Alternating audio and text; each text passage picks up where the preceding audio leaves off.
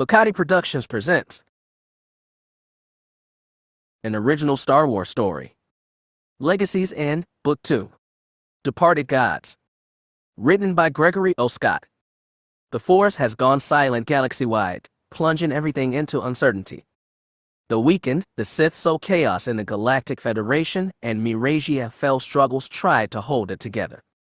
Ania Solo joins her mother's quest to unseat the reigning Mandalore, while Cade Skywalker and company search for mysterious Yuuzhan Vong Jedi who might hold the key to regaining the Force. Prelude. A long time ago? From the outside, anew looked like a three-legged spider straddling the great chasm, its central copula suspended over the gap by a trio of metal half-arches. Beneath it, mountain ridges tumbled into blackness that claimed even daylight. As she stood on the temple balcony, looking down into the gap, Tasha Rio felt a deep disquiet not from the darkness but the Force itself. Every Jedi adept could feel the wrongness of the chasm. Some said the Black Rift contained a well of Force power more raw and dangerous than anything else on Tython. Others claimed there was something in it that twisted Jedi perceptions and turned minds toward madness. All agreed that it was a place best studied from the safe distance of Anew. There were 9 temples on Tython in which Jedi adepts gathered to study the Force, and Tasha had always tried to avoid this one. Other Jedi studied science and alchemy here, claiming that the chasm's unique properties made Anew ideal for experiments. Even now, a shaft of energy plunged from his central cylinder into the black gap, scouring for quantifiable information on the chasm. For Tasha, it had always seemed dangerous, even reckless, like dancing on a cliff's edge. The chasm unsettled her more than most, though she never ventured inside as she could still sense some of what it contained. Some Jedi were called to be scientists, other rangers or teachers. A young journeyer, Tasha was training to become a seer. She had been touched by visions of the future since childhood, and she felt especially vulnerable to the chasm. Time inside the Black Rift was not what it should have been. Finally, she just learned a little truth of it, and that unsettled her all the more. I knew it was a bad idea to enter the chasm, her uncle said as he stood beside her on the balcony. But I was young then, and confident. We just won the Despot War. We thought there was nothing a Jedi couldn't handle, so my friend Yuuzhan Vong and I descended as far as we could, farther than any other Jedi. Farther than any who've come back? Tasha whispered. Her uncle nodded gravely. Warm wind rushed up from the chasm, playing with her green robes but barely rustling Hawk Ryo's simple brown tunic. He was a Jedi Ranger who spent most of his time on the other inhabited planets in the Tython system, from sun-warmed Maltera to far-out Skagora, and of course their homeworld of Shikawa. Hawk was a fighter and an adventurer, a very different kind of Jedi from Tasha altogether. She'd never known how different until today. She hugged herself tight against the wind. What did you see in the chasm? Hawk lowered his head and bent over the railing. Gray Leku trailed off his shoulders and dangled toward the black. I blocked this from my memory for so many years. It drove Yuuzhan mad. I could have been just like him. Please, Uncle. Tasha was afraid to hear it, but she knew she must. Hawk's voice dropped to a whisper. I saw stars on stars, planets and planets. Thousands, millions. I saw infinity that day. I thought I could grasp it in my hand. For that moment, I think I knew those worlds. I knew everything about their names, the kind of beings who lived there, and the civilizations they built, even though there was no way I could have known. Tasha nodded. Everyone in the Tython system knew the galaxy was a vast and teeming place, though without spacecraft capable of exceeding light speed, none of them could reach the other stars. They knew nonetheless that those stars teemed with life, and that faster than light travel was possible. The denizens of the Tython system had, thousands of years ago, come from dozens of other planets and represented as many species. Those among them who felt the call of the Force had found entry to the Great Thoyer. Black spacecrafts shaped like double pyramids joined at the base, which had collected Force users from distant planets and gathered them here on Tython to commune together in terrain Force's ways. That had all been thousands of years ago. Children of Jedi who couldn't feel the Force now outnumbered those who could and had settled the system's other planets, where the Force was less dangerously strong than on Tython. No one knew why some children of Jedi were touched with the Force and others not. Hawk Ryo's brother, Tasha's father, had no such power. Valnus Ryo, a Shikakwin crime lord, had nonetheless fathered a daughter with the Korra Ryo, Jedi master. Both parents crowded Tasha, trying to turn her into an heir. She threw herself into studying the Force in hopes it would offer something that transcended petty family squabbles. Transcendence was elusive, and there was so much they still didn't understand. Tasha lifted her head and saw one Though hovering silent above Anil Cache, as it had for generations. No one understood how the great black starships operated, nor who'd made them, or for what purpose. No Jedi had stepped inside one since the Great Migration 10,000 years ago. They only knew that the Though had chosen their ancestors to train on Tython. Hawk was staring down at the chasm still, face furrowed. He seemed stuck in memory. I knew everything in that moment, he whispered. The stars, the past and the future. It was too much. I had to pull away. What did you see of the future? Tasha whispered. I can barely remember any of it, thank the Force. He closed his eyes. But I saw armies in the darkness. Warriors with blades of pure light. I saw monsters, aliens the like of which Tython's never seen. Did you see them here on Tython? She asked. I think so. Hawk shuddered, lifted his head, and opened his eyes. I've been trying very hard to forget that, Tasha. I've seen it too, she whispered. I was always glad not be blessed or cursed with visions. Then I inflicted one on myself. I'm lucky I didn't go as mad as Dejanlock has.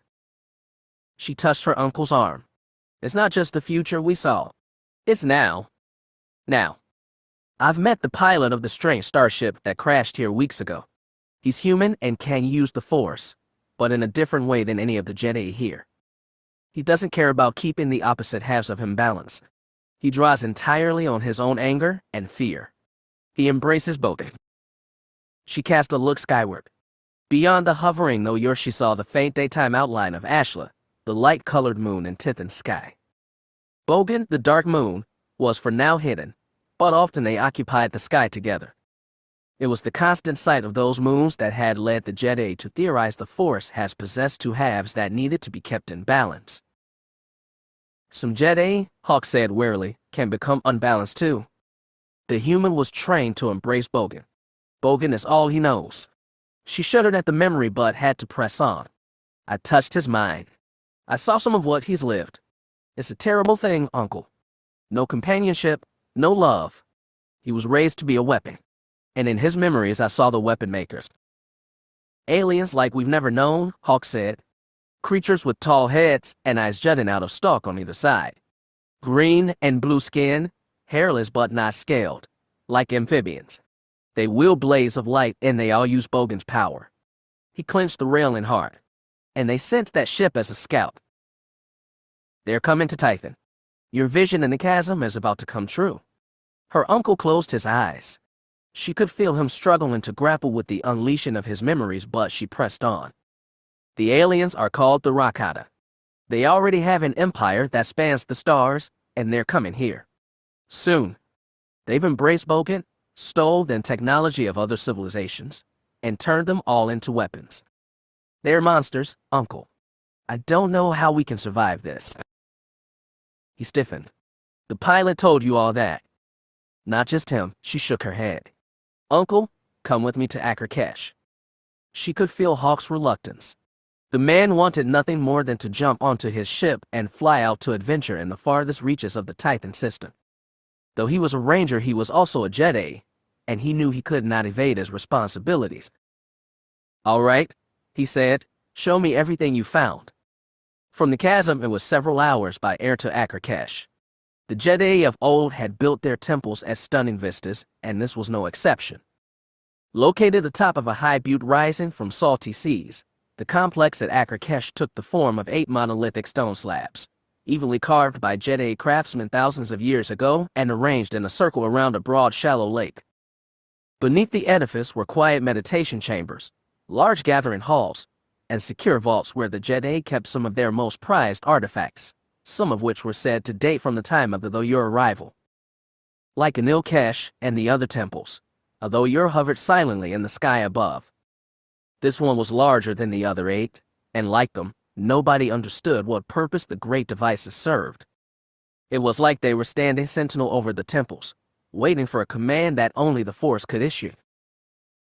Tasha and her uncle barely spoke on the ride to Akrakesh. He'd walled himself off in the Force, and she got no intimation of what he was thinking as she led him through the stone-carved underground corridors until they found Master Kitu.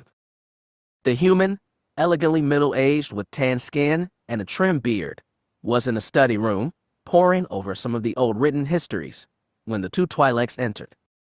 He looked up from his book, took in Tasha and her uncle, and said, "So you've come for it then?"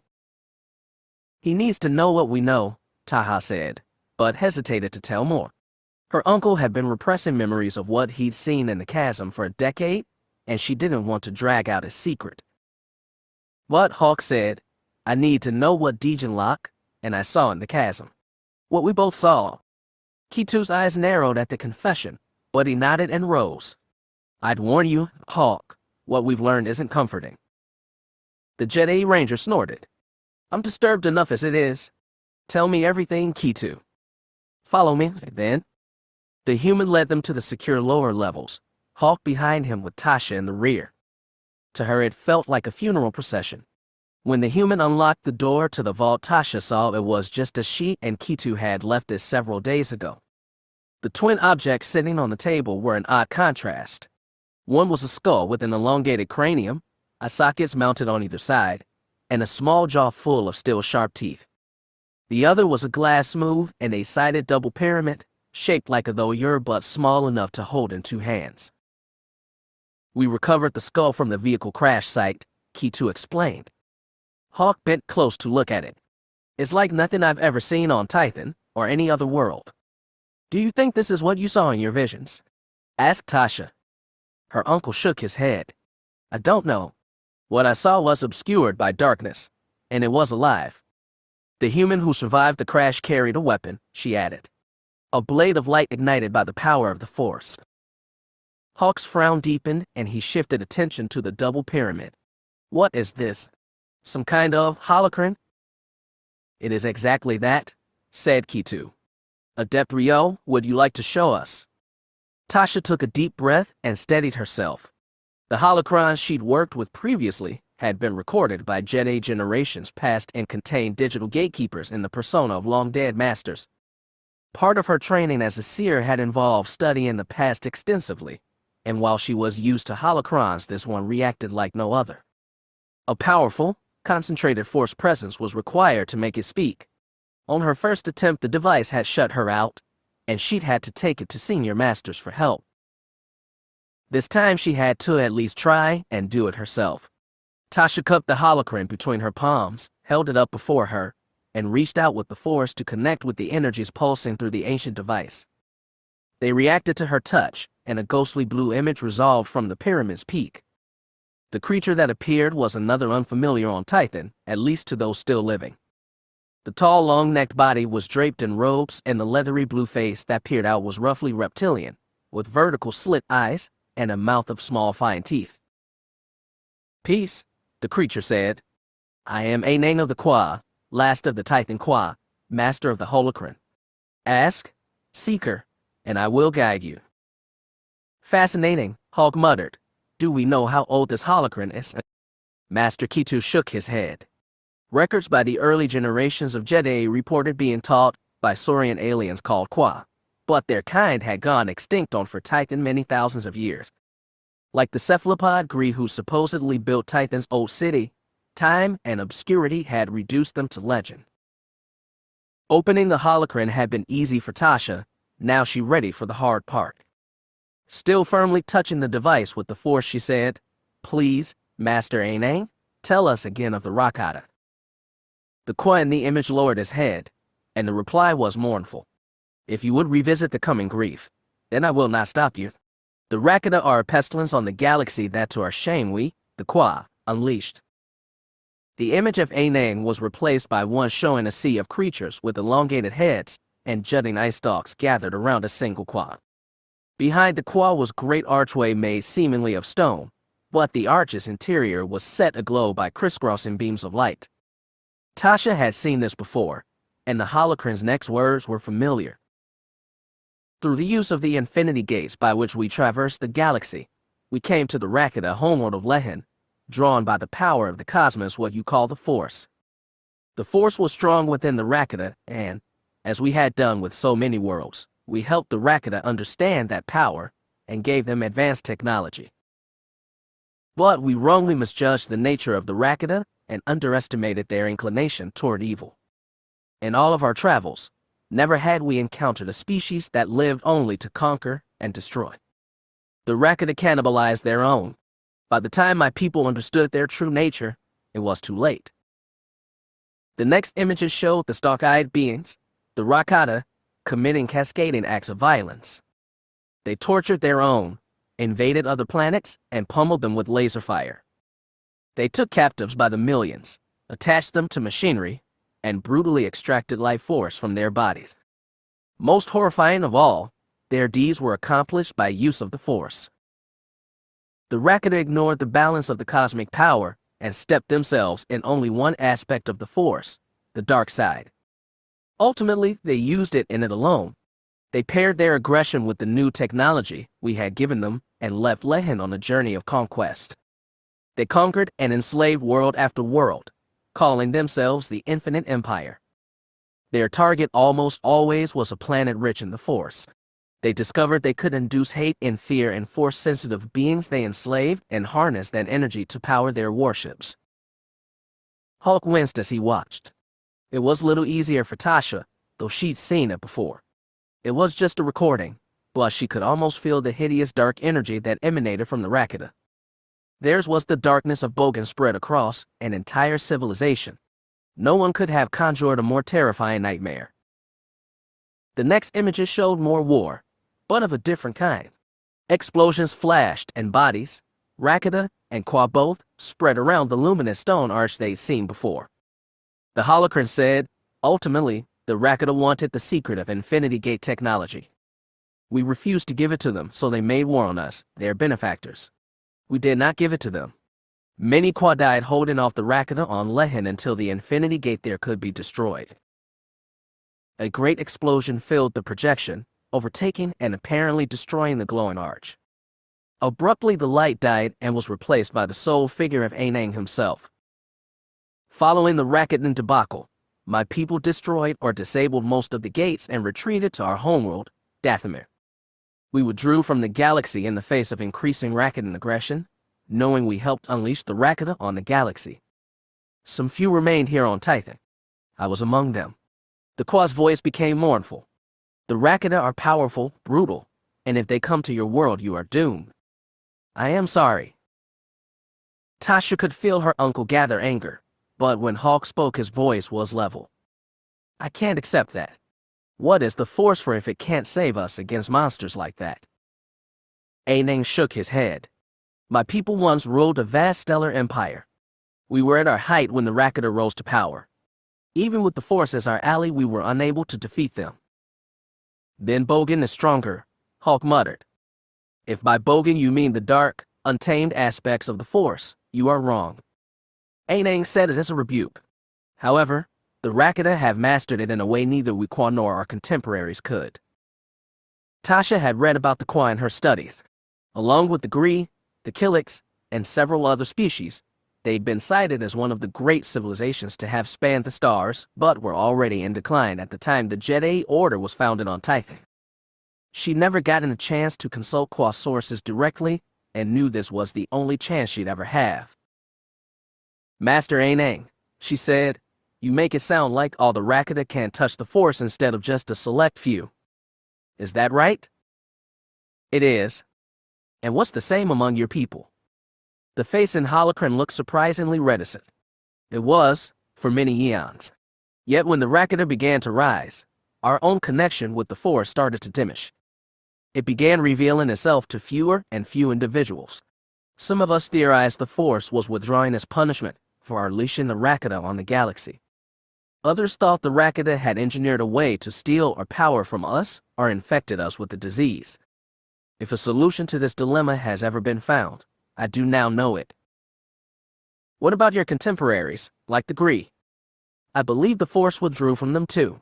I'm afraid I cannot tell you more. How fortunate for us, Hawk said sourly, the Rakata have retained full use of it. Tell us more about these infinity gates.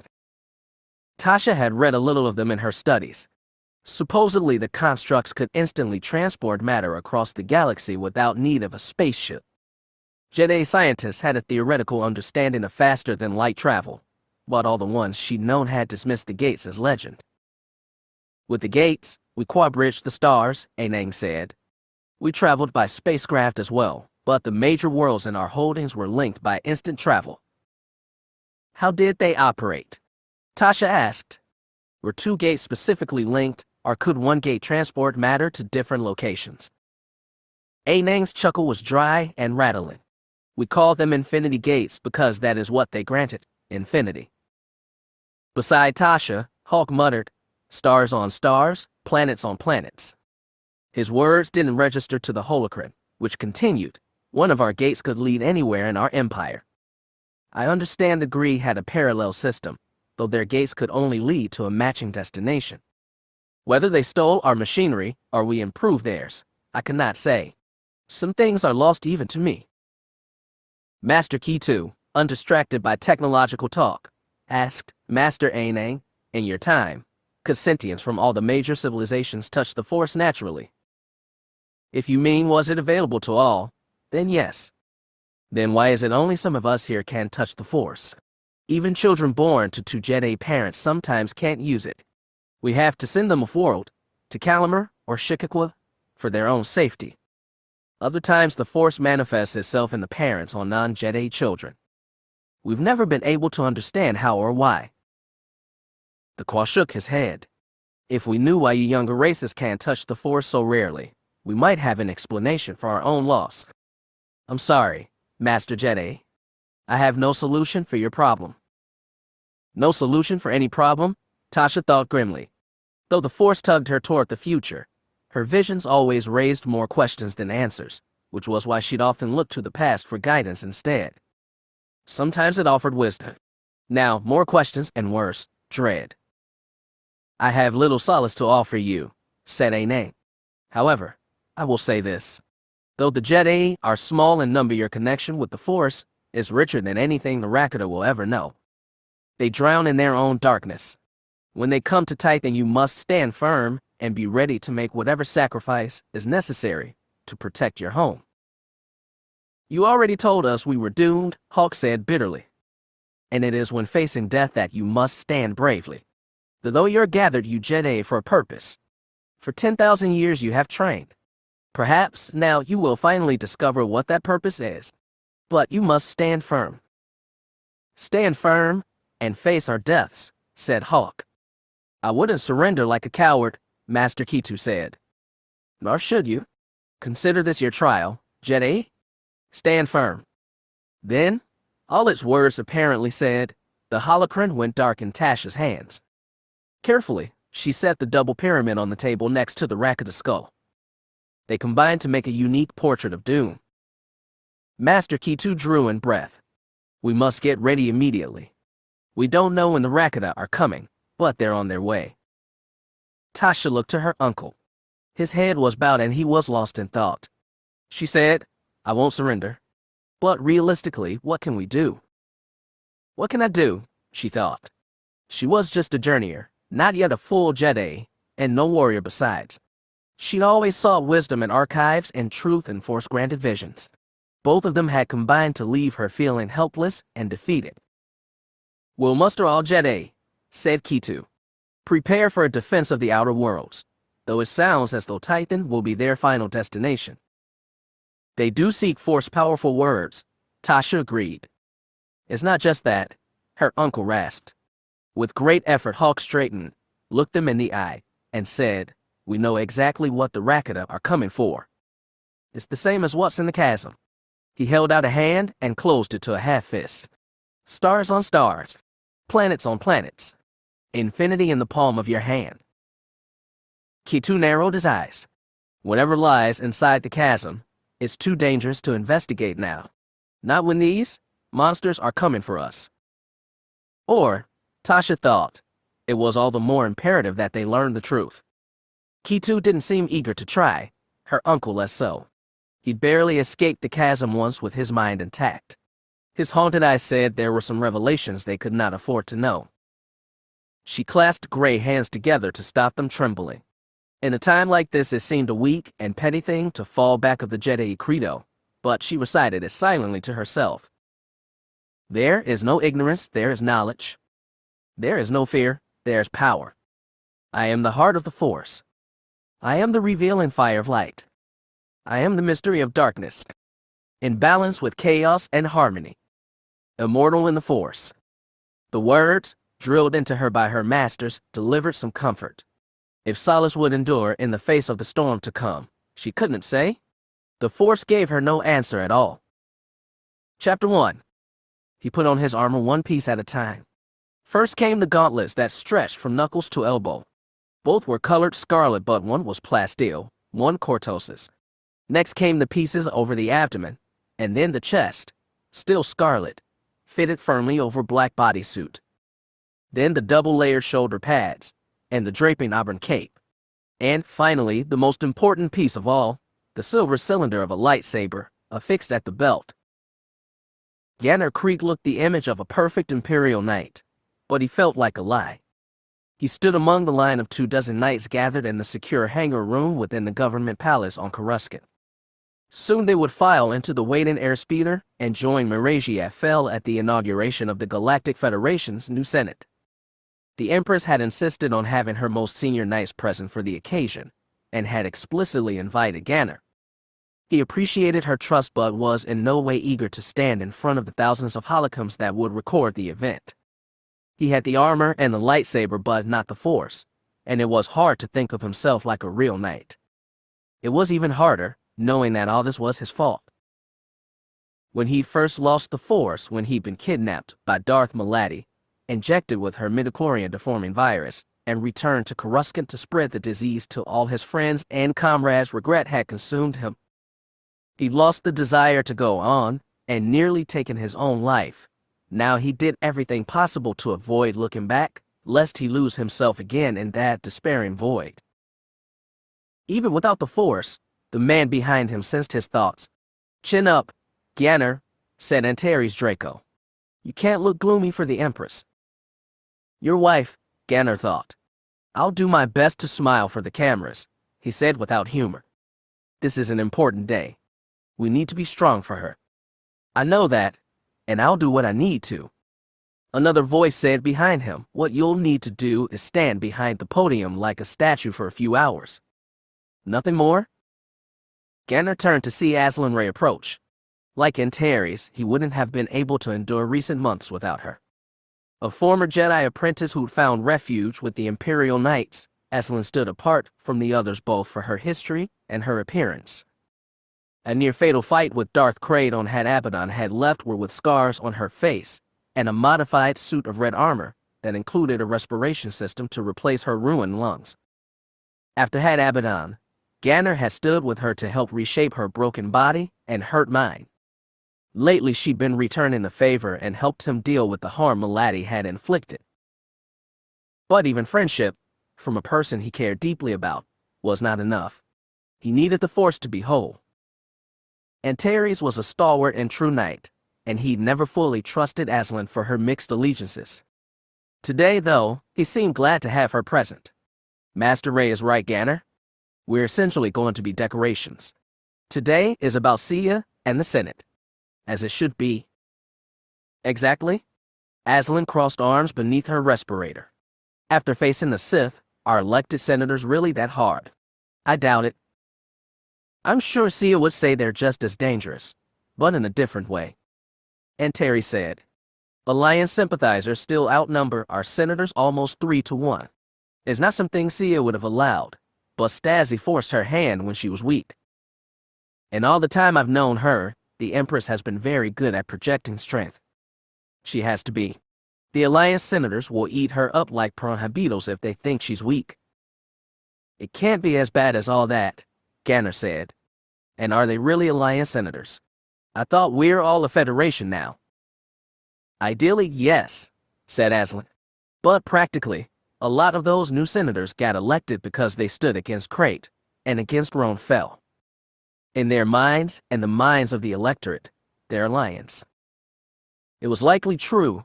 Recent events had emboldened members of the former alliance within the government. Darth Plagueis' artificial virus has swept across the galaxy, deforming midichlorians of all those it infected. The disease had been released to target Force users across the stars, with a special focus on the Jedi and Imperial Knights on Coruscant. Other more obscure orders had been infected as well. Not even Plagueis' former allies in the Sith were spared. Despite using every effort to secure Plagueis and her laboratory hidden in the Gree Enclave, the Sith had destroyed her lab and herself, taking with it all hope for an easy cure. Since then, the galaxy's best biologists had been gathered, but none had produced an antigen or even a vaccine. On Coruscant, only Marasiah had been spared Force blindness. Her distant cousin Cade Skywalker had also escaped the effects, and while apparently this had something to do with their shared ancestry, scientists had yet to use this to help the others. Cut off from the Force, the Jedi Order had withdrawn officially from the triumvirate set up after Darth Plagueis' defeat. In a show of union and generosity, Marasiah and Stasi had agreed to continue using Jedi as official arbiters, but the Jedi Council had insisted that, without the Force speaking to it, it had no place ruling the Federation. So it was down to Marasiah and Stasi. Marasiah, inheritor of the Empire, had the military and bureaucracy behind her. Stasi had the people and a cadre of devout, potentially dangerous loyalists. Her Imperial Knights, stripped of the Force, had fallen back to a role more ceremonial than actual. Stasi had pressed his advantage and gained concessions, increasing the Senate's authority and getting permission for many Alliance partisans to run for office. A disturbing amount of them had been elected, even as they vowed the Senate itself was a sham justification of imperial dictatorship. There's plenty to worry about, Ganner muttered. The Federation is supposed to be a unity government, but that only works if people want to be unified. Nobody wants another big war, Aslan said. No, they want what they want, and unity isn't usually the first thing on the list. It's just a means to an end, and most people care more about ends than means. You've gotten cynical, Ganner, Antares remarked. Sia said that politics is about forcing the ideal from the actual. She would know. She's been groomed for this since she was born. To rule her father's empire, perhaps. A galaxy-spanning union, mostly populated on worlds that had fought against Roan Fel a decade ago, was something more complicated. Ganner envied Marasiah for her poise and determination. He certainly didn't envy her responsibilities. Aslan looked around the hangar full of waiting knights. I suppose if anyone tried anything today, we'll be ready. The good thing about Imperial Knights is that we're not just statues. Ganner wasn't sure of that. All his years of training in combat, espionage, and other skills had used the Force and their foundation. Without the Force, he wasn't sure if the skills remained. Antares seemed more confident. With a grim smile, he said, if they want to try something, let them try. We'll be ready. The sight warmed Ganner. It recalled the Antares he'd known in younger years, impetuous, devout, and frequently frustrated when there was no outlet for his ardor. Antares had changed since the end of the way against Cade. He'd become less vocal about his passions, and was given to sullen moods. Marrying Marasiah hadn't changed that, nor had losing the Force. It was something else, and Ganner supposed it had something to do with his failure to protect Roan Fel from that Sith assassin on the Jagged Fel. The man had always defined himself by his unflagging devotion to the Empire's ruler. Failing to save his emperor was a pain that might never go away. But despite their differences, Ganner and Antares had one thing in common. Duty was their last defense against a life of silence to the Force. When the door to the hangar slid open and the Empress appeared, the knights hurried into two straight lines, forming a scarlet aisle down which the Empress could walk to her ship. Ganner stood between Aslan and Antares as Marasiah Fel approached. In a white dress with thin gold metal crown across her forehead, she looked regal without being ostentatious, and the sight of her gave Ganner needed assurance. In her 3 years as Empress, she'd proven even-handed and fair, a leader worth serving. She, Ganner, and Antares had also trained together, and though it was a slightly unbecoming way for a knight to think of his Empress, he considered Marasiah a friend. There wasn't much in the galaxy Ganner could believe in now, but he believed in her. As she passed, she gave him the tiniest nod, and it infected him with confidence. When she stepped into the airspeeder, her knights fell in behind her, orderly and eager. Today was not about them. They were only here to show strength. For their Empress, they'd show it, as they always had. Against so much change, it was a comforting certainty. Morning in Galactic City. Steel towers rose from mile-deep canyons and speared toward the cloudless sky, and billions of beings traversed the glittering sprawl through millions of speeders passing amongst the maze of towers and lines of orderly traffic. One could almost believe the traffic never ceased, and the towers never fell. It was a comforting illusion. Nearly 3 years had passed since the battle to liberate Coruscant from Darth Plagueis, and a massive reconstruction project had covered up many ugly scars that had deformed the global cityscape. Though there was still work to be done, the project had reached a climax with the creation of a great rotunda for the newly created Senate of the Galactic Federation.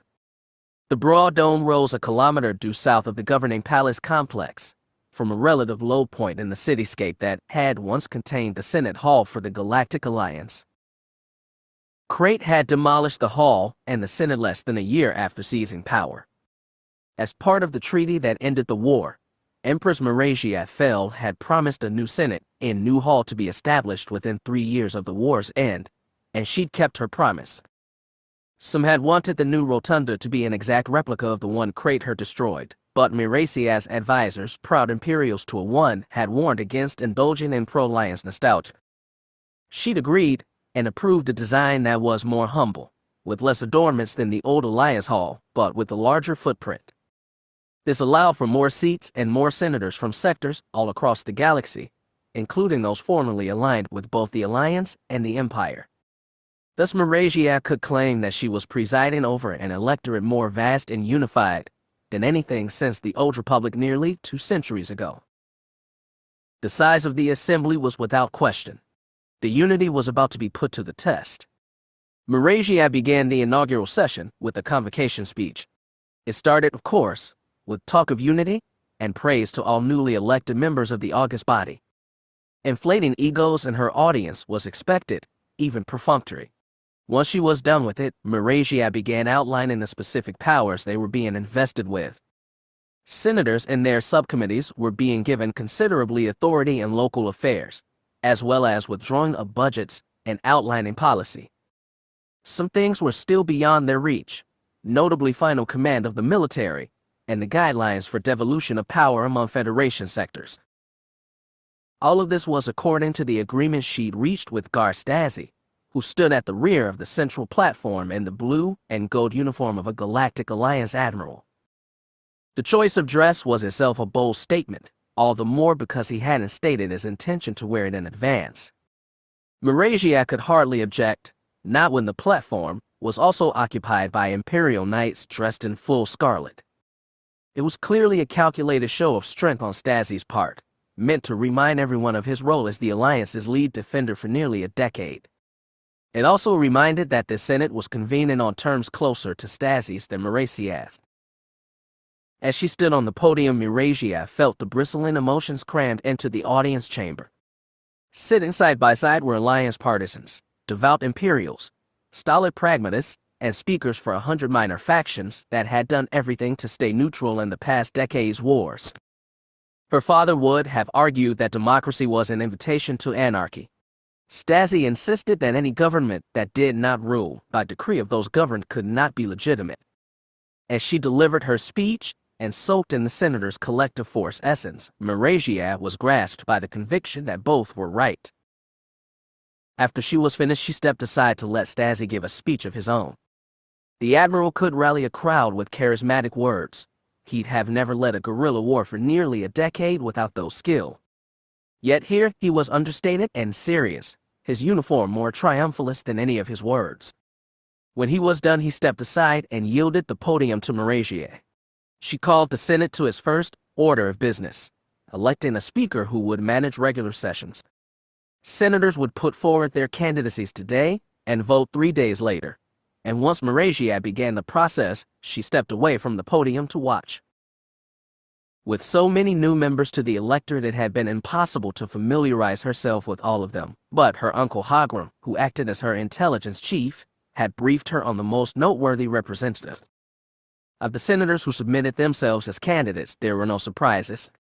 Brent Eldon of Bastion represented the heart of Imperial space, and no other senators from traditionally Imperial sectors arose to split that voting bloc. Sark Realiah of Bathoi, ambitious but pragmatic, also made a stand. So did Nel Cormesha Viridu, another moderate. T.M. Brighton of Rinnell was a different story. The man had been an Alliance senator, an anti-Imperial hawk before the war, and had spent nearly a decade in a Sith labor camp.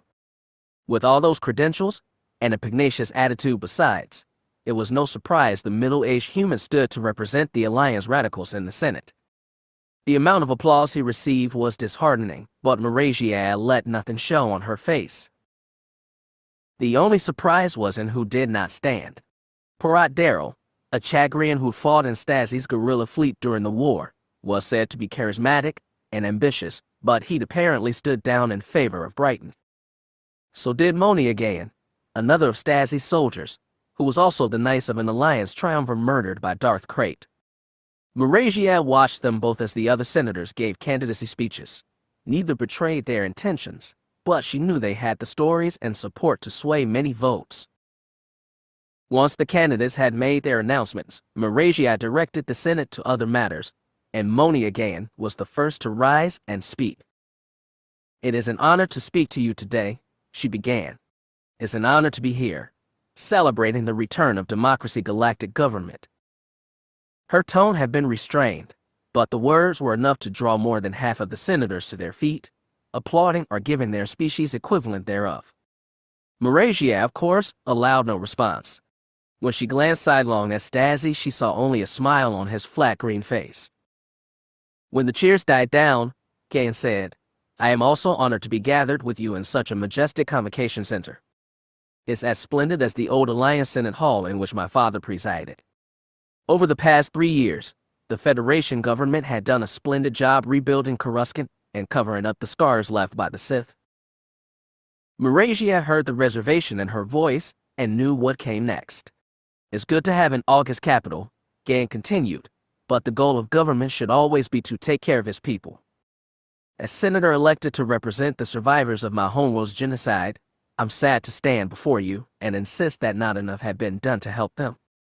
Hundreds of millions of my kind are still left wandering the galaxy as refugees. The government has promised to prepare new worlds for us to settle on, but as yet that hasn't materialized. Their voices must be heard and their problems addressed. Not when the Senate elects a speaker, not next week or tomorrow, but today." That got her another standing ovation, only slightly smaller than last time. Marasiah took issue with Gayan's claims. The triumvirate had pushed billions of credits toward helping refugees from Dak. If they hadn't established a world for them, it wasn't for lack of trying. As much as other planets sympathized with the plight of the Mon Calamari and Korn, they dug in their heels and protested at the suggestion they give up their oceans. Marasiah glanced at Stasi again and found the Duro had stepped right beside her. Leaning close and speaking softly, he said, "If she wants action today, there's only one place it can come from." He was right. The Senate wouldn't be fully functional until it elected a speaker. The clamor from the crowd kept going and was taking an angry tint. Marasiah knew there was only one option, and in a way it was fortuitous. She stepped up to the podium and raised her hands, and eventually the senators quieted down. "I will not deny Senator Gayan's point," she said. "Much still needs to be done to help the survivors from Dak. Much of it will be done by the Senate, including the continual allocation of funds as needed." Unsurprisingly, the senator started grumbling at the reminder. She raised her voice and added, "However, action can still be taken today. Using my vested authority, I hereby announce the creation of a select committee that will find a new world for Dak survivors. As Empress, you have my guarantee that within 1 year, We will begin settling refugees in its oceans, and the civilization the Sith tried to destroy will be rebuilt there. That earned Marasiah her own round of applause. Senators from Imperial sectors started it, but others joined in. When Moni again signaled her approval with the nod, the wash of senators from Alliance sectors joined the ovation. She'd done a good thing, but Marasiah could hardly be pleased with the circumstances. "Did you set this up with your pilot?" she asked as Senator Gan took her seat. "No," Stasi said, "but it turns out war teaches some skills that are easily applied to politics." The Admiral had amply demonstrated that. Her father had called politics war through peaceful means. Her uncle, even more cynical, had recently described it as the beings trying to coerce others to give them what they wanted. They weren't wrong, but politics was necessary, and it could accomplish great things.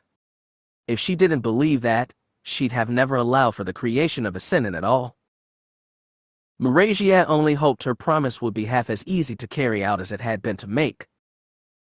After the war against Cade, Stasi had thought that there was no fight so difficult he couldn't handle it. Joining the Federation Triumvirate had been an education.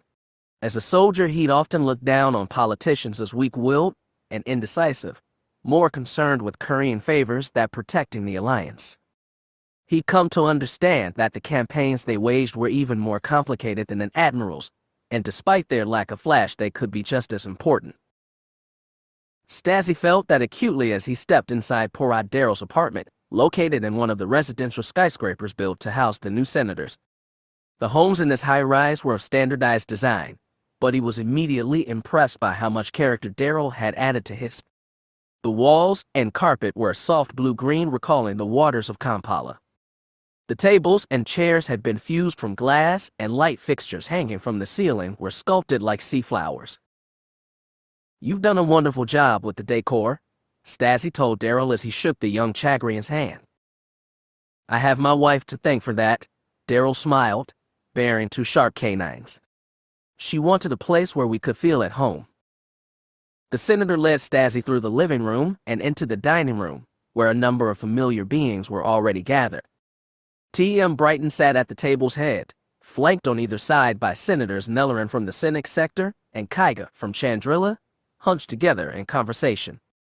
Moni, again now senator, once Rogue Squadron ace, stood slightly apart, and Stasi wondered if the aquatic decor reminded her of her too-much-lost homeworld. The one being Stasi didn't recognize, he could easily guess. The young Chagrian woman was slim and attractive. Her deep blue skin contrasted slightly with Darrell's teal hue and, like all females of her species, she lacked the tall, straight horns that jutted from the senator's crown.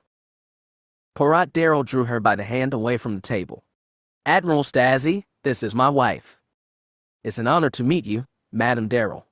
Stasi gave his head a little bow. "I was just telling your husband how impressed I am. You've made this place your own." "Thank you, that was my intention," she smiled demurely. Her husband was quite young for a senator, but she looked younger still. "It's good to finally meet you, Admiral. You've always been Porat's hero." Stasi smiled to hide discomfort. As the Alliance's flag bearer during the war, he'd been a hero to everyone in this room, and they expected him to be their hero still. Politics, as he'd learned, muddled simple narratives.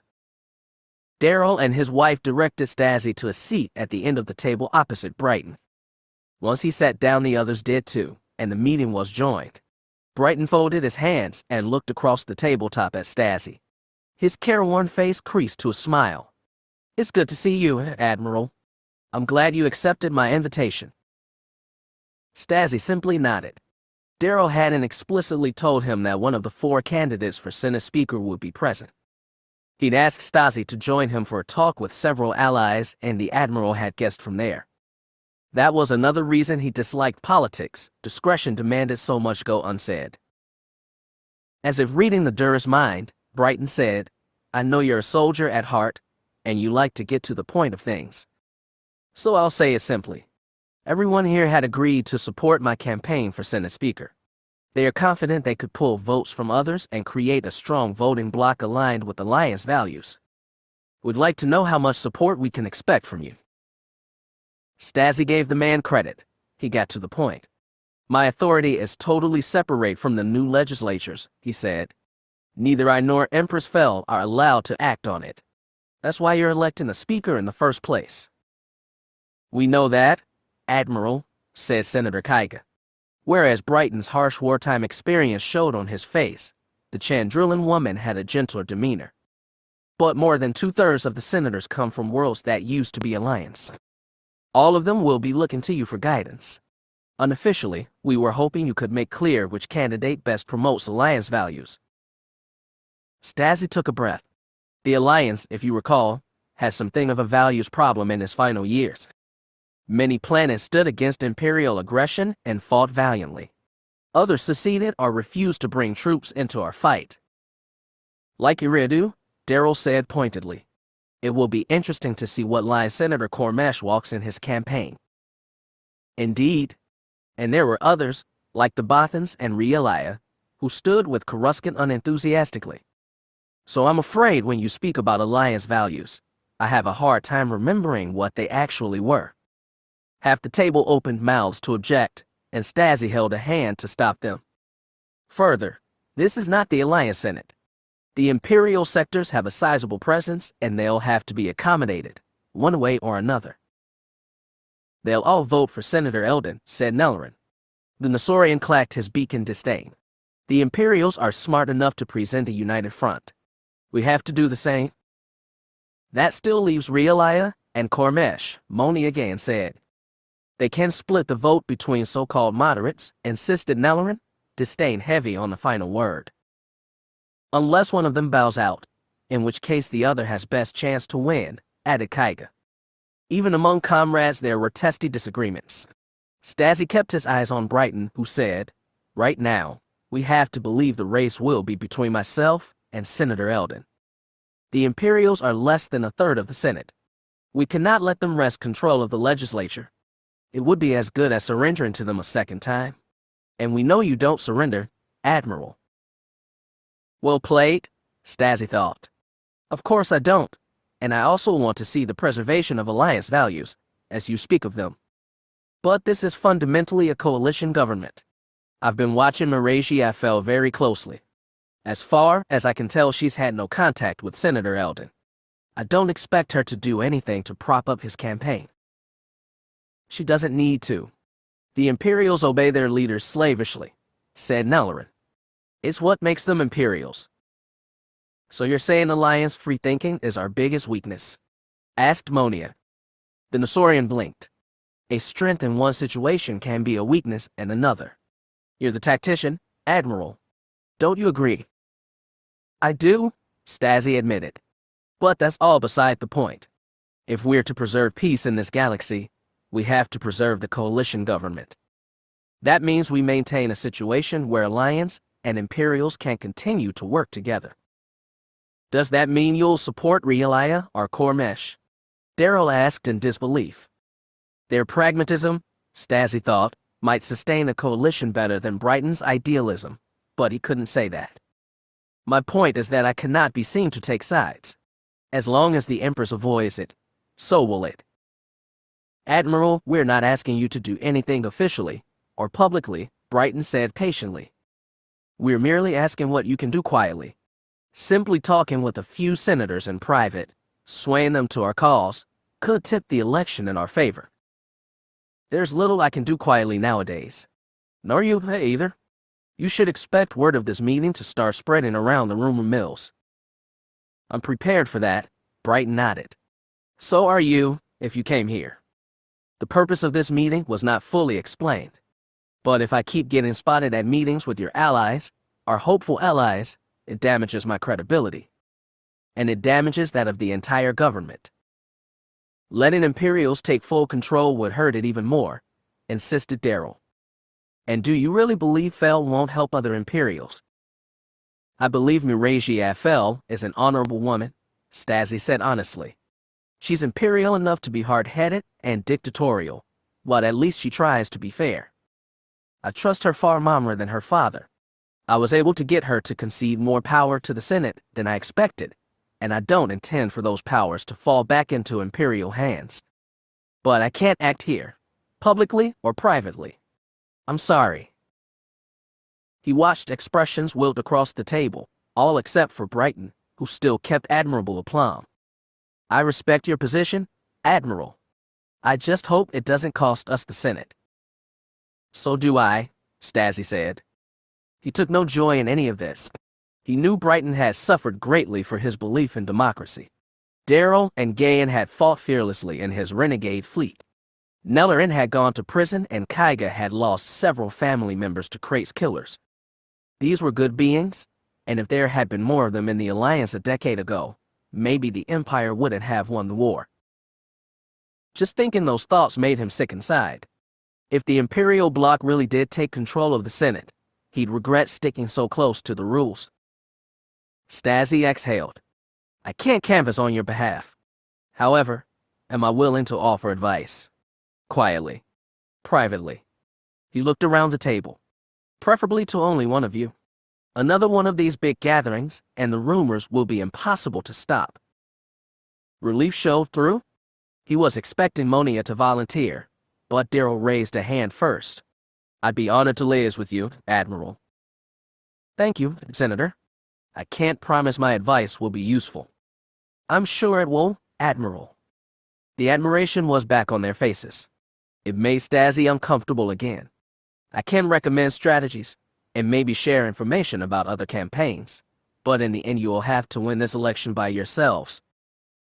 We're just glad to have your help, Admiral, Brighton said. After all, none of us would be here if it weren't for you. Flattery was all the harder when it was true. Putting on one more smile, Stasi said, Thank you. Is there anything else for now? No, Admiral. I think we've kept you long enough to stir the rumor mill. When you want to be in touch, sir, you can contact our apartment directly, Darrow said. Sorry. Get the Admiral our contact information before you show him out. Of course, his wife rose and slipped out of the room. By the time Stasi got to his feet, she was back, holding a tiny data card. The Admiral exchanged short farewells with everyone at the table, then followed her through the living room to the door. Thank you so much for helping us, Admiral, she said as she pressed the data card into his hand. Porat was sure we could count on you. I'd be a poor admiral if I let my soldiers down. She nodded, gave his hand a short squeeze, and released. As he stepped out of the apartment and hurried corridor, Stasi's thoughts lingered on her soft blue face. Despite her youth and innocent expression, she'd paid close attention the whole meeting. Some politicians kept their jobs and families separate. For better or worse, Darrow didn't seem to be one of them. Whether that would help or harm their cause remained to be seen. Stasi was relieved to step outside onto the high-rise's landing platform, into the gathering dark and rising light of Galactic City. He took a breath and released. Being with so many senators brought back memories of his sparring with Alliance leadership during the war, though barring Monia's father, they treated him far differently. When faced with the convoluted obligations of politics, space combat seemed downright simple. Sometimes he even missed the days of fight and run against Crate. Yet despite it all, he didn't miss them now. Politics was convoluted and conflicting, and usually aggravating, but it was a sign the galaxy was returning to normal. That Alliance patriots were able to make election schemes was a better sign still. Many good friends had died to make an evening like this possible. Strange as the night had been, it gave Stasi hope. Chapter 2. The planet of Manfa was unimpressive in every respect. Though it sat on the Corellian trade spine, it was at the outermost edge. The primitive, amphibious natives had only reluctantly been dragged into the galactic economy, and the sparsest traffic moved in and out of the system. Seen from orbit was a drab sphere, mottled by swampy greens and browns.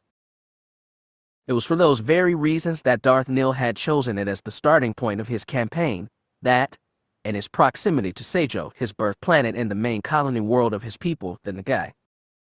More than a century ago, his race of pale-skinned, black-haired humanoid warriors had been chased from their native star cluster by another warlike people.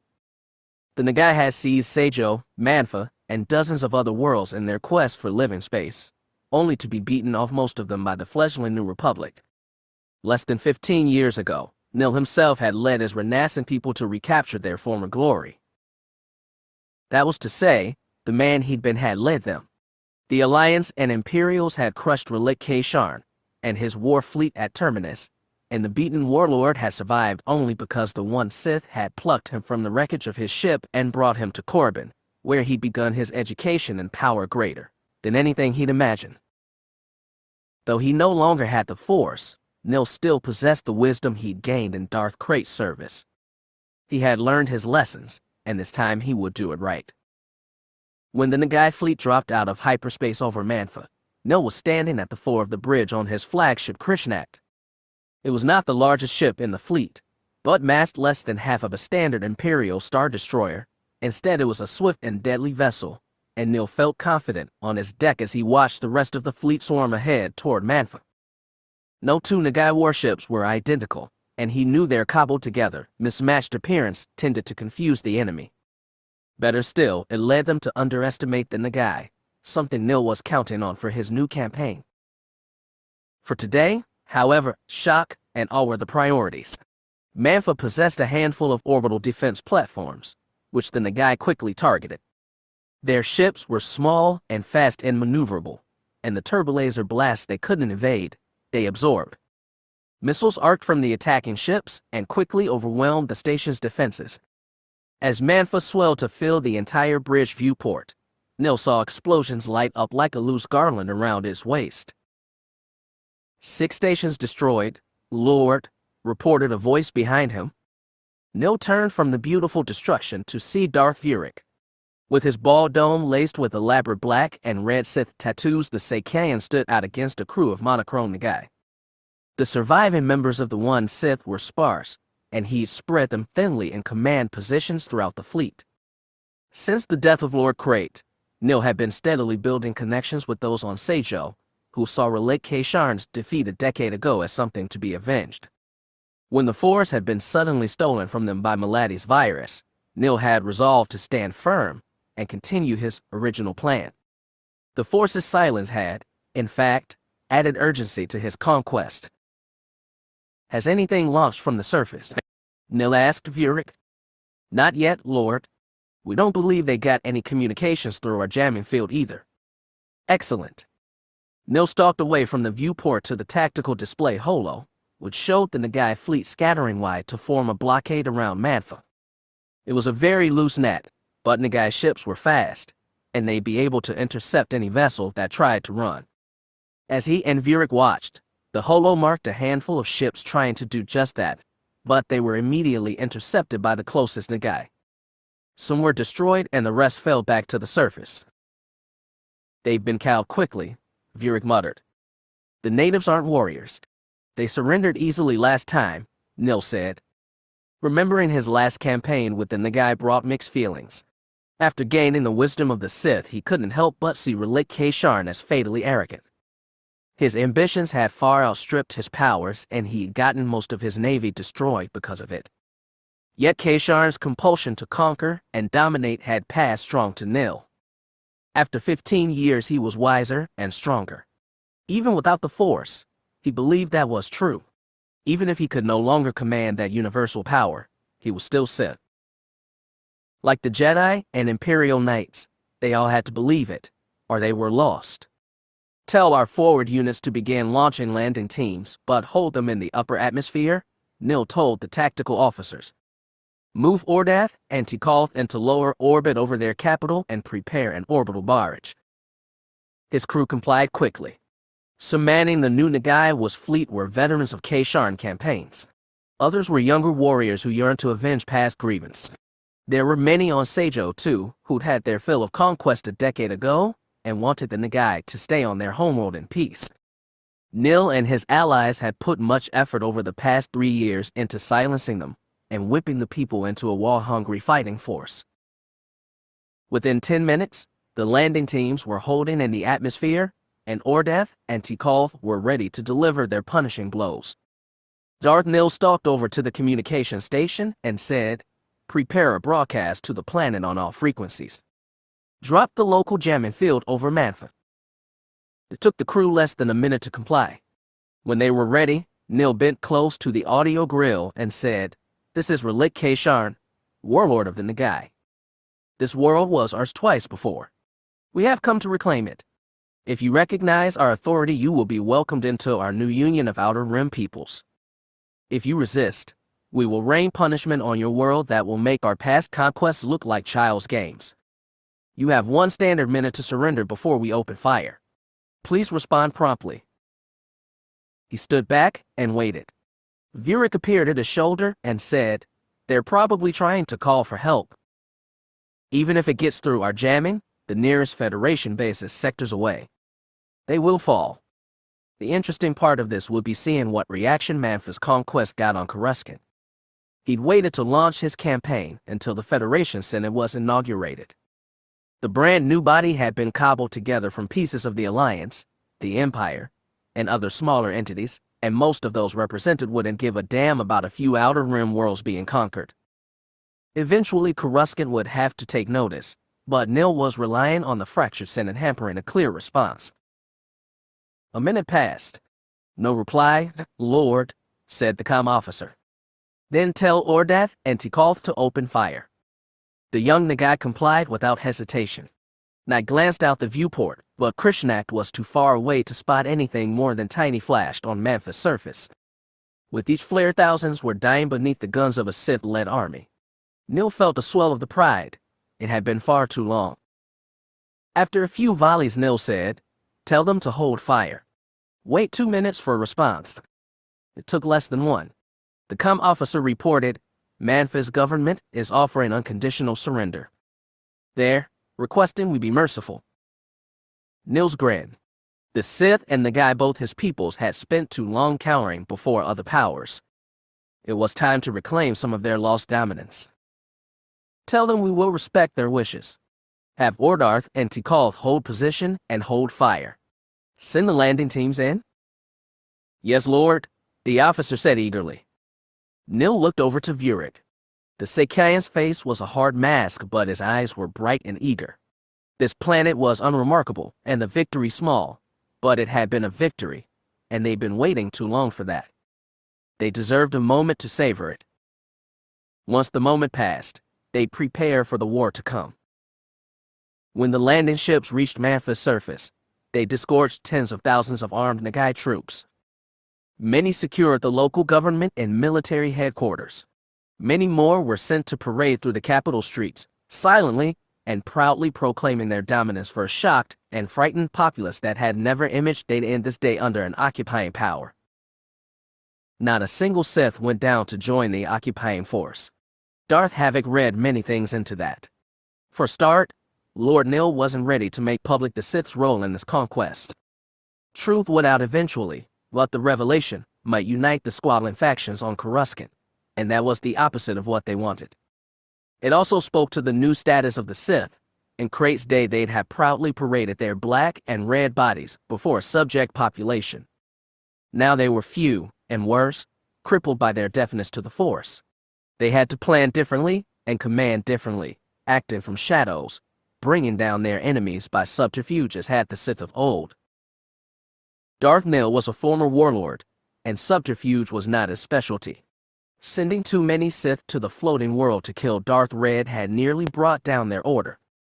Havoc had argued against it, and in the wake of that disaster some Sith had spoken quietly about ousting Nil. The curse of Mulad'Dib's disease had banished that talk. In that time of confusion, Nil had offered strength, certainty, and purpose as only conquest could bring.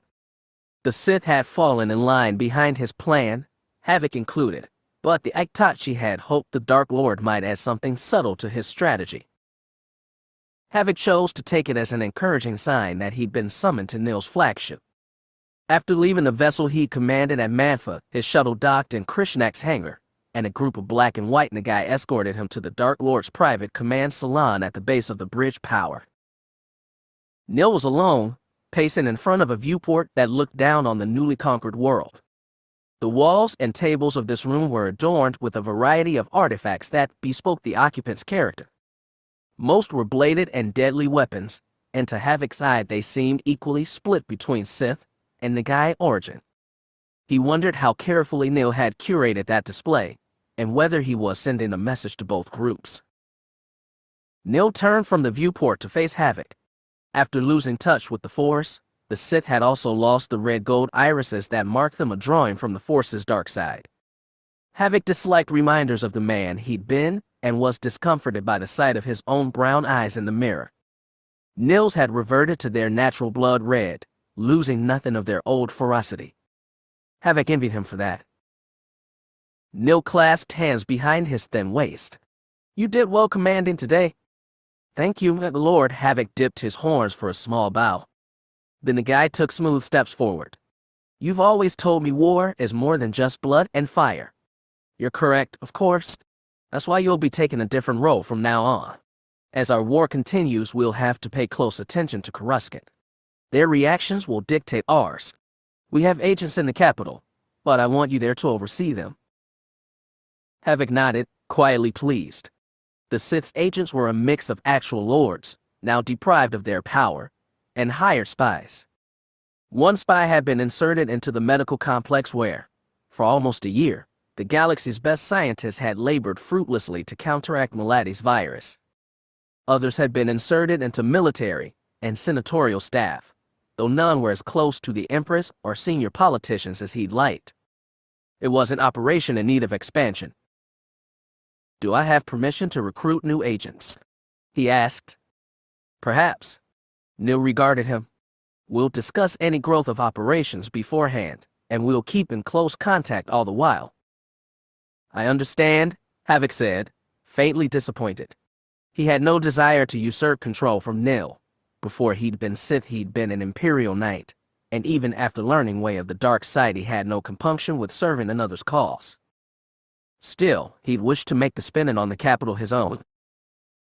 "You will go to Coruscant," said Nil, "but I need you to take care of several other things first. Most importantly, you will go to Mandalore." Havoc felt heavy weight settle inside him. The last time he'd been to the Mandalorian homeworld, it had changed his life forever, tipping him from Eshkar 9 to Darth Havoc. He's been sent by Roan Fel to discover the new Mandalore's allies. Thinking himself clever, Nan had walked into a Sith trap, but instead of killing him, Nil and the late Darth Vorkin had convinced him that the Sith were necessary to win the war against the Alliance. At the time, Nan had told himself he could use the Sith to preserve Fel's empire, but in retrospect he saw that they'd snared him right there. From Mandalore, everything had been a straight line: his double agent work for the Sith, his guilt-ridden resignation from the Imperial Knights, his confrontation with the Empress, and finally the killing of Elia, whom Eshkar 9 had loved, which had liberated him from his old self and allowed Darth Havoc to be born. Mandalore had begun his liberation. It was strange, then, that he revolted from going there. Swallowing that down, Havoc said, "What do we need from Yaga Archers?" "Several things. We need his warriors, most of all. You want them to fight in our campaign. What about our other allies?" "They'll help us too," Nil nodded. "When the Mandalorians start fighting with us, Coruscant will sit up, take note, and maybe even take action. But all they'll expect are Nagai and Mandalorians. Then our new allies will overwhelm them." Havoc felt relieved. Nil was the Dark Lord, and he'd been foolish to doubt his strategy. Then the guy went on, "Archers also needs to be reminded who put him in power. Be charitable. Assume that, when his agents helped Maladi spread her virus, they didn't know what she was doing. But make clear that, even unwittingly, he's done the Sith great damage, and he must make recompense." "Are you sure you don't want Archers removed?" "I've thought on that, but no. These Mandalorians are hard to control. Remove him and it might start a war, and there's no guarantee the new Mandalore will work with us. We need to keep Archers where he belongs, under our heel." Nil smiled, baring sharp teeth. After all, he killed the last Mandalore. We have proof of that. Unless he wants his crime laid bare, he'll do as we ask. Blackmail was a crude thing, but it usually worked. "I'll make that clear to Archers. Should I set him to contact you directly?" "Yes, but only once you make sure he understands the situation. Even with what he have on him, he'll want money. And he'll get some from our account on Moonilist. But don't spend too freely, Havoc." The Aiktachi nodded. The Sith had amassed fantastic wealth during Crate's reign, but the Federation had done an impressive job finding and seizing their liquid assets. They had money to spend, but not as much as they'd have liked. Am I to go to Coruscant after that? He asked. Handle Mandalore for now, Nil said. I may have more for you later. Havoc nodded again. He knew the Dark Lord kept secrets, as he deserved too. His negotiations with their new allies had been almost entirely private. Still, Havoc prized knowledge as much as power, and it was always disconcerting to know things were being kept from him. Nil saw that and gave another sharp-toothed smile. Be patient. You're one of our most valuable assets. I won't waste your talents. Thank you. He bowed his head, then thought to ask, has there been any word from Lord Talon? Nil's smile vanished. He made no secret of his disappointment with the Twi'lek after her failure to capture Maladi alive. He sent Talon and her human apprentice on the hunt for a supposed force using Yuuzhan Vong who might be able to show the rest of them how to open to the force. It seemed to Havoc the longest of long shots, but still an avenue worth investigating. For Talon, once Krait's trusted hand, the mission was an unmistakable fall from grace. Her last report suggested a lead in the Seatric system. I can't say whether it will get them anywhere, but they are investigating. I understand. And nothing of the Wirelock's daughter. Nil shook his head. The traitor's child had disappeared after his death. She'd been naturally powerful but not fully trained, and in any case she'd be as deaf to the Force as the rest of them now. Most likely, Sare was no threat, but after what Maladi had done they were uncomfortable with loose ends. You have more important things to concern yourself with, Nil said, then tilted his head thoughtfully. Before you go, I think we must do something about your appearance. Havoc tensed. My tattoos. It will be hard for you to move around Coruscant unnoticed with them. For the duration of your field work, they'll have to be removed. It was no surprise. Several other Sith had had their tattoos taken off before infiltration missions. It was a very painful experience, even more so than having the tattoos marked, and this time, he would not have the Force to lessen the agony. Havoc didn't savor the procedure, and worse would be seeing the brown, unmarked face of Eshkar 9 in the mirror. Having the eyes of the weaker man he'd been was bad enough. He was afraid that, without the constant sight of his scarlet face, he might lose the man he'd become. That was hardly a doubt he could admit to Nil. Standing straight, like the loyal servant both Havoc and 9 had been, he said, of course, Dark Lord. It will be done. The planet Bakura looked warm and inviting as the Federation diplomatic shuttle fell toward its daylit side. Blue oceans, green continents, and white cloud swirls suggested a fertile, living world, uncorrupted by pollution or overpopulation. Shadow Vale, strapped in the back of the cockpit for entry, knew these things were true, but Bakura still had plenty of problems, which was why he was here today. The planet was located far on the outer rim, near the edge of the unknown regions, which meant he'd had a long outbound flight to review the situation he was being sent to arbitrate. Since being settled by humans in the days of the Old Republic, Bakura had become a regional industrial center where native minerals were mined and used to manufacture repulsor coils. Several times, the planet had been threatened by the Saurian Siruuk, a religiously fanatic race whose technology was fueled by the absorbed the life energy of sentient beings, gathered in a process called entechment. Over a century ago, there had been a mass exodus of the Piwek, a second Saurian species long used as enteched slaves by the Siruuk. The humans on Bakura had a long history of reticence toward aliens, and the Piwek were alien indeed, but over time the two species had formed an awkward but effective symbiosis on Bakura. From what Shadow had read, this was largely because the Piwek had brought with them methods that allowed the Bakurans to produce repulsor coils with a 70% increase in power efficiency, allowing the United Backer Corporation to effectively corner the market. Boosted by mutual economic gains, the awkward alliance between humans and Piwek had lasted for over a century. Now there was doubt it would last at all. As the shuttle plunged into Bakura's atmosphere, Shadow glanced sideways at his partner on his mission, the Federation diplomat Gerald Storr. The gray-haired human had a far more impressive resume than Shadow when it came to mediating conflicts. he'd been an envoy for Ronfel's empire for decades and had helped write the Treaty of Federation itself. Shadow, by comparison, had spent most of his adult life running and hiding from Sith hunters. He couldn't help but feel as though he'd been assigned this mission out of pity. Without the Force to guide them, the Jedi Council had withdrawn from the Federation triumvirate, but Empress Fel and Admiral Stasi had both insisted the Jedi would have a place within the government. Shadow had told the Council he'd be willing to go wherever he was sent, just as when he'd had the Force.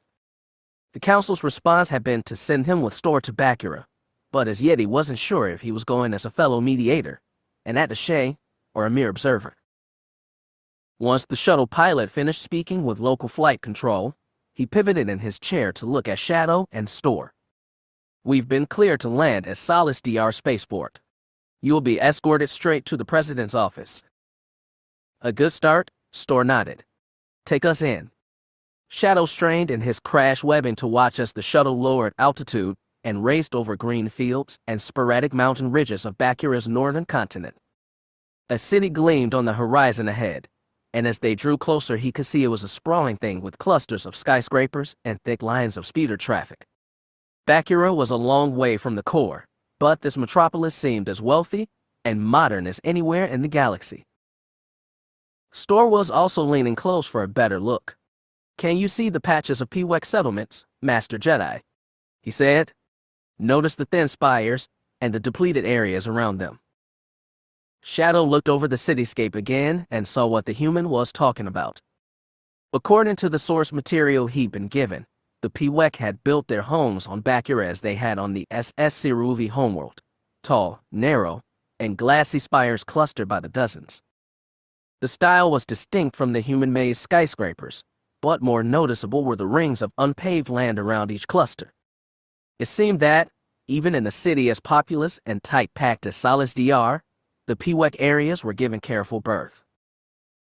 The shuttle banked toward a district of lower but elegant building, widely spaced on green lawns and connected by boulevards lined with statuary.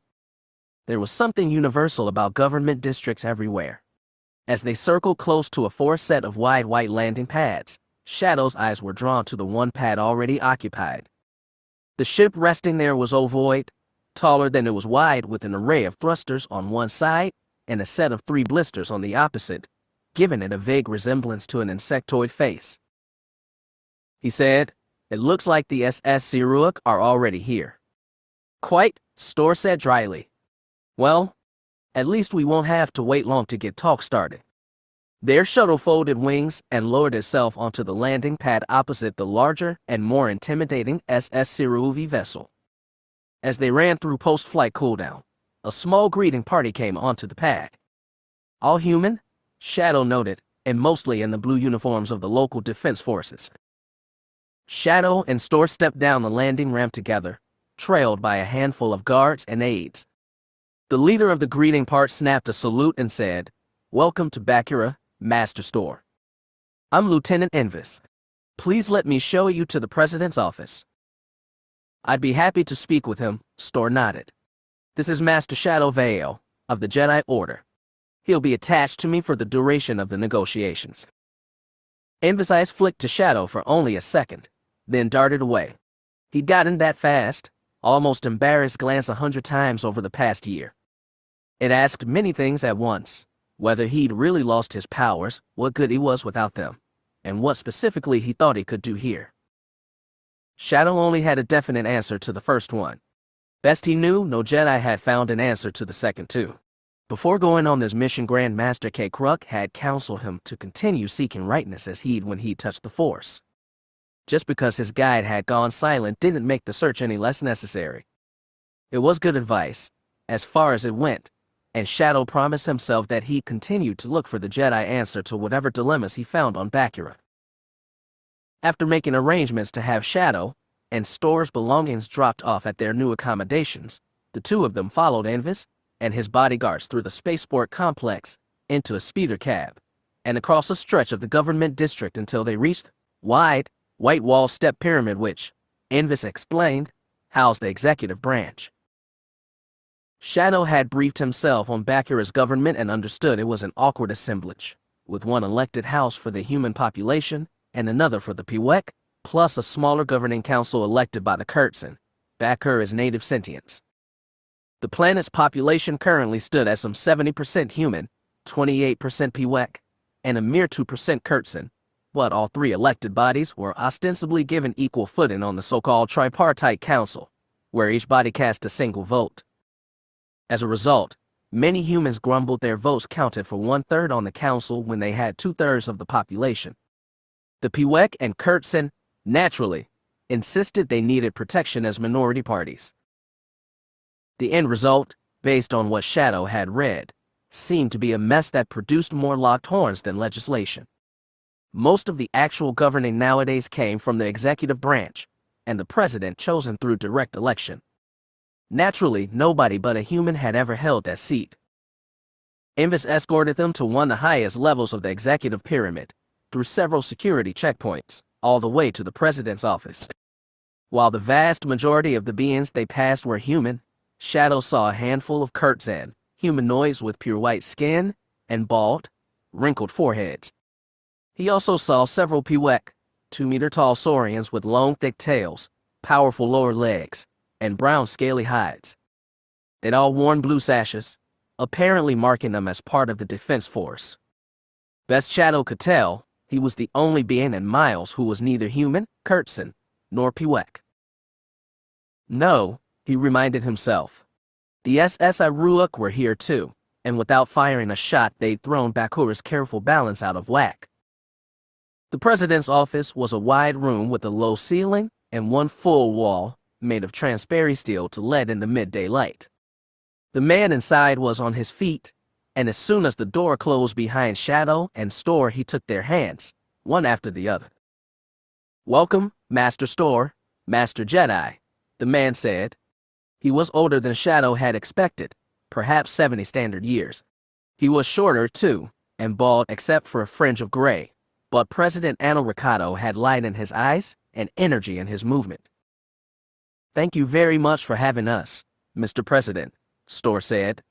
"The Federation is glad you sought our help in arbitrating this case." At this point, Bakura needs any help she can get, Ricardo chuckled. Shadow was surprised by the open self-deprecation. "The situation's troubling," he said, "but you don't seem to have had any violence yet. Have you?" "Violence. We've had a few small riots in Solace DR and other cities. A few killed. I'm very sorry to hear that. I'm trying to look on the bright side. We could have had much more dead. We had massive protests 2 days ago, when the SS Siruvi delegation arrived. Plenty of violence. Some smashed windows, some burned-out speeders, but no deaths that time." Ricardo shrugged. "So I'm cautiously optimistic." Shadow hadn't expected a politician to be this blunt, nor this sanguine about his planet's crisis. "I understand people are angry, given Bakura's history with the SS Siruuk.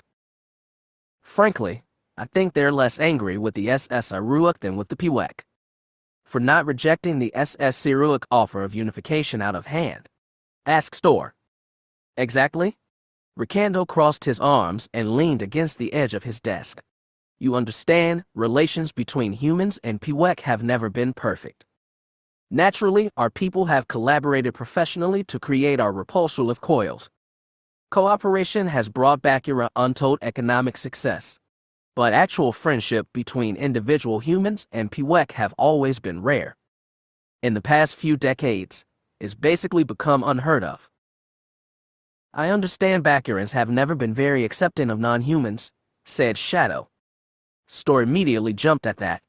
What Master Veo means to say is that there must have been resistance to integration on both sides.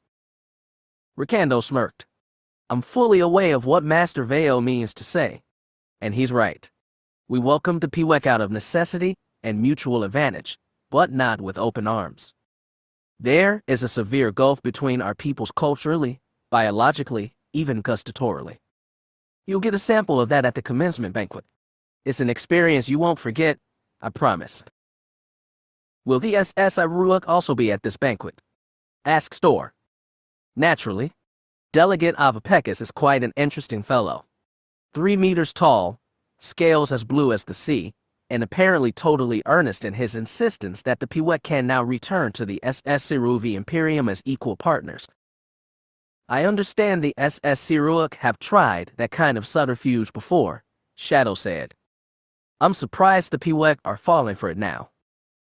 I think after a century away from home, the Pewek have started looking at their old masters with rose-colored eyelids, Ricardo said dryly. Mostly it speaks to the failure of our people to properly integrate them here.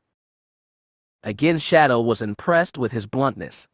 Are the SS Iruak really offering to let the entire Pewek population immigrate? They're willing to let whoever wants to return to Pewek return. This would be much less concerning, you understand, if the movement didn't have support from many of the Pewek leaders.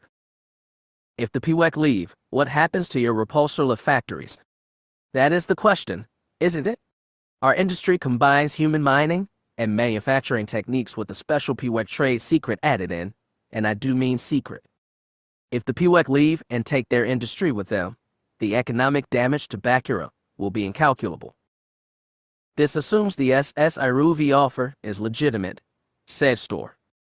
Yes. I was helping you to shed some light on that. Federation intelligence has been looking into the SS Siruvi Imperium. We have found some interesting developments, particularly within the past year. Store tilted his head. You did know, Mr. President, that there has been some traffic between Bakura and Lwek for most of the past decade, yes. Ricardo nodded. Yes, we know the Pewek were sending small embassies to the SS Iruak. They always came back, and they always insisted they just conducting basic negotiations to ensure good relations between our planets. People weren't thrilled, but they accepted it. There didn't seem to be anything more until recently. Store nodded. Our intelligence isn't complete, but approximately 6 months ago, there seems to have been an upheaval on Lwek. Ricardo straightened. You mean a revolution? A major shift in government? Store paused meaningfully. We have reports, I'd better call them rumors, that the attachment process that the SS Siruak have relied on has stopped working. You mean it failed? How? The rumors don't specify. Shadow had his own idea, though Store had warned him against voicing pure conjecture. As there had been direct contact between the Bakuran Pewek and SS Siruak, it was possible to Pewek had passed on Darth Maladi's virus to the SS Iruak, and from the SS Siruak into whatever enslaved races they were using for attachment. Both Saurian species were, by all accounts, blind to the Force and immune to most its effects, but they still existed in the Force and their bodies would have been effective carriers for the virus. Jedi who'd encountered attached life forms, the legendary Luke Skywalker first among them, had reported feeling those energies trapped inside the mechanical vessels the SSS Iruak imprisoned them in. Shadow supposed that Maladi's virus had affected the life energy of those prisoners, damaging it so that it could not be passed whole into the SS Iruak's droids and warships. If this was true, the batteries with which the SS Siruak had powered their evil empire had literally run dry. That was Shadow's theory, but it was only that, and Store was probably right that he should keep it to himself. It seemed no surprise to Shadow that the Force's silence should have unpredicted ramifications, even for species who weren't consciously using it. Ricardo took a deep breath as he considered Store's revelation. If you're right, I can understand why the SS Iruak are panicked. Maybe we should take this as a good sign, offered Shadow. The SS Siruvi Imperium has literally been fueled by the lives of subject peoples. That system's been torn down now. That means they have a chance to start again, to remake themselves. Their offer of alliance with the Pewek may be the first step in a new, better society on Lwek. Ricardo regarded him thoughtfully. Store said, the Master Jedi is an optimist even now. I tried to be, Shadow said, and didn't add how hard it was. Perhaps you're right, Ricardo said. But even then, Lwek's gain could still be Bakura's loss. As president, I have to do everything I can to prevent that. Store said, the Federation hopes we can reach a compromise that will benefit everyone Bakuran, Pewek, even SS Siruak, if their transformation is honest. That would be ideal. And if Lwek's gain is Bakura's loss, At least it might serve the balance. It was strange sentiment from Bakura's president, but stranger still was the emphasis Ricardo placed on that last word.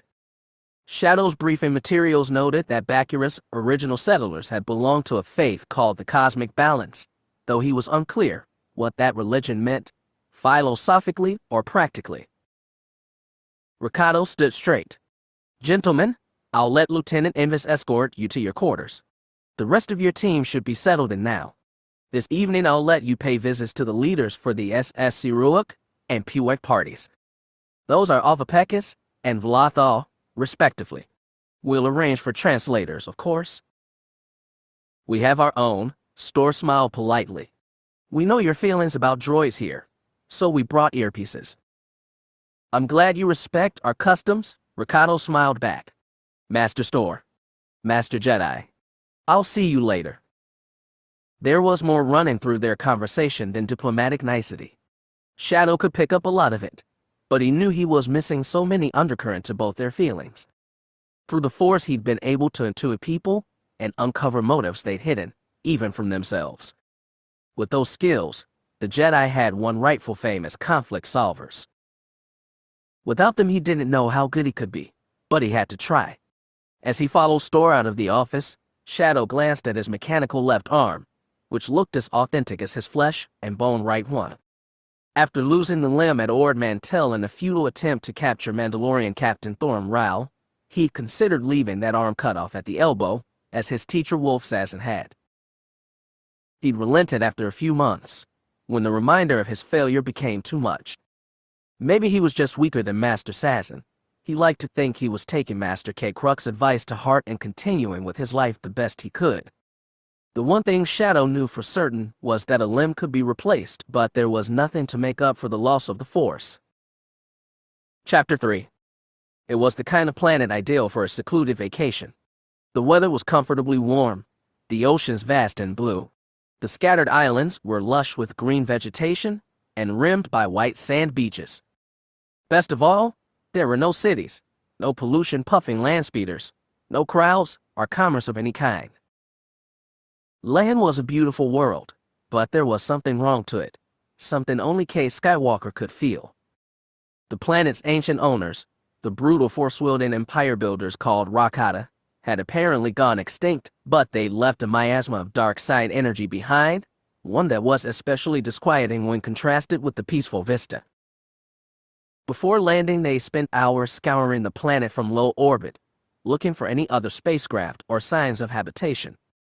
The most they found were old ruins half overgrown by the surrounding jungle. When they set Minot down on the island with the largest such ruin, Cade hadn't been expecting to find much, but at least it gave them a chance to get off the ship and enjoy fresh air and scenery. Lahan's peaceful beauty was having different effects on his crew, Cade noticed. No surprise, given the assemblage of passengers he'd been dragging across the galaxy for most of the past year, chasing false hopes and empty leads as they searched for Kad La, a Yuuzhan Vong warrior who somehow gained the ability to use the Force, then vanished in a quest to learn more about the ancient Jedi. His longtime partners Delia Blue and Jerry Assine had never been Jedi or anything close. With characteristic practicality, they decided to enjoy the island coast for the sunny beach it was. Jerry had waded into the surf, while Delia had found a spot to sunbathe. Despite their causal aplomb, Cade knew the months of fruitless searching had taken a toll on them. Even as they enjoyed the beach, they emanated restless impatience in the Force, Delia especially. Empathic, pleasure-seeking Zeltrans weren't known for their loyalty or patience, and the fact that she stuck with Cade as long as she had was flattering and humbling both. Still, she said more than once that she'd like to settle down eventually and enjoy some of the riches they'd heisted from Rav. Each time she got more insistent. The two other former Force users in their party had gone off into the jungle. While passing over the island, they spotted not only the ruins of what looked like a large temple made from white stone, but also the remnants of a spacecraft nearly devoured by the forest. How long either had been here, they had no idea, but Jedi Master Lobaka and former Imperial Knight J.O. Assam had gone to find out. Though they came from different schools, Lobaka and J.O. had bonded plenty over their lost Force powers. More, they both had that certain selfless nobility about them that Cade found alternately cloying and useful. As time went on, their desire to regain what they'd lost had grown only sharper, and they plunged eagerly into the jungle, barely remembering to ask Cade if he'd sensed dangers in the forest. He told them no, whatever dark presence there was in the Force felt millennia distant. Lehen was harmless now. Harmless but creepy. Cade hadn't gone into the jungle with him. Whatever they found here wouldn't help trace Katla or recover the Force. But if Lobaka and Jo wanted to kid themselves for a few hours, he wasn't going to stop them. He wasn't in the mood to join Jiraiya and Delia on the beach either. The Rakata's lingering miasma robbed the scene of his idol. Because he didn't feel fit for either crowd, Cade eventually returned to Mynock.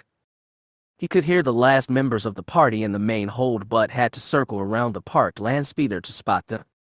Kyra was sitting cross-legged behind the speeder with the hydro spanner in her hand and the engine panel, and several components on the deck next to her. The lanky dark-haired girl looked up when Cade approached, but her companion didn't seem to notice or stop talking. "Slow down, Professor," Cade told the Golden Protocol droid. "What are you on about?" C-3PO shifted to fix his twin photoreceptors on the new arrival. Master Cade. I was just informing Mistress Kyra about the history of Lehen, also known as Rakata Prime, as recorded by Old Republic historian Balak nor Man in the Year." "Of course you were." Cade patted his metal shoulder and asked Kyra, "You asked for this lecture, or did he volunteer again?" "I asked." The teenager smiled faintly and remained seated.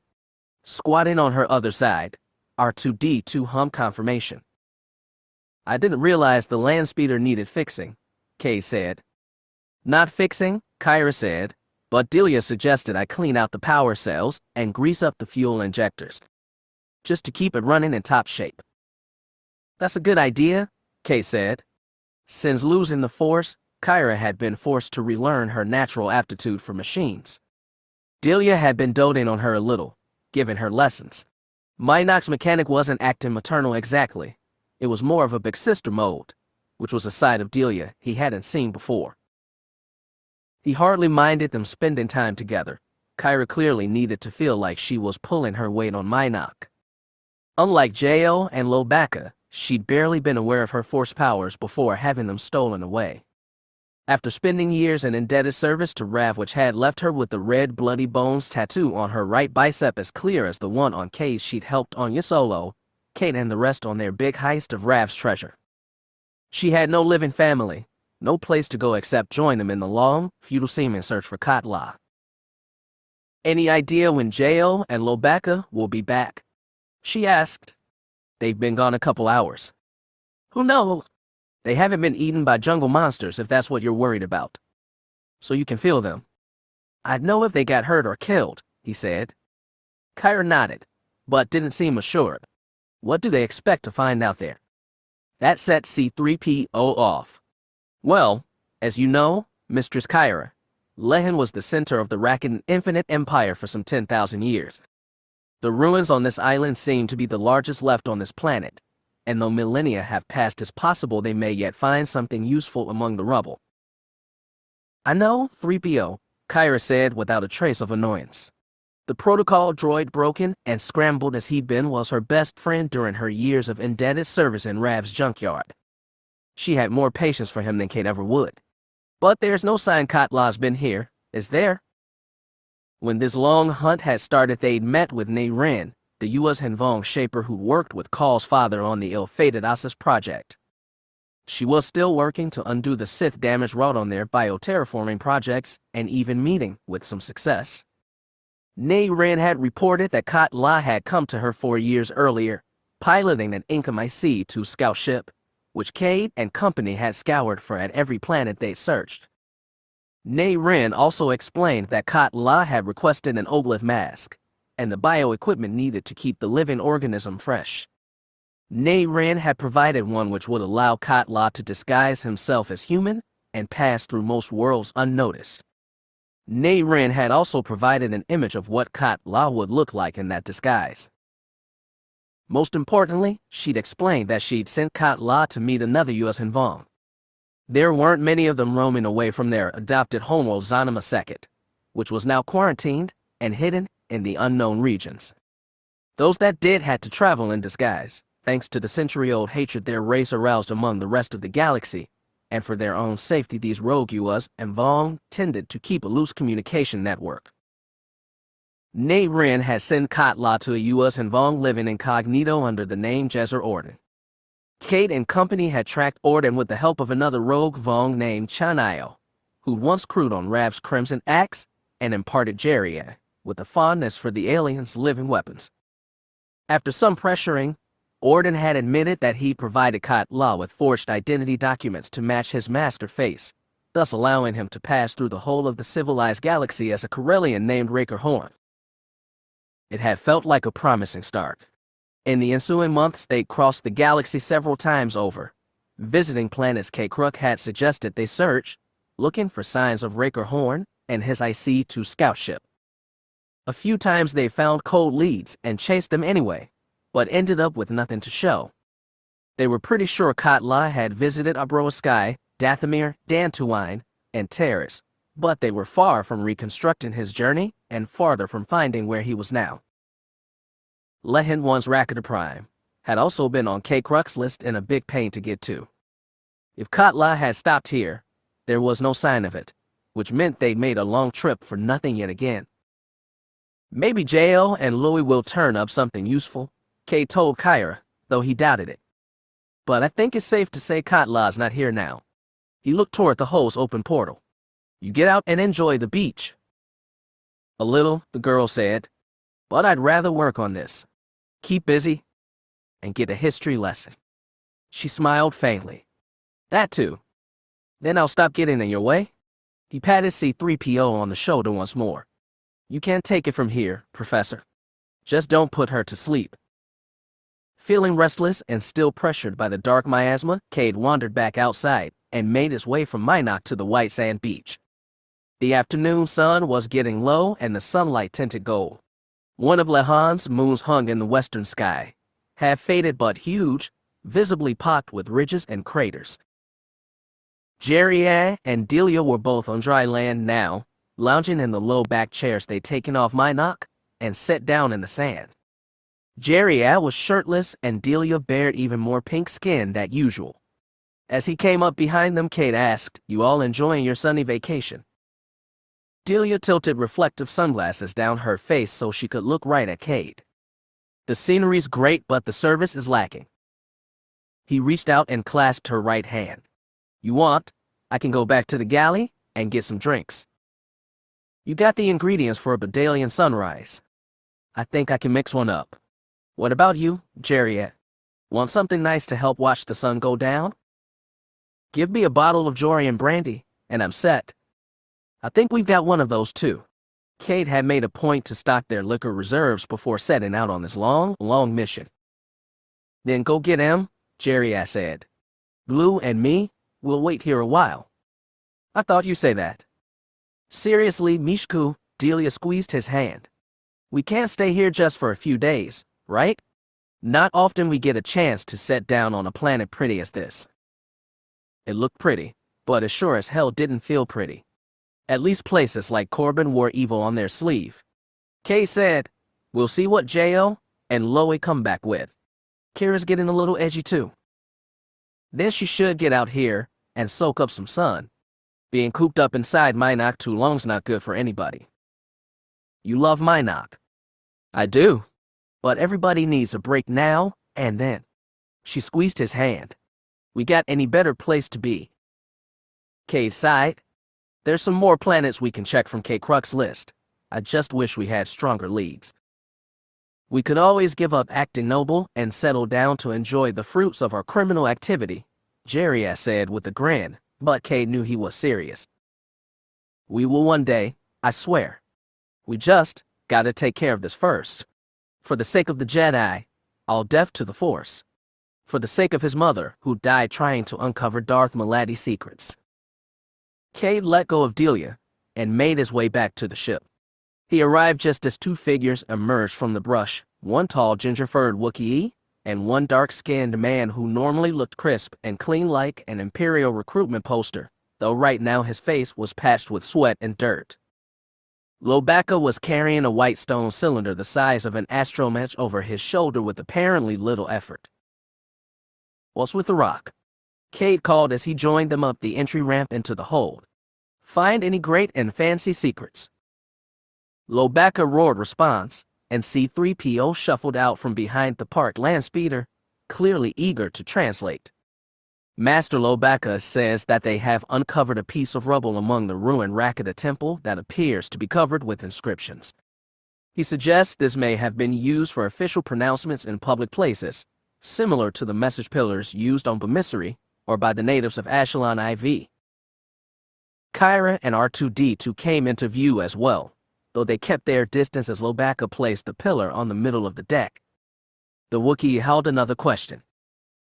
"Well, of course I can attempt to translate, Master Lobacca.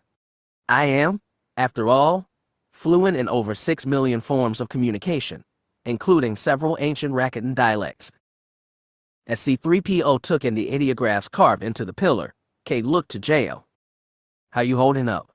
Get attacked by any savage jungle monsters?" "Just a few flignets," the Imperial Knight said, though he'd officially left that order and no longer had force powers besides. He kept in communication with the Empress, feeding her updates on this mission the same way Lobacca kept in touch with the Jedi Council. Not that either of them had much to report. "Well, that sounds boring." Cade put hands on his hips.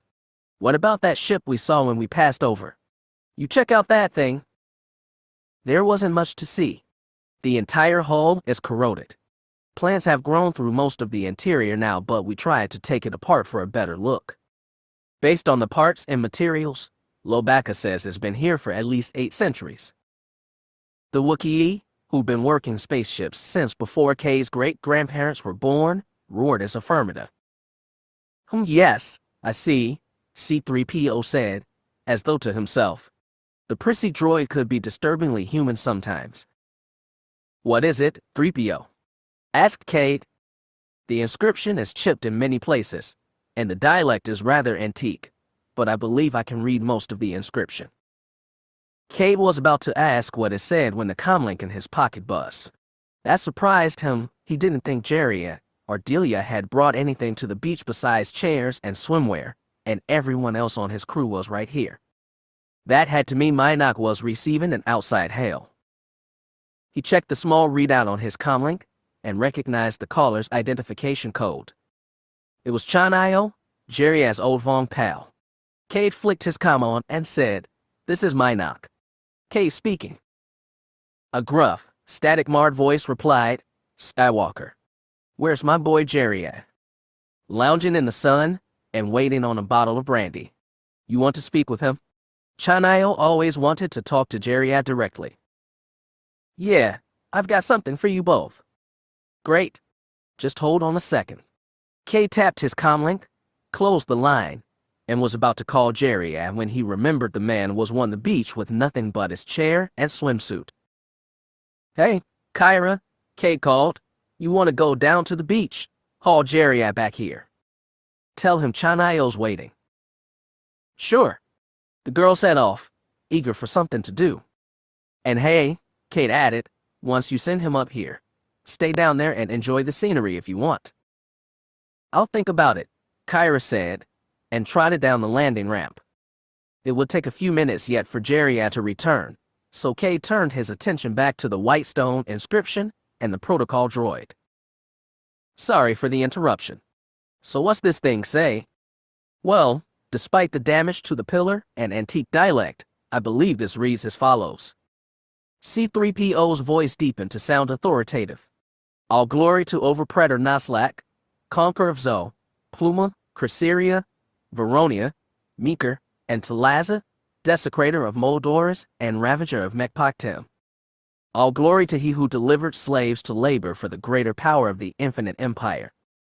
500,000 humans, 300,000 Gree, 1.7 million Qua, 800,000 Sheru." C-3PO paused and pitched his voice to normal. "It goes on like this for a while, sir. Should I go on?" "Propaganda," Cade rolled his eyes. Should have figured. Great find, guys. This is all we could get, Jael said tersely. And we spent hours looking through that rubble. No sign anybody else has been there recently. Lobaka roared and shook his shaggy head, then added something else. He's right, said Jael, who'd gotten pretty good with Shriawak over the past year. Even if Katla did come here, he might not have left anything for us to find. Even if he did, I think that jungle would eat it up fast. Figures, Cade muttered. Another dead end, with almost 2 weeks of transit time getting here wasted. It was what he'd expected, but it still hurt. Lobaka roared a suggestion that they could try searching ruined sites at other islands. I guess it's worth a shot, Cade shrugged. Delia, she wants to lounge around here a little more. Can't say I blame her, all the time spent cooped up on Minok. Guess we could fly around to a few more islands. We can look at Stupa ruins, and she can have her beaches. Lobaka roared, a little mournfully, that they might as well try. Are you okay with that? Jael asked Cade, eyeing him carefully. You said this place has a unique feel. Yeah, you could say that. His voice came out brittle. But I can deal with it. I've been in dens of the dark side a lot more lively than this place. Jael nodded. So did Lobaka. He could feel their pity that he alone had to shoulder the echoes of Leihan's dark past. He also felt their envy. They craved to feel the force in any form, even grim echoes. The mood was slightly alleviated by the sight of Jeria walked up the landing ramp, barefoot and shirtless. Cade was pleased to see that Kyra had stayed at the beach. What did Chanayo want? He asked Cade. The other man shrugged. Since when did he ever tell me anything? You're his favorite Buki. Well, let's go find out.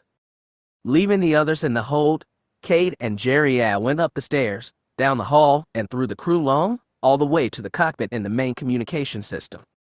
On the way, Jeria plucked a thin shirt draped over the long sofa and was pulling it over his head as Cade dropped into the pilot's chair and re-established the connection with Chanayo.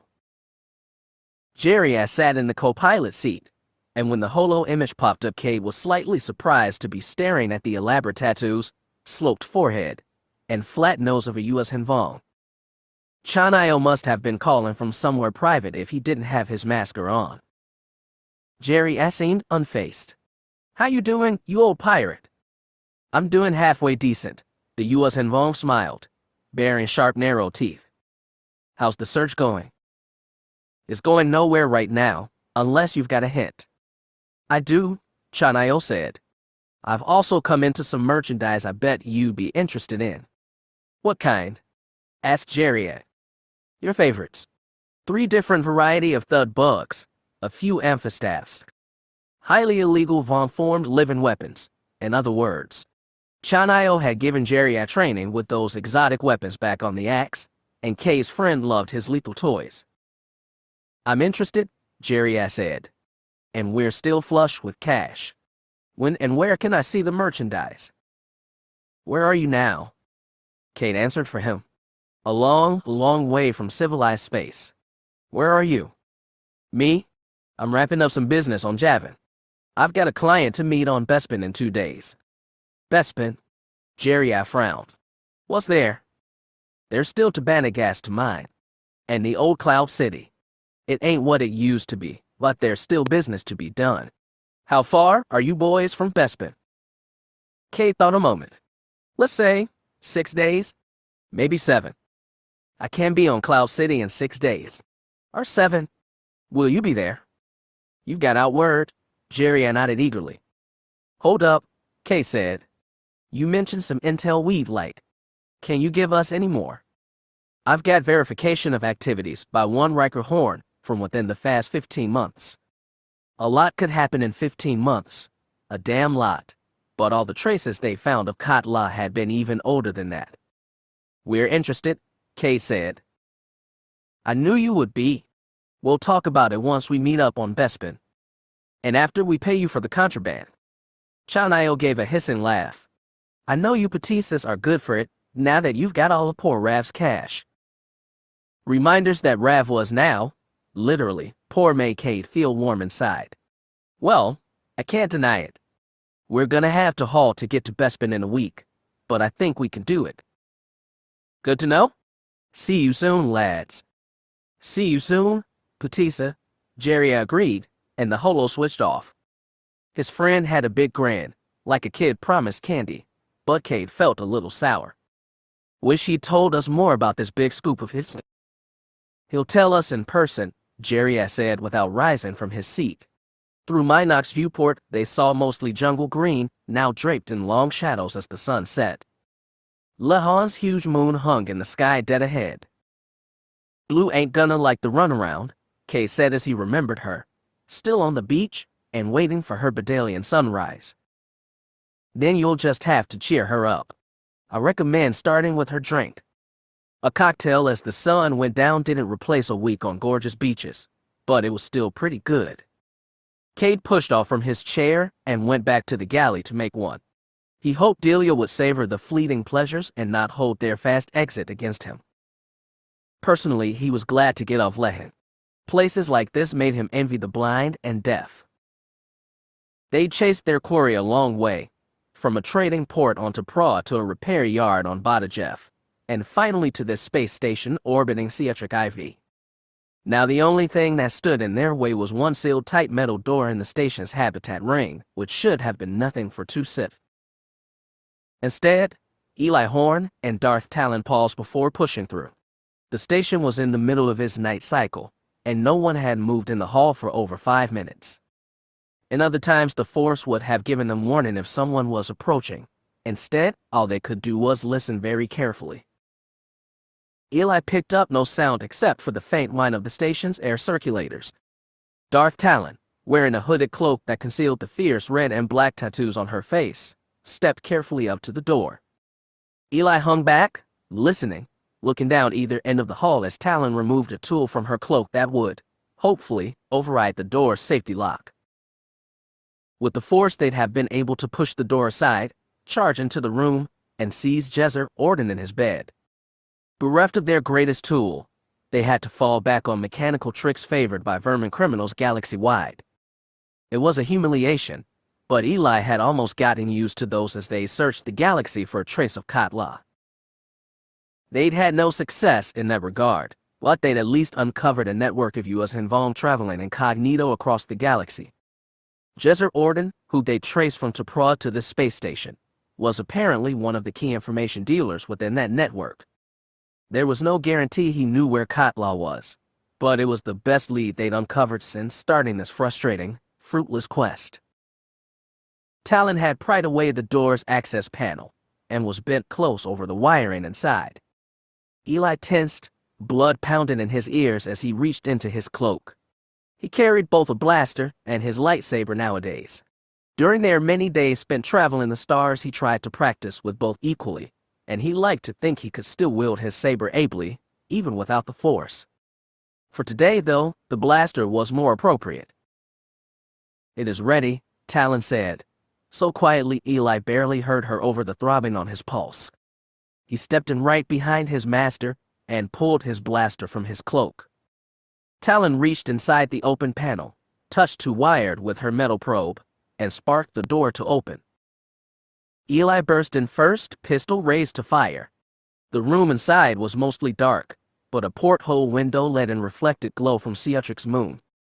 He saw a sofa, chairs, a living room table, then a second closed door. There was no lock to this one, and by the time Eli tapped it open, Talon was right behind him. Another small window let faint light into the room beyond, marking a bed and a figure sprawled beneath the sheets. The two Sith lunged as one. The figure stirred, too late. Talon, as agile as ever, leaped onto the bed, straddled the man, and pinned him down. He tried to buck her off but failed, then raised his hands to strike. Talon grabbed his wrists firmly, holding them in place.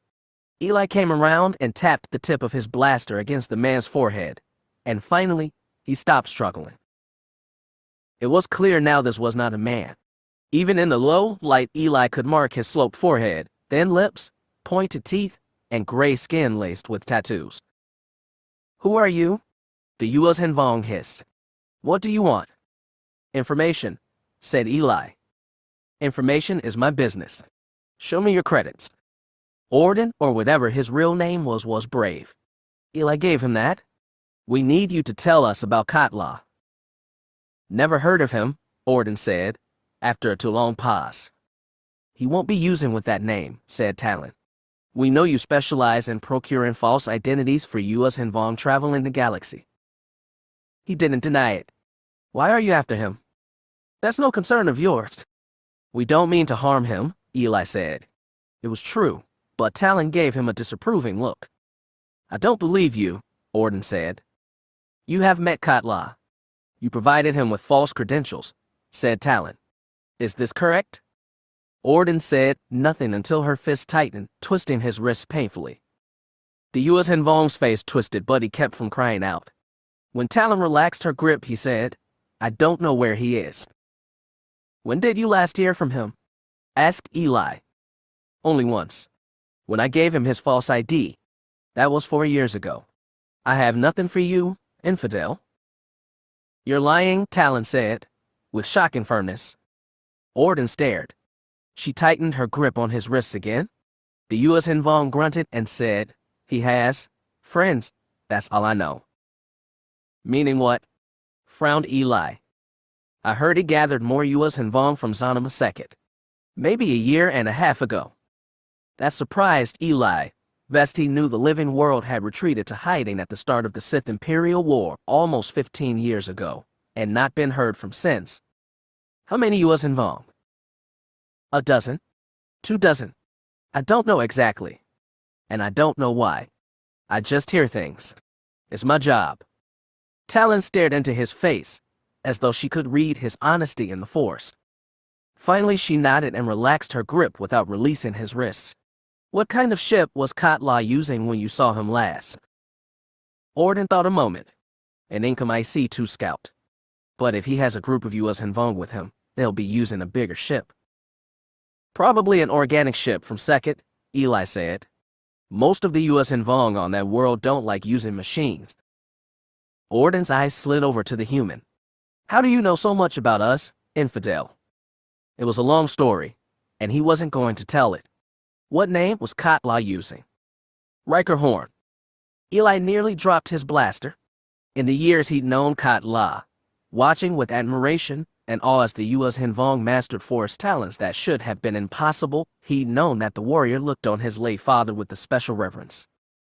At the start of the Sith Imperial War, Riker had sacrificed himself to an angry mob at Duro so Eli, Katla, and a ship full of refugees could escape. Eli had been just 5 years old at the time. It was his worst and earliest memory. Katla had taken it on himself to act as Eli's guardian for a time, though the demands of the war had drawn him away from the Jedi Academy on Ossus. And now Katla had gone further, taking on his father's name. Eli didn't know if he should feel flattered or offended by the presumption. As Eli recovered from his shock, Orden told Talon, that's all I know. I swear it. You're an information dealer. Is that really all you have? Yes. Katla is secretive. He wouldn't tell me what he was doing, even when I asked. He wanted to be left alone. Talon and Eli exchanged glances. The Twi'lek gave a small nod, showing she was satisfied. You've got what you want. Good, Orden growled. Now let's discuss payment. You're hardly in the position to negotiate. Talon squeezed his wrist harder. The Yuuzhan Vong's face twisted in pain, but he said, I am an information dealer. I gave you information. You give me credits. The last one's paid, and so can you. What last ones? Asked Eli. The last one's asking about Katla. Describe them? Talon twisted his wrists. Orden's face twisted in pain again. Instead of asking for money, he said, there were 3. A big Wookiee and 2 humans. Males. One had dark skin, dreadlocks. The other one was blonde. This was 7 months ago, maybe. Eli wasn't sure about the Wookiee, but it could have been the Jedi Master Lobaka. The 2 humans sounded very much like Jariah Sin and Cade Skywalker. It was no surprise they'd be after Katla, but now he and Talon knew for sure they weren't alone in the search. It could complicate matters greatly, For all they knew, Skywalker had already found him. There, now I've told you everything, Orden said. Can I get my payment now? Yes, Talon said. She released his wrists and, too fast for Orden to react, drew a blaster from her cloak and put a single shot through the center of his chest. Eli jerked back in shock. He looked to his master, who coolly put her gun away. At least we have something, she said. Eli looked back at Orden's body. In the dim light he could just barely see his face, locked in an expression of surprise, both eyes staring up at the ceiling. Once, when he'd been able to touch the Force, there had been a certain joy in killing. All too often Eli had been at the mercy of others' violence. He'd barely escaped from mob on Duro. Much later, the people who were supposed to be sheltering him had turned him over to Darth Plagueis' hunters for payment. The Sith had taught him that power came through strength, and strength came through violence, and when he'd enacted violence against others, he'd felt enriched by the power of the dark side. Without the Force to surge triumph through his body, Eli just felt dirty and tired. I was expecting more, Talon said as she got off the bed. You heard what he said. Cade was secretive. I meant more of a struggle. They say Yuuzhan Vong are raised to endure pain, and that they prize loyalty to their race above all else. She straightened her robe and pulled the hood back over her head. I suspect this one was corrupted by too much time among vermin. Eli wondered how much he and Talon had been corrupted without the Force. Are we going to leave him here? Yes. We'll be off the station before anyone finds his body. A dead Yuuzhan Vong is going to raise questions. I have been covering our tracks the entire way, apprentice, Talon said, brittle and defensive. All right. Eli didn't look away from the corpse. Where do we go from here? Perhaps, she said, we can look for a different sort of lead. What do you mean? Your research, she said simply. During their failed attempt to capture Darth Maladi, the only thing they salvaged from her laboratory were packets of data cards containing translations of ancient Greek archives. Reviewing them and trying to piece together their jumble of history and myth, all tens of thousands of years old, had given Eli something to do on their long journey, if nothing else. What about my research? Perhaps it is time to look into it more deeply. You said Cade was searching for the source of the Force. That's how he put it, Eli said, remembering a conversation he'd heard between Cade and the Jedi Master Cade, one of the last times he'd seen either of them. Then perhaps your research chases the same things as Cade, Talon said. You'll have to explain to me what you found, once we're away from here. Talon moved for the door. Eli took one last, hard look at the dead body they'd leave behind. It was hardly their first, but the way reflected starlight glared in Orden's wide-open eyes unsettled him. His master seemed to have no such compunctions, that or she was better at hiding them. Talon was already out of the bedroom, on her way out of the apartment. Eli tucked his blaster in his robe, pulled his hood up to shield his face, and joined her. Chapter 4. Lately, Ania Solo had been doing a lot of things she'd have never imagined doing previously, and frankly, all of them still felt weird. Compared to some other things, walking into the lobby of an interstellar business conglomerate's headquarters and presenting herself to the front desk wasn't that strange. The attendant was a young man about her age. One thing she'd learned was that big businesses never skimped on service and used droids. When she gave her name, his eyes widened just a little in recognition. Even after all that had happened since, some people still remembered her brief bout of public history making 2 years ago. After widening, they narrowed, discerning, like he was wondering if she was really the scruffy scrapper woman who landed on the news nets after beating Darth Red. She understood his confusion. Her normally loose ponytail had been balled into a tight bun, and her bangs pulled off her forehead. Her black trousers and white jacket had been exchanged for a trim business suit, and a few pieces of authentic jewelry jangled around her wrists. Anya didn't look like her normal self, and didn't feel like it either, but when you came in to meet an interstellar conglomerate super-rich CEO, you had to look like you belonged.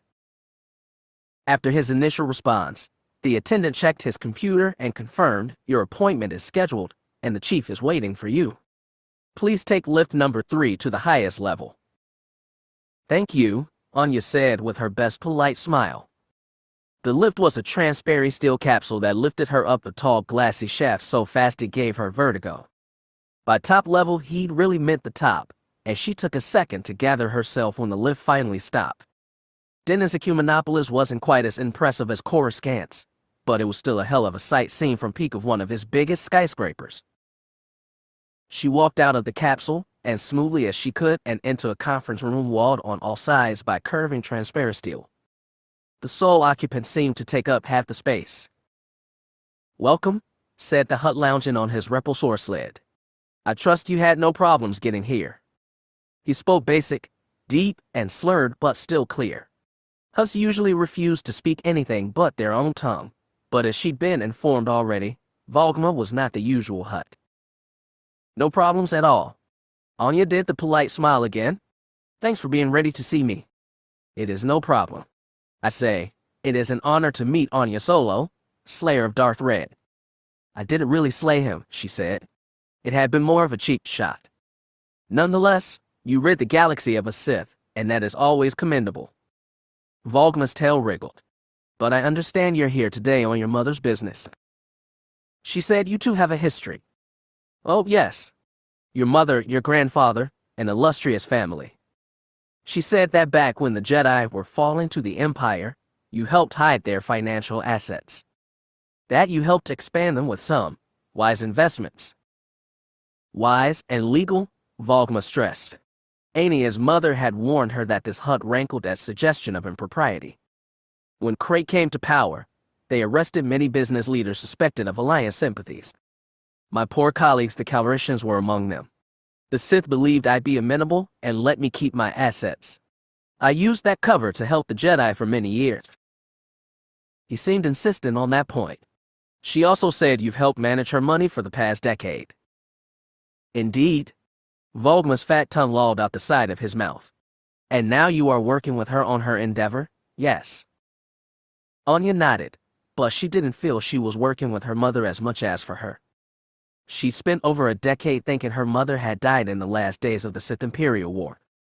Then, while the rest of the galaxy was staggered by Darth Maladi's virus, she discovered that Marin was not only alive but leading a group of rogue Mandalorians intent on overthrowing the mercenary clan's leader, Yaga Ochus. The discovery had shocked her and her first instinct had been to run, but eventually Anya had returned to see what part she could play in her mother's life. It was less than she'd expected. She spent more time these past months apart from her mother than with her, crossing the galaxy on various errands on Marin's behalf. It felt like busy work. This trip included. Anya thought they could just have easily held this talk via secure comm line, but Marin had insisted she visit Volgma's headquarters in person. "Does your mother need to redistribute her assets?" Volgma asked. "Withdraw from investment funds?" "Nothing like that. She's very pleased with how you've been managing her money."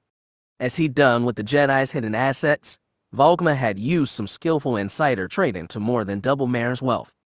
That was good. Revolutions never came cheap. "Then what other service can I provide?" "It's kind of complicated." Anya reached into her breast pocket and drew a data card. "This contains a list of date ranges going back 13 years. Those are the approximate times we know for certain that Yaga Ochus performed services for the Sith. My mom came into a bit of information recently that said Ochus keeps his secret personal, private credit account with the First Demilla Bank on Raw TI. An interesting bit of information. I'm curious as to how she came to it." "She didn't tell me," Anya admitted. "Her mother didn't tell her a lot of things.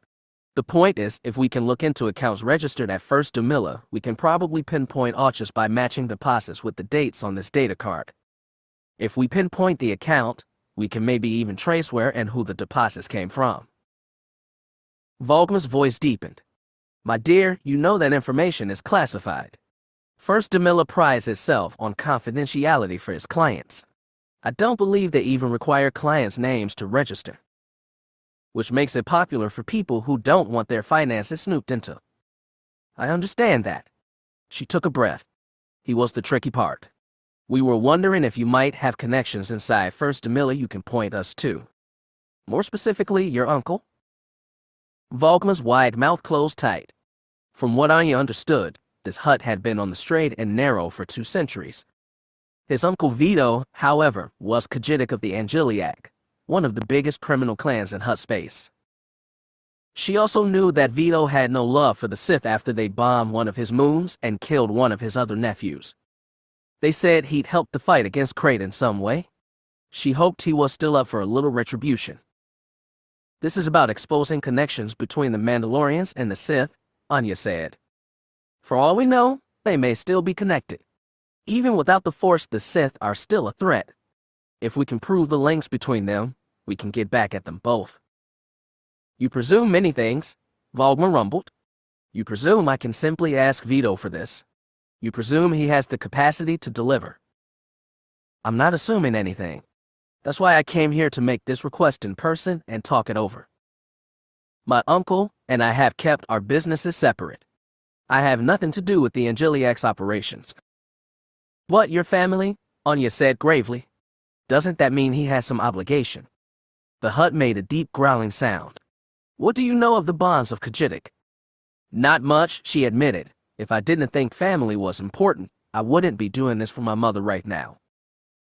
Indeed, Vogma huffed. His breath was hot and foul.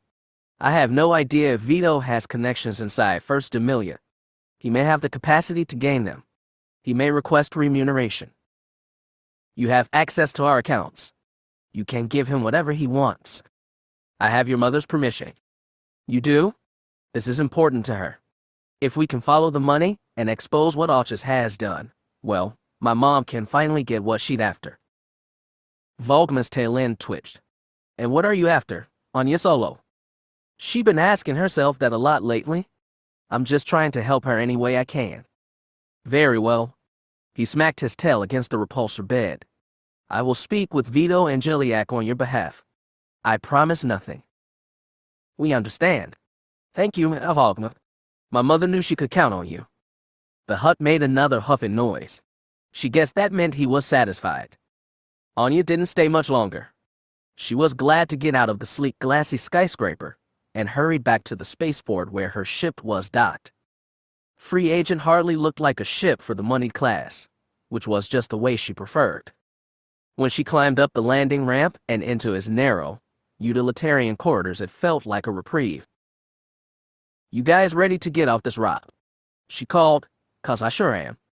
Free Agent is ready to launch at any time, replied a mechanical voice from the aft end of the ship. However, it would be best to wait until we are fully manned. Anya followed it back to the main hold in the rear of the ship. She found a tall, thin assassin droid standing before one of the ship's computer access terminals, a jack extended from his arm. Instead of turning to face Anya, AG-37 rotated the upper half of his conical head to fix a single red photoreceptor on her. Sure there's nothing wrong with the ship? She asked. Quite sure. I was merely running routine diagnostics. AG-37 withdrew from the computer. However, as I implied, we are still missing a crew member. Salk's not back yet. Not yet. He said there is a Mon Calamari refugee cluster on Denon that he wanted to contact, and ideally donate some funds. Never imagined they'd settle here, muttered Anya. City planets like Denon always made her feel edgy and claustrophobic. Still, she didn't hold Salk's efforts against him. He was making better use of his share of Rav's stolen treasure than she was. In their situation, I can't imagine the refugees are too particular, AG-37 said dryly. Was your visit to Vogma Industrial Limited a success? As much as it could be. Anya peeled off the suit jacket, tossed it over the nearest bench, and flexed her shoulders.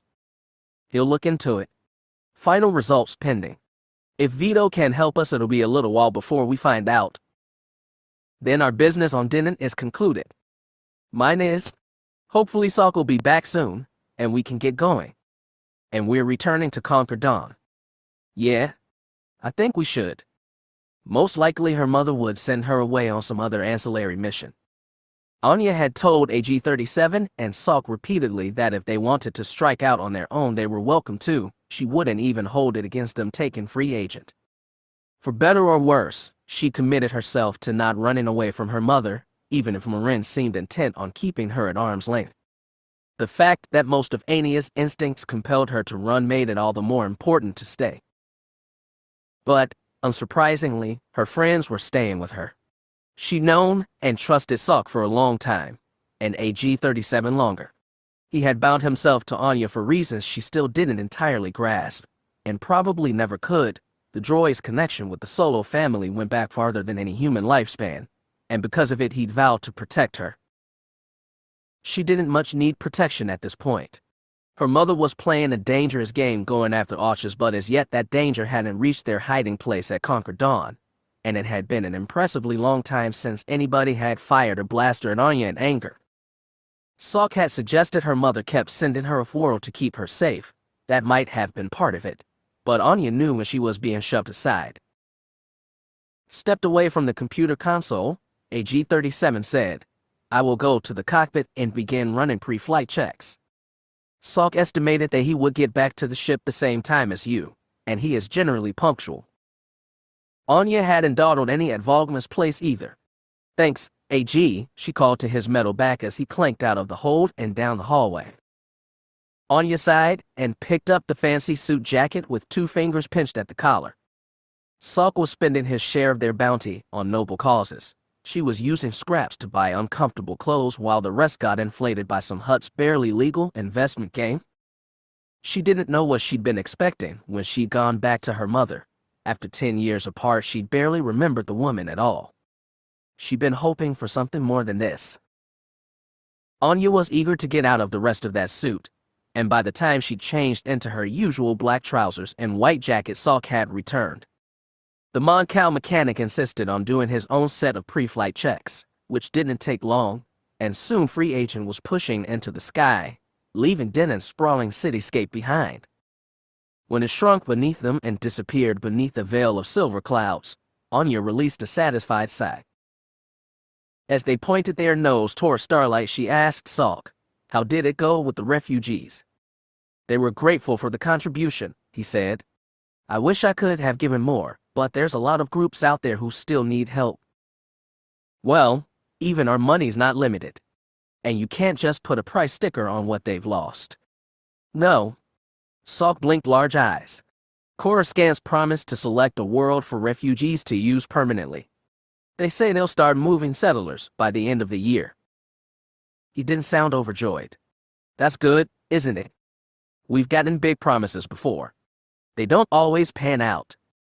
As he patched in their first hyperspace jump, AG-37 said, "Is my understanding that the guarantee was made by Marasiah Fell herself." "That sounds like a good sign," Anya said. Her dealings with the Empress, also her distant cousin, hadn't always been ideal, but fundamentally she seemed like an honorable woman. And if anyone could force a home for the refugees through, it would be the Empress of the known galaxy. "I think it is," Sok nodded. "But she has a lot on her hands now. The new Senate, obviously, and the stuff going on in the Outer Rim." "What stuff?" Anya asked. "The Nagai have launched several attacks in the Seijo and Sia sectors," AG-37 supplied. "They seem to be retracing their conquests from before the Sith Imperial War." Anya shrugged. "I was, 8 years old then. I didn't really follow the news." She didn't follow it much now either. Her concerns had always been on things closer to home. As the ship shuddered and Free Agent jumped into hyperspace, she asked, "Anything new from Jo and Kyra?" Sok shook his head. "The last message we got from them said they were going into the unknown regions. That was a few weeks ago." Anya hadn't expected much, but she was still disappointed. Now and then, but never as often as she liked, they got a hail from Cade Skywalker's Mynock and an update on the long-shot search for Katla, Yuuzhan Vong Jedi. She enjoyed seeing her friends when she could, but there was always an underlying awkwardness on those calls. She could only discuss what they'd been doing for Marin in the vaguest terms, and when Jo and Kyra asked about how she was getting on with her mother, she always changed the subject. "Maybe we'll get something before we reach Conquer Dawn," Sok added. "It's a few days trip. A few days there, a few days at the encampment Marin and her Mando comrades had set up, then probably they'd be sent somewhere else." Anya had long gotten tired of it, but she'd repeat the pattern as long as she had to. She wasn't ready to run from her mother's legacy. Not yet, anyway. So she trudged on with it for now. Planets within Mandalorian space were rarely glamorous, and Conquer Dawn was no exception. It was mostly agricultural and dotted by settlements where no building rose higher than 100 meters. There was little government to speak of and nothing to attract visitors and investors from outside the sector. Most outbound ships carried foodstuffs to nearby worlds. Some claimed it was where Mandos went to retire. Importantly, it was a planet without any orbital flight control satellites to monitor incoming and outgoing craft. Therefore, a ship could kick off from one side of the planet, peak in lower orbit, then dive down to the opposite hemisphere and credibly claim to have arrived from another planet entirely. That was an especially useful trick, one Marin had just used on Park Prowler. His clan had a generally good history with hers, and she knew the man had a list of grievances against Yaga Arches, but she couldn't afford to trust him, and therefore used a little subterfuge to hide her base of operations. Marin had brought two compatriots with her, Hondo Kar and his wife Tez Vivek. To underscore the informal nature of the talks, neither they nor Prowler wore any besker. It was just drab brown tunics when they sat down in the kitchen of Prowler's farmhouse to parley over mugs of heated ale. As he sipped from his drink, Prowler eyed Hondo. "It's brave of you showing up here, Kar. For years now, Ux has been putting it out there that you were the one who killed Ordo and set your vote up to die at Badajef." "That was a lie," Tess said sternly. "The auburn-haired woman has spent the better part of a decade hunting down her husband for his supposed treason, but now that they'd reunited, her faith seemed unassailable." "Maybe so?" Prowler shrugged. "You didn't do yourself any favors running. I heard you joined the Imps, then the Alliance. You get around, son."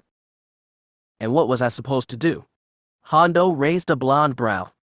"Why, strut into the center of Keldabe and challenge Arches to honorable combat," Prowler said seriously, then snorted. "Everyone knows you had your back to the wall. But the way you've been skulking all this time doesn't look too good. Arches still had some bounties out on you." His dark eyes shifted to Tess. "And you, since you joined him?" "Notice how all those bounties are for dead only," said Tess.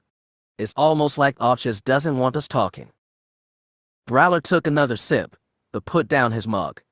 "Believe it or not, your fellow Mandoate aren't stupid. A lot of people thought what happened at Badajef didn't smell right. If you tried and done something right after he took over, you might have gotten support, Kar. But the fact is, people have gotten used to Arches in charge. Shab, I hate to say it, but he's done a halfway decent job as Mandalore. He hasn't gotten our Jetsi in a grinder by meddling in the last war. We're not pulling in contracts like we used to, but life is still comfortable in the Mandalorian sector. So even if your unsubstantiated claim about Arches being a murderous, treasonous chacker was true, what then?" As he talked, he let his gaze drift over to Marin. She said, "He killed Chernin Ordo. He's a traitor, Darmanda, and we're going to prove that." Truthfully, she still didn't know how she could do that. She didn't even know whether proof of Arches' initial deal with Darth Maladi existed anymore. The errand she'd sent Anya on was a long shot, but it was still the best they had. Prowler shook his head. "Listen, Scarada, everyone knows your clan's got bad blood with the Arches. That won't do your cause favor either. If the day comes when you try to claim the Mythosaur crown." "I won't," Marin said firmly. "I have no intention or desire to become Mandalore." Prowler stared at her. He took a big drink, stared some more, and finally asked, "What's your endgame, then?" "We remove Arches," she said, "but only once we've ensured a successful transition of power. I'm no erudite politician. Speak plain." His eyes darted to Hondo. "You want the crown, Kar?" "I want justice." "Justice. Only time I trust justice is when I've got a knife at the throat of the judge." Prowler snorted. Then his eyes widened in realization. "Is that what you're here for? You canvassing on who should be the next Mandalore?" "Are you interested?" asked Tez. He shook his head.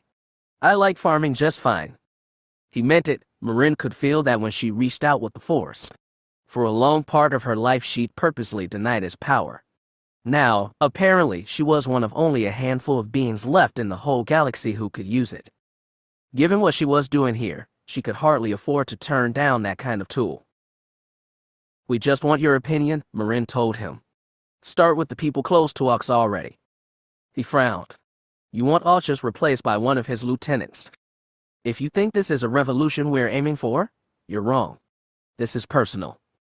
Hondo added, "You say most Mandas are happy laying low and staying out of the galaxy's ASIC. That's fine. Who do you think would keep that going?" "I'm not sure. Maybe Von Zarimer." Unlike most of Ox's lieutenants, Marin had met the woman briefly.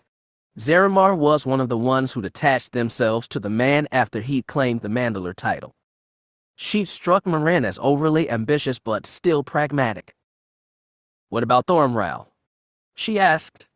She knew for a fact that Rao had worked with Darth Maladi to distribute the Force-killing virus. Tez's brother had nearly captured the man at Ord Mantell. "Rao's been laying low since his run-in with the authorities." "We've heard that." Marin leaned forward. "We've also heard he's the one closest to Alchus. Doesn't mean he continue his policies. Alchus was close to Ordo, and you say he stuck a knife in his back." "So Rao's more interventionist," said Tez. "Maybe. It's all hard to say." He looked at them with skepticism. "None of you barbs want to run the show. Really?" "I already said we're not revolutionaries," Marin said.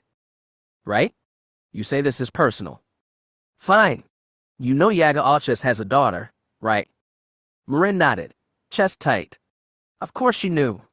The woman was only a little younger than Anya. Older, too, than Yaga Alchus had been when Marin had killed his father Kaner. Browler knew some of the bad history between the Alchus and Scarada clans, but not all.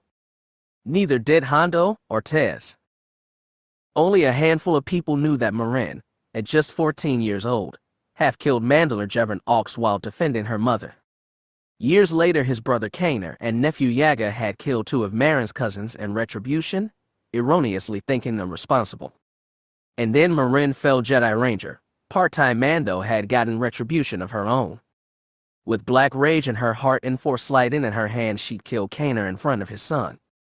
She still remembered the teenage boy's terrified face and the sickened self-loathing that came with it. She'd left behind the Jedi, the Force, and the Mandas soon after, and for a while became Marin Solo. Marin had made Yaga Alchus, which meant she was responsible for all he'd done since, including helping the Sith at the critical point in a war that had claimed her own family. Her act of mercy had done immeasurable harm to the galaxy and her own family. She wouldn't make that mistake again, and she wouldn't leave any loose ends that would one day come around to strangle her. This time she would end the long bloody feud between Alchus and Scarada. This time she'd do it right. "The Ox have to be removed," she said. "Both of them?" Her cold words and hard stare left no doubt how far she was ready to go. Browler simply nodded. He was Mandalorian to the bone and unmoved by the implication of brutality. She should have been. As the Jedi Marin fell, she had been. So had Marin Solo, civilian freighter captain, wife, and mother. Losing her family had turned her into Marin Scarada and burned away her qualms. Ania's return hadn't changed that. Browler lifted his mug of ale and took a gulp. "So, you want a replacement for Alchus? Maybe someone you can go to once you get absolute proof he killed Ordo." "That's right," she said. "Well, honestly, you could take it to Karkin, any of them. Take your pick. No need to ask me on it. Even Rao. Ask Tez. If that's your poison." Hondo said, "We were wondering if Rao or any of the others might already know." Browler's face screwed in surprise, then went thoughtful. Rao was close to Alchus before he became Mandalore. So was Jorah Karg. Neither of them were at Badajeff, though. So none of them know Alchus murdered his Mandalore. Can't say a damn thing for sure, but I doubt it. Tez looked relieved, Hondo thoughtful. That was information to remember, but they come here for something more. "Another question," Marin said. "When Badajeff went down, you were based in Keldabe. I wasn't involved in politics." "No, but you were around, and you must have heard about how Arch's potential enemies were disappeared. Sometimes they come back all amenable to their new boss. Other times they stay disappeared. Brawler stiffed. I heard rumors. They were more than rumors, Marin said. Back then her cousin Roan Fell had strong-armed her into helping investigate Arch's. They set up a man named Governor Hall, and one of Fell's Imperial Knights had tracked the poor Barv after Arch's thugs kidnapped him. The Imperial Knight and Itachi named Eshker claimed some Fallen had used their pheromones to work Hall over. At the time, Marin had just been relieved to go back to her family. Looking back, she wondered if Nan had been fooled, or if he'd been telling the truth at all. Leaning close to Brawler, she said, I know some other ones who got re-educated. Governor Hall, Bovarshal, Vashwaksu. They were all pretty big clan leaders at the time, so it's no wonder Archers wanted them loyal. I've been looking into them, and it turns out Hall died in a shuttle crash 5 years ago. About a year after that, Shao got gunned down over a bounty nobody'd heard of. I think Waksu might still be alive. She could feel his reluctance, his suspicion. What's your point? I did a little peeking into the financial records of this farm, she said. Seems you did some commerce with Waksu just last year. Bought some binary grain harvesters of him for cheap. I'm really interested where you got that scrap of info. It was the same place she'd gotten the fact that Yaga Archers had a secret credit account with Raltiire's most private bank. It had taken her years to relearn her old force skills, but she'd gotten pretty good at prying information out of reluctant minds. What happened to Vashwaksu? She asked. All I want is to talk to him. Brawler shifted uncomfortably. Waksu's still around. He left Mandalore about 5 years back, settled on a place at Breshik. Tried farming. Didn't really take, but I think he's still there. He's just trying to live a quiet life. That's all. Maybe that was why he hadn't met sudden ends like Hall and Shao. I'm not going to mess up his quiet life. I just want to talk to him. As she said it, she gave Brawler a nudge with the Force. He was hardly weak-minded, and she'd never coerce him to do something alien to his character, but she could feel him teetering on the edge, deciding whether he wanted to alienate her over a man who wasn't even his friend. Her nudge was all it took. I can't give you the info. I'll call ahead. Tell him you're coming. No need. Marin smiled. We'll introduce ourselves. Brawler grunted, downed the last of his ale, and got up. A minute later he came back to the kitchen, with a piece of flimsy containing written surface coordinates for Breshik, plus his home calling code as an alphanumeric string. Thank you, Marin said as she took the paper. We won't forget this. Well, when you set up whatever new Mandalore you're aiming for, remember I just want to be left alone. Don't worry, Marin said. That's what we want too. Brawler looked incredulous, but it was true. Maybe not for Hondo and Tez, who wanted blood for blood, but Marin had firmly meant it. She wanted to end the long and ugly history between Skaratas and Archers. And this time, there'd be no loose ends. Chapter 5. They said Mandalore was a planet that never changed much, supposedly because the locals were uninterested in anything besides killing and carousing. The first part seemed accurate enough to Darth Havoc. After setting his shuttle down on the outskirts of the capital Keldabe, he walked through his streets to the place where he was set to meet Yaga Archers, and it seemed as though nothing had changed in the 13 years since he'd last been here. The town, walled and perched on a hillside overlooking a river valley, was a jumble of low buildings and winding streets barely big enough to fit a landspeeder through. The population was dominated by Mandalorians in armor and faceless T-visor helmets, but there were enough unmasked visitors that Havoc didn't feel totally exposed. Everything looked the same as 13 years ago, including Havoc's face. The process of removing his tattoos had been excruciating, and for fear of looking weak he'd not ask for medication to dull the pain. Even now, after almost a week in transit, his skin sometimes broke out in itches, and he wasn't used to the face he saw in mirrors. Removed of his golden iris and scarlet and black lines, it looked ordinary and tired and old. Not the face of a Sith at all. He was far more than Eshker 9, even without the Force. He told himself that adamantly on the way here, and now that he'd finally arrived, it was a relief to get to work. Before landing, he'd broadcast a signal over a secure priority channel, one the Sith had used to communicate directly with Aux in the past. The conversation that followed had been short and brusque, and Auchus had given him instructions on where they would meet. Havoc didn't expect an easy conversation, and he didn't expect Auchus to be subservient. After Darth Maladi had bought the Mandalore's allegiance at Badajeff, the Sith had helped him secure his grip over the rest of the warrior clans. After that, they mostly left him to rule his little kingdom, contacting him rarely to use his mercenaries for minor missions. Their alliance had been of convenience only. More importantly, everyone knew the Force had gone silent. The Mandalorians had flinched before the Sith's deadly mystique, but the days of grudge and respect were gone, and it was good Havoc had the blackmail card to play. He followed Auchus' instructions and wandered into the downslope industrial part of the city. Its bulky, plain warehouses overflowed the crumbling walls and stood in contrast to the traditional architecture of the old city. Havoc had been to this drab district before. As Eshker 9, he tracked Aux agents to a secret hideout in one of these warehouses and uncovered his Sith allies. It was here that his life had tipped toward Darth Havoc, and he wondered if this choice wasn't a deliberate show by Auchus. That was unlikely. He'd never spoken with Auchus face to face, and he doubted the Mandalore knew his story. Still, it disquieted him. Too much of his past was coming back. When he reached the warehouse Auchus had designated, Havoc tapped the entrance panel to the door and heard a buzzer muffled by layered metal. He waited, looking up and down the empty street. Just as he was getting impatient, the door slid open, and he found himself looking at a figure in full Bascargam, dark violet plate streaked with black. From the frame and armor color, he guessed this wasn't Yaga Auchus, and got confirmation when a female voice sounded through the helmet speakers. "Get inside," the woman said gruffly. She had a blaster hefted and resting on one shoulder plate. "I'm here to speak to the Mandalore," Havoc said. "Is he here?" "He's here." "Now get inside." Havoc stepped through the door. The woman followed and closed it.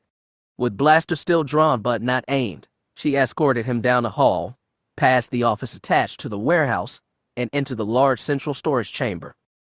It was just like the place where Nil and Vorkin had captured him all those years ago, maybe even the same building.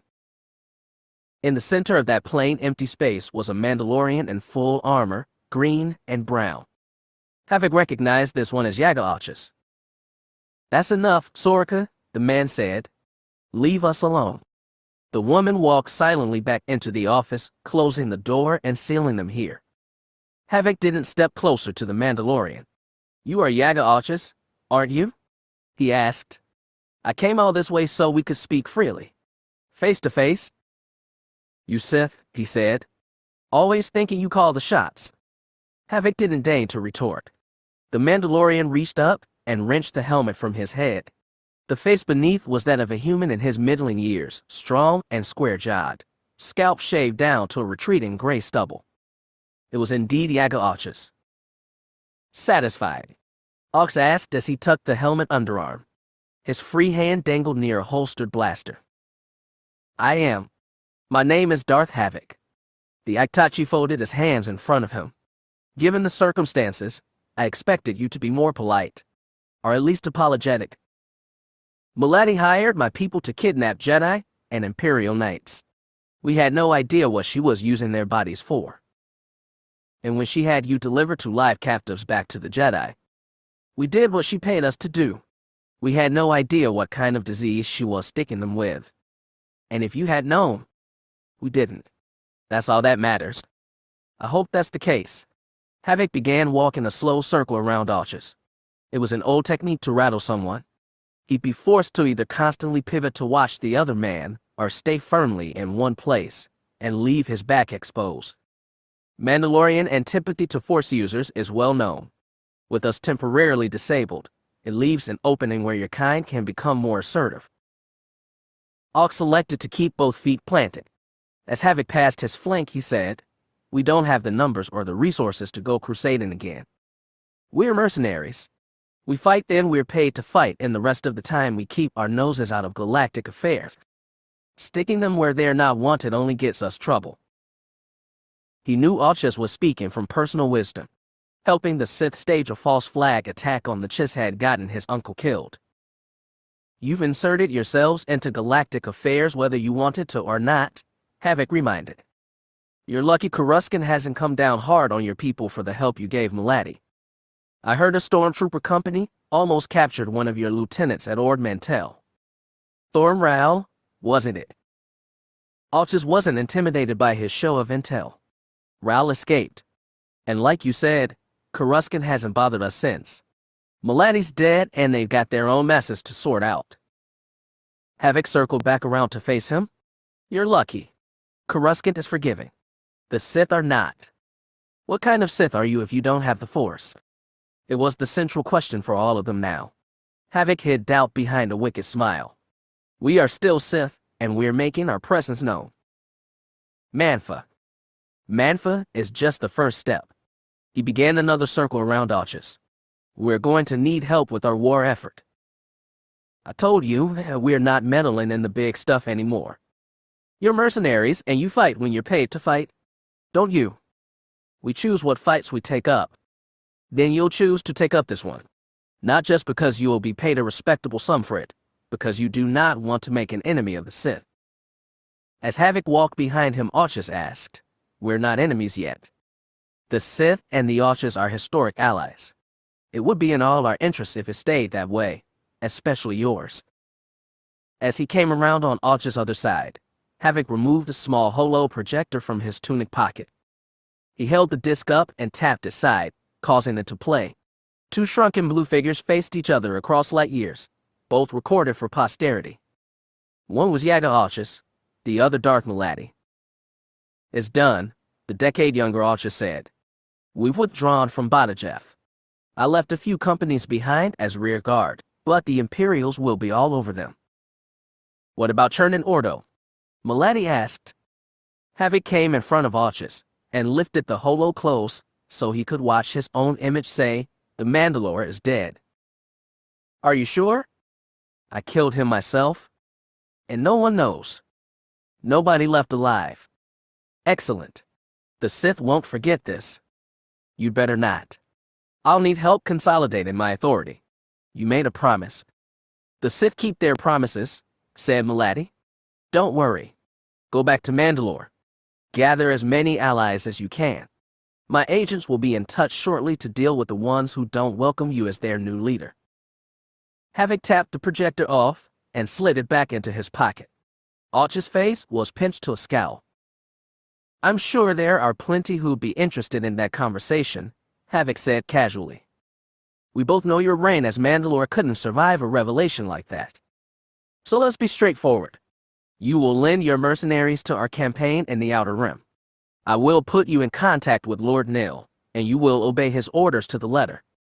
You will naturally be paid for your services. If you renege on that arrangement in any way, you will no longer be Mandalore. Likely, you will no longer be alive. Do you understand? Arches glared murder at him. Havoc was acutely aware of the danger. Without the Force as his aid, this man could certainly kill him. Arches was a violent and angry man, but he'd not stayed Mandalore this long by letting his passions reign. He gave a single nod of acceptance. Very good, smiled Havoc. With that out of the way, we can discuss details. We won't help you for cheap. I already said you'd be paid. You should know by now, the Sith do keep their promises. When the Darth Havoc left, Yaga Arches stayed inside the warehouse, helmet tucked underarm, thinking. The moment the Sith had announced his arrival, he'd feared something like this, and he'd known it was coming ever since he learned the full truth of Maladi's scheme. It was true that neither he nor Thorm Ral had understood her virus when they'd helped her spread it, but when Yaga had heard the truth from Empress Fells on broadcast, he'd broken out in gleeful laughter. He hadn't been able to help himself, even as he'd realized the Sith, the real Sith, the ones Maladi had betrayed, would seek recompense. Ral and all his other lieutenants had been suffused with joy for days over the news. For millennia, the Shabla Jedi and Sith had warred with each other, dragging the galaxy into one bloody conflict after another. The Mandalorians made good coin off those wars, But unlike the Force users, they never kidded themselves. They were fighting for a greater purpose. Many Mandas admitted reluctant respect for those Force users' combat abilities, but the mystic gibberish and self-righteous platitudes they used to justify their wars made them objects of contempt. Now, in the blink of an eye, their orders were extinct, their vaunted knights and lords turned into hapless mortals, and even without knowing it, the Mandalorians had played a part in their downfall. It was hard not to feel some pride. The problem was that, even without their force, the Sith still had power over him. Yaga watched the door from the office open. Sora stepped toward him, wrenching off her helmet and shaking loose matted brown hair. The young woman said, "He's gone, Booer. I didn't see anyone shadowing him either. I didn't think there would be.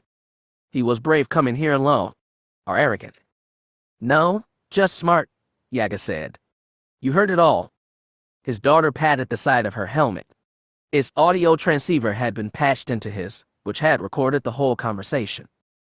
That meant she'd even heard the audio of her father admitting to killing Chernin Ordo. Sora already knew about that. He'd told her himself not long after he'd done the deed. She'd been a child then, not even 10 standard years, but he told her because she deserved to know. He wanted no secrets between them, just as she'd had none with his father. "Even without the Force, the Sith are dangerous," he said.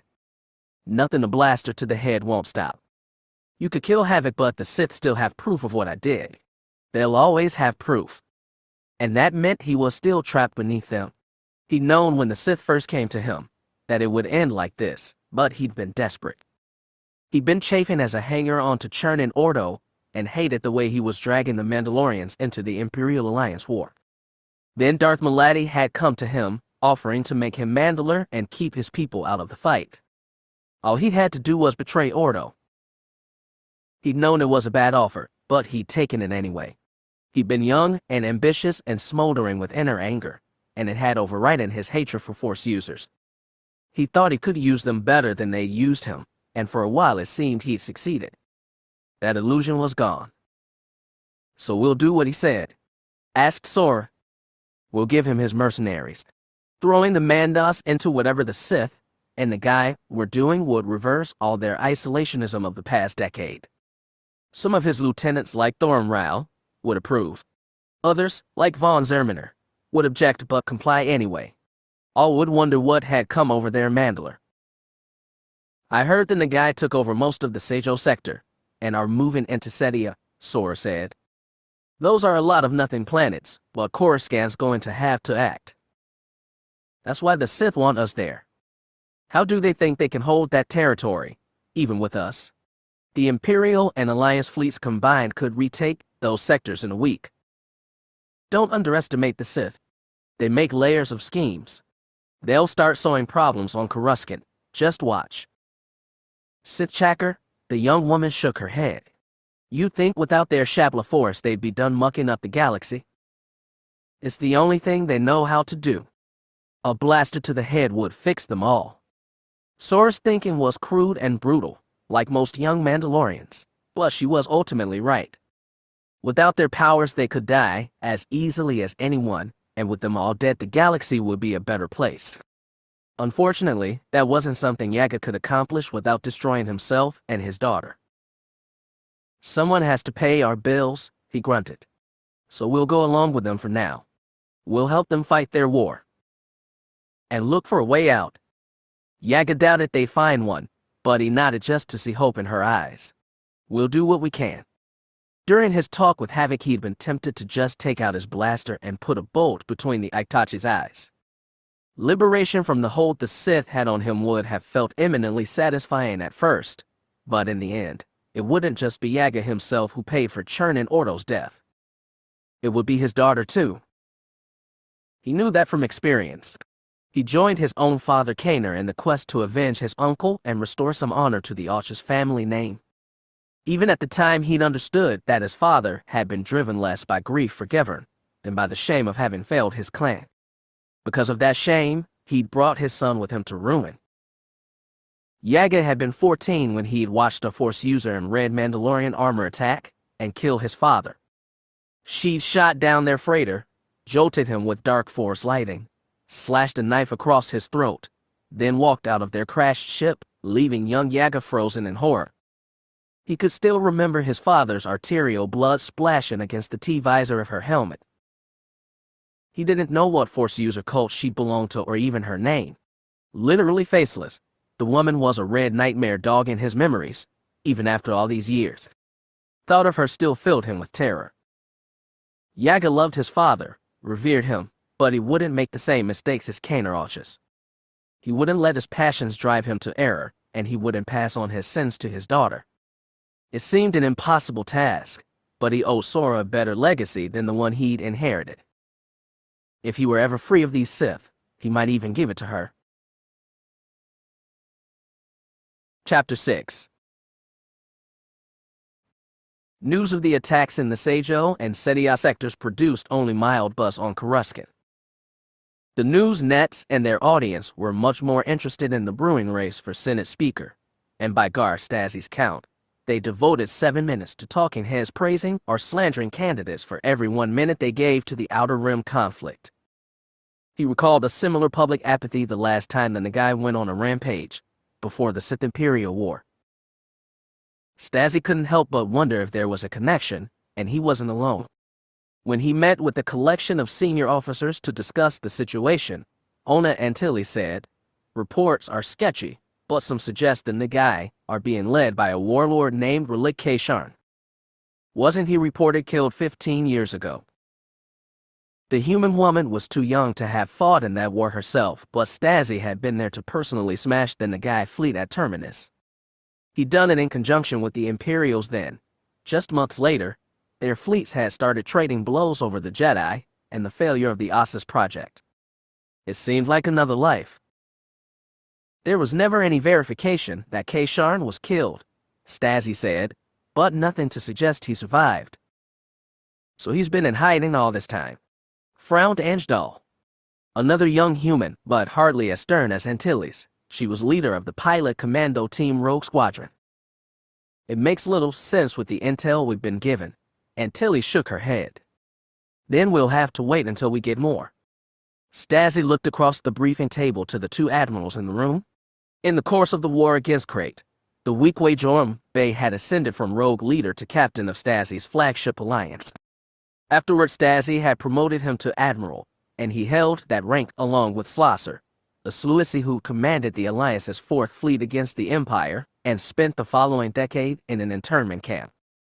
The toll of those years were evident in the black patch over Slosser's right eye, but his command ability and devotion to Alliance principles were undamaged. "Gentle beings," Stasi said, "I've spoken with the Empress. We've agreed it's in our authority to act without consulting the Senate, and that's precisely what we'll do. We've also agreed this will be a joint mission, using elements from both the Imperial and Alliance forces." "Just like the last time the Nagai went on a raiding spree," said Bey. "This seems curiously repetitive." "For our sakes, I hope it is. We crushed them at Terminus, and that was the end of it." Stasi shifted his gaze to the Sluisi. "Admiral Slosser, as my senior commander, I want you to take point on this offensive. You'll be working with General Yeager." Slosser long-tail twirled, a sign of approval from his kind. Among the Empress's commanders, some were eager to work with Alliance officers while others were the worst kind of old Imperial snobs. Oron Yeager thankfully belonged to the former group. "I'll let you communicate with him directly," Stasi said. "You have 2 standard days to apportion your forces and decide on a battle plan. We don't expect you to finish the Nagai in one fight, but we hope to be pushing them back by the time the Senate holds its election." "The Senate doesn't seem to care much about what's going on in the Seijo sector," remarked Antilles. "It's on the very rim of the rim? Half the senators couldn't find Seijo on a map." Anjdal shrugged. "Look on the bright side. If we can get this under control fast, it'll be a good team-building exercise between us and the Imps. And if we make a few mistakes, well, it's not like the politicians and media are going to be paying attention." Joram Bey had once said Anj had a gift for optimism. Stasi tried to share it. "Occasionally widespread apathy can be a good thing," he agreed. "Admiral Slosser, I'll leave the bulk of the planning to you." The Empress and I expect a joint battle plan by the time you leave Coruscant. Admiral Bay, Captains Dahl, and Antilles, I want you to monitor this situation. Work with our friends in intelligence and gather every scrap of information about these Nagai. If we can determine whether Relic K-Sharn is alive, all the better. That should keep us busy, Bay said. And you, Admiral? Stassi's smile was tight. I don't have much time to be an admiral anymore. You say that like you envy us. In a way he did. In the larger scheme, it was good that his life now was more politics than war. That didn't keep him from missing combat's clear objectives and attainable goals. Let's just say my heart will go with you, he said. I have fights of my own to keep me busy. The election for Speaker of the Senate was still a week away, and for Marasiah it couldn't come too soon. Having to oversee his sessions until the Speaker was appointed was troublesome enough, but worse was the pressure coming from all sides to influence the vote. Senator Eldon had been relatively circumspect in his approach. His press team had contacted Marasiah a mere 12 times trying to schedule joint public appearances than would, so the press team insisted not be related the election at all. Other Imperial senators were more vocal about supporting Bastion's own for Speaker. Her briefing with the senior military commanders over the Nagai situation had turned halfway through into a debate over how much influence the Senate should have in military affairs long term. Currently it was zero, and whether the Senate really should exist at all. Even relatively open-minded ones like General Yeager had seemed rankled by the new body. Marasiah was relieved to retreat to her office, where the only person she'd have to spar with was a man she'd known and trusted all her life, her uncle Hagram Chalk. Frankly, I think all parties are making too much of the Speaker's election, her uncle said. Of course, that's one of the prime purposes of democracy. It allows people the thrill of historical agency. Whether they actually have it matters less than whether they can convince themselves they're empowered. Dressed in loose black clothes that obscured some of the cybernetic graphs he'd received after a near-fatal shuttle accident, Hagram paced slowly in front of her desk. When he looked at Marasiah, the gold of late afternoon glinted off his metal eyepiece. The Senate will have a great say in many matters, she replied from her seat. It has as much as you'll allow, he said. In their long discussions he'd agreed that some legislature needed to exist, if only to take some weight off the executive branch, but he'd warned against handing them major powers. It has what has been given, she said. It's been given enough. But that's all right. His scarred face relaxed its frown. People want the feeling of agency, of having a say in government. They also like swift, decisive action, so long as it gives them what they want. In your position, you can still deliver plenty of the latter. I've already talked with Stassi and my admirals. They'll be sending a task force against the Nagai in days. That's good. I hope you arranged for a celebratory send-off. She smiled faintly. I thought you were my intelligence director, Uncle. Are you handling public relations now? The simple fact is that no one cares about what the Nagai are doing right now. It's a minor, localized conflict that's only rattling a slice of the Outer Rim. Once we smash them, you'll need to play it up as a major joint victory for the Alliance and Imperial fleets. I was already planning that. I did learn some things about ruling from my parents. Of course, he added, I admired how you seized control of the situation the other day in the Senate. You need to act on the refugee issue quickly and show progress before the Senate elects its Speaker. That way you can claim the credit. She'd already been thinking on those lines, but the preliminary survey taken by her hastily arranged commission had sobered her bravado. There's a reason we haven't found a home for the refugees yet. Local governments refuse to take them. They scrape and apologize, and they offer other forms of aid, but no one wants to give up their oceans for the Mon Calamari and the corn. Then as Empress you force them to, with a smile and a velvet glove, but you still force them. It's still not simple. She shook her head. There are thousands of ocean worlds, but only a fraction of them consist of a water type healthy for both corn and Mon Calamari. Many of those already have native sentience. The ones that don't have natives have settlers. Many of those worlds have large tourism industries, are underwater mining operations they don't want soiled. And if they put up a fuss about giving some of their pretty water over to the refugees, you can paint them as horrible and selfish. And they'll paint me as a tyrant who stomps over planetary rights. Politics is always dirty. You just have to be prepared for the muck that comes with it. Marasiah held back a sigh. It had been a long day, and she'd had enough of arguing. I see your point, Uncle, and I'll think about your suggestion. He nodded, satisfied. In politics, perception matters more than reality. You have a week before the election. If you can present yourself as a moral, benevolent leader who's actively concerned about governing for and with her people, you can compel their obedience. Marasiah believed she was doing just that, and it rankled that she'd have to put on a show to prove it. But her uncle was right, as he usually was. He left her with those thoughts, but she didn't stay long in the office. As the sun, she retreated to her quarters near the top of the palace complex, where her husband had just finished preparing a meal. Antares didn't strike most people as being a skilled cook, and she loved him for his hidden talents. He needed activities like that to take his mind off things. For Marasiah, the affairs of state could distract her from the plague. Antares had no such thing. She'd done her best to assign new duties to her knights, but even so, her elite protectors had been reduced to ceremonial bodyguards. So she sent off Coruscant on special tasks, but she had few such jobs to give them. Without the Force, there was little reason to send them over her veteran intelligence agents. That feeling of uselessness was a black hole at the heart of every knight's now, threatening to suck them down. That pull was all the stronger because there was no crisis to throw them at, even if they'd had the Force. When Maladi's disease struck, they'd all been filled with terror that the Force's silence would upend the galaxy. Nearly a year had gone by and no disaster had occurred.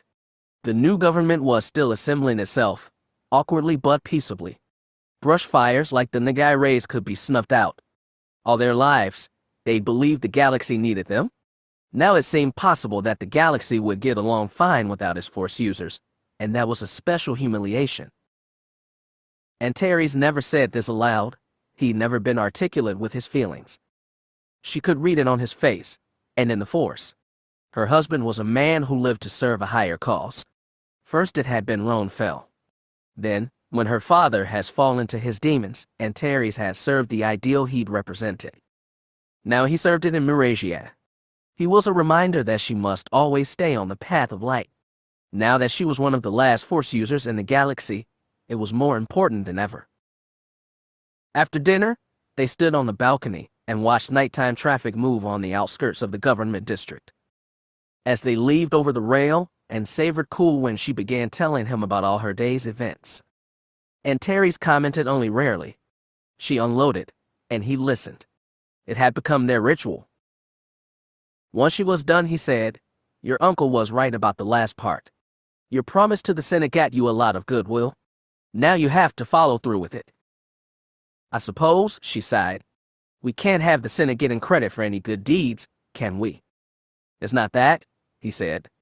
"The Mon Calamari and Corrin need a place of their own. Everyone can see it. Everyone agrees it's right. As Empress, you're the only one with power to make someone share their world with the refugees. No one will hold that against you. Except those I make share. The Senate won't be able to force through that kind of decision. You can." He squeezed her hand gently. "It's the right thing to do, see it?" She squeezed back. In all the day's argument, she didn't think anyone had used that simple justification. Of course it had been Antares who'd done it, and not because he was simple himself. He was a complex man with conflicting desires, but he aimed for simplicity. He always tried to cut through complications and find a noble end.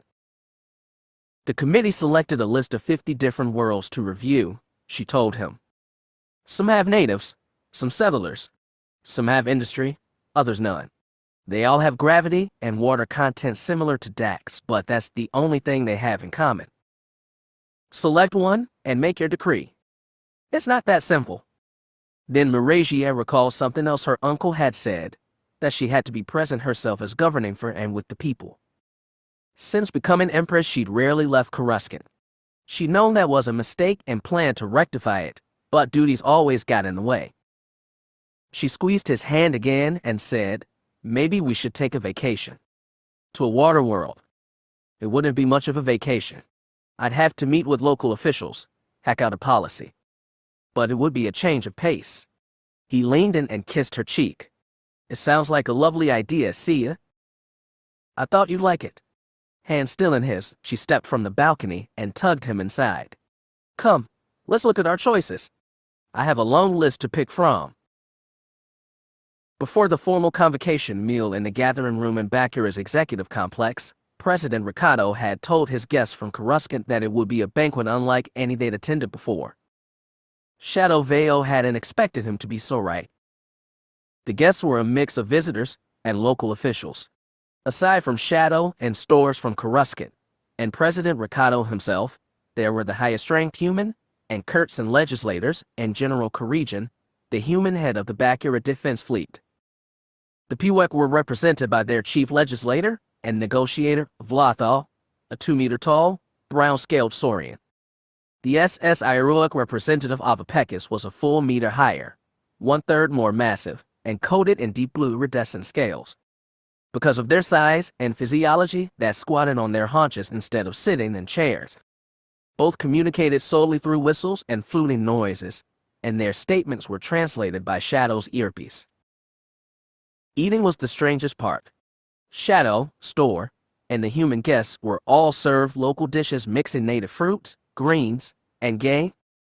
Vlathal and Avapekis, meanwhile, were provided with trays of raw meat.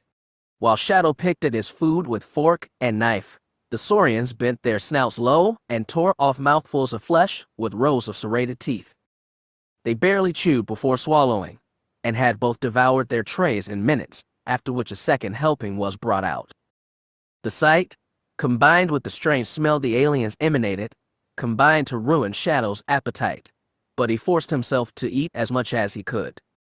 Ricardo and the other locals seemed a little more used to the thing, and Store, practiced diplomat that he was, kept up polite talk through the whole exchange. The conversation started with bland niceties but gradually became peppered with more pointed exchanges. At one point Store said, "I'm glad our peoples could sit down like civilized beings for once. I'd like it if the ambassador would tell us more about the new outlook on Awek." Avapek's nostrils flared. The translator in Shadow's ear chirped over his whistling, "The Pewek are our brothers. We have badly mistreated them in the past and wish to welcome them into a new imperium." That's encouraging, of course, and some Pewek seem eager for reunification. But I was hoping you could elaborate on why they should trust you. "We understand them as no others can," said the SS Iruak. "We offer them more than you ever could. Kind words are the start of progress, but they always need to be backed by action." Store smiled blandly. "I'm sure you've outlined some of that to our Pewek friends. I wish you could enlighten us too." Avapekis made a cry so shrill it made Shadow jump in his seat. The translator's bland voice said, "Those without our shared history cannot understand." "You cannot understand." Vlathal added, "He is correct. It is a complicated offer, but the SS Siruak are giving considerable reparations for what they've done. And that's more enticing than the thriving business you've built on Bakura." Ask Store. Vlathal blinked triple-layered eyelids. "That is what we are deciding." President Ricardo coughed to draw attention. "We all understand the allure of seeing justice done. We want to see wrongs righted and balance served. But haven't you considered that balance is already served in the Union here on Bakura? Oh, it's a fragile balance, but as a whole I really think it's served our peoples well. Are you willing to give up what you have?" Vlathal blinked again. "That is our choice to make. Not yours." "Well, that's one point of view." Ricardo glanced at the general seated beside him. "But we have to look out for our own interests. I think it's best for all us if they coincidence." Avapekis fluted loudly. "That sounds like a threat, human. Balance is not always a pretty thing." Ricardo shrugged. "Maybe it never is. Yet somehow we all seek it. Curious, yes." Shadow decided he had to speak up. One group's gain doesn't have to be the other's loss. I firmly believe there's a way we can work in harmony so that all our people can benefit. Ricardo restrained a scowl. Store raised his glass and said, I believe that as well. So does Coruscant, which will do anything it can to facilitate a happy resolution for all parties. I'll drink to that. General Corrigan lifted his wine glass. The SSI Ruuk and Puek had no glasses to toast, but they fluted in reply. Vlothal said, "My people have observed the wisdom of the Jedi before, and found it valid. I hope it continued to be so." Shadow almost felt good, but the conversation fell into another lull. He didn't need to force to read awkwardness in the room. After another half hour of perfunctory talk, the banquet began to break up. As Shadow and Storr began making their way to their living quarters, the diplomat rested a hand on Shadow's arm and said quietly, "I appreciate your optimism, Master Jedi, but during formal talks tomorrow, please let me lead the discussion. There are certain things Coruscant wants me to make sure I address, and I've constructed a schedule of topics I'd like to stick to." "Of course," Shadow said. "Thank you for understanding." Storr withdrew his hand. "I recommend an early sleep tonight. Tomorrow looks to be a long day." Shadow nodded. He didn't miss that Storr had just put him in his place, politely but firmly. He wondered what the Imperial really felt behind that diplomatic veneer, whether he thought Shadow was a useless burden, whether he'd ever liked Jedi at all. He had a feeling that, even with the Force, Storr would be a hard man to read. After they reached the residential quarter, they went into their separate rooms. Shadow found himself restless. If he was going to be Storr's silent shadow the entire time, he might as well have stayed on Coruscant with the other Force-deaf Jedi. He'd still be stewing in the same sense of uselessness. His mind drew back to Ricardo, and all that talk of balance. The president was also hard to get a read on.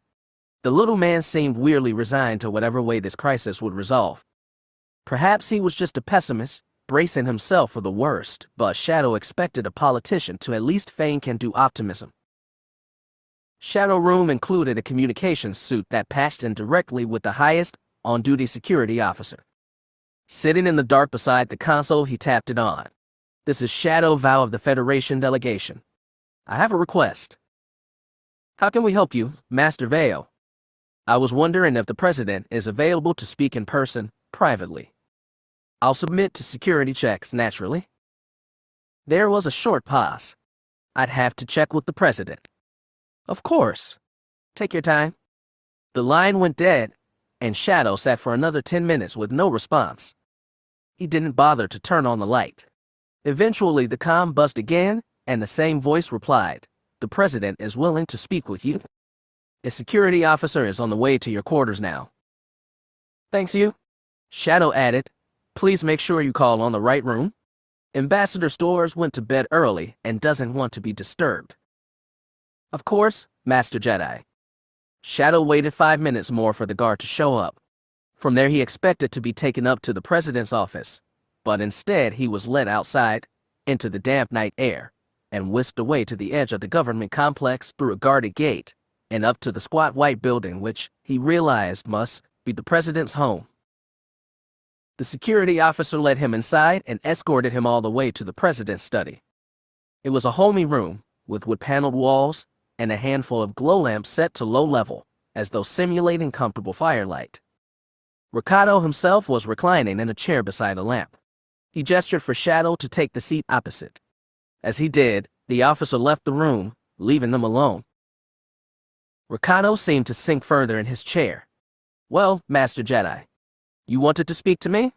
Here I am." "Thank you for taking time." Shadow sat straight-backed, hands on his thighs. "I apologize if this was an inconvenience." Ricardo waved a hand. "You don't have to be formal. Storr isn't here, so I expect this is some kind of personal talk you want to have." Shadow watched him carefully. "Have you ever met a Jedi before, sir?" "No, I have not." Ricardo paused. "Am I meeting one now?" "I certainly hope so." The old man's response was an ambiguous smile. "I understand Coruscant sent you here to help arbitration. We certainly need it. Are you here as Storr's partner? Assistant? Counselor? To be honest, no one's made that clear." "Something of all three, I think." "You think?" His brows narrowed. "Why are you in my study, Master Jedi. Ricardo seemed to want honesty. Shadow decided to give it. Sir, for someone whose entire planet depends on these negotiations, you don't seem to care much how they turn out. The old man stared at him for a long moment. Then he snorted laughter and sunk further into his chair. You Jedi must be useless without your powers. Of course I care. I haven't had a sound night's sleep in weeks. Why do you keep talking about balance? Ah, so that's it. I don't suppose they taught you much about the cosmic balance and the teachings of Diff Istuvi back at Jedi school. No, but the Jedi had ideas about balance to the Force. Do you want to enlighten me about yours? Ricardo watched stroked his gray beard. The universe is something that is. It has a natural state, a natural way to be. That sounds like the Force. Living beings act on it. When they act, balance gets upset. The universe counters and returns balance. Bad luck returns on good luck. When two people fall in love, another pair is separated. And if one planet gains a great boon, another loses it. It all comes down to zero in the end. That's a bleak way of looking at things. Is it? Everyone blessed by life has to pay for it one day by dying. Don't you agree? That's different. It's the most fundamental fact of existence. Ricardo shrugged again. Jedi never thought much of the balance. They have their own ideas about light and dark, but to be honest, the details always eluded me. Shadow hunched forward. We believe the will of the Force is the will of the universe. Being a Jedi and following its light side is about moving with that will, facilitating it. Working against it, breaking the balance, if you will, is the dark side. When Jedi talk about balance, we mean protecting justice and peace in our hearts and in the wider galaxy, not some zero-sum game. The old man's eyes narrowed. And how do you know when you're working with the Force or against it? Shadow tapped two fingers at his heart. We can feel the difference between dark and light in here. You could feel it. Past tense. Yes, Shadow admitted. But I remember what it feels like. I remember what actions used to be right. I see. Ricardo scratched his beard again. That seems convenient. He blinked. What does? Jedi work the will of the Force. They know it's the will of the Force because they're working it. That's rather circular logic, isn't it? No, it's not. He tapped his chest again. When we're working against it, we know. The dark side of the Force affects those who use it very differently. Makes them Sith, you mean? Yes. But the point is, we know. The light and dark side exist. They're not just words we use to justify our actions. Ricardo smiled tightly. Maybe if I could feel the Force, I'd feel differently. But to a lot of us who can't, especially all the people who ended up dead in the past few wars, it looks like you Jedi and Sith do whatever you damn well please and invoke your Force as justification. You'd be no different than mere mortals in that respect. Most people do what they want and tell themselves they have noble reasons after the fact. Shadow's chest tightened with anger. If you could feel the Force, you know otherwise? Maybe, but I'll never get the chance now. The question is, will you? I don't know. There are many ways people are trying to get the Force back. He thought on all the scientists on Coruscant, Cade wandering the galaxy in search of Katla. Neither quest filled him with hope. Until then, I'll do everything I can to continue acting as a Jedi.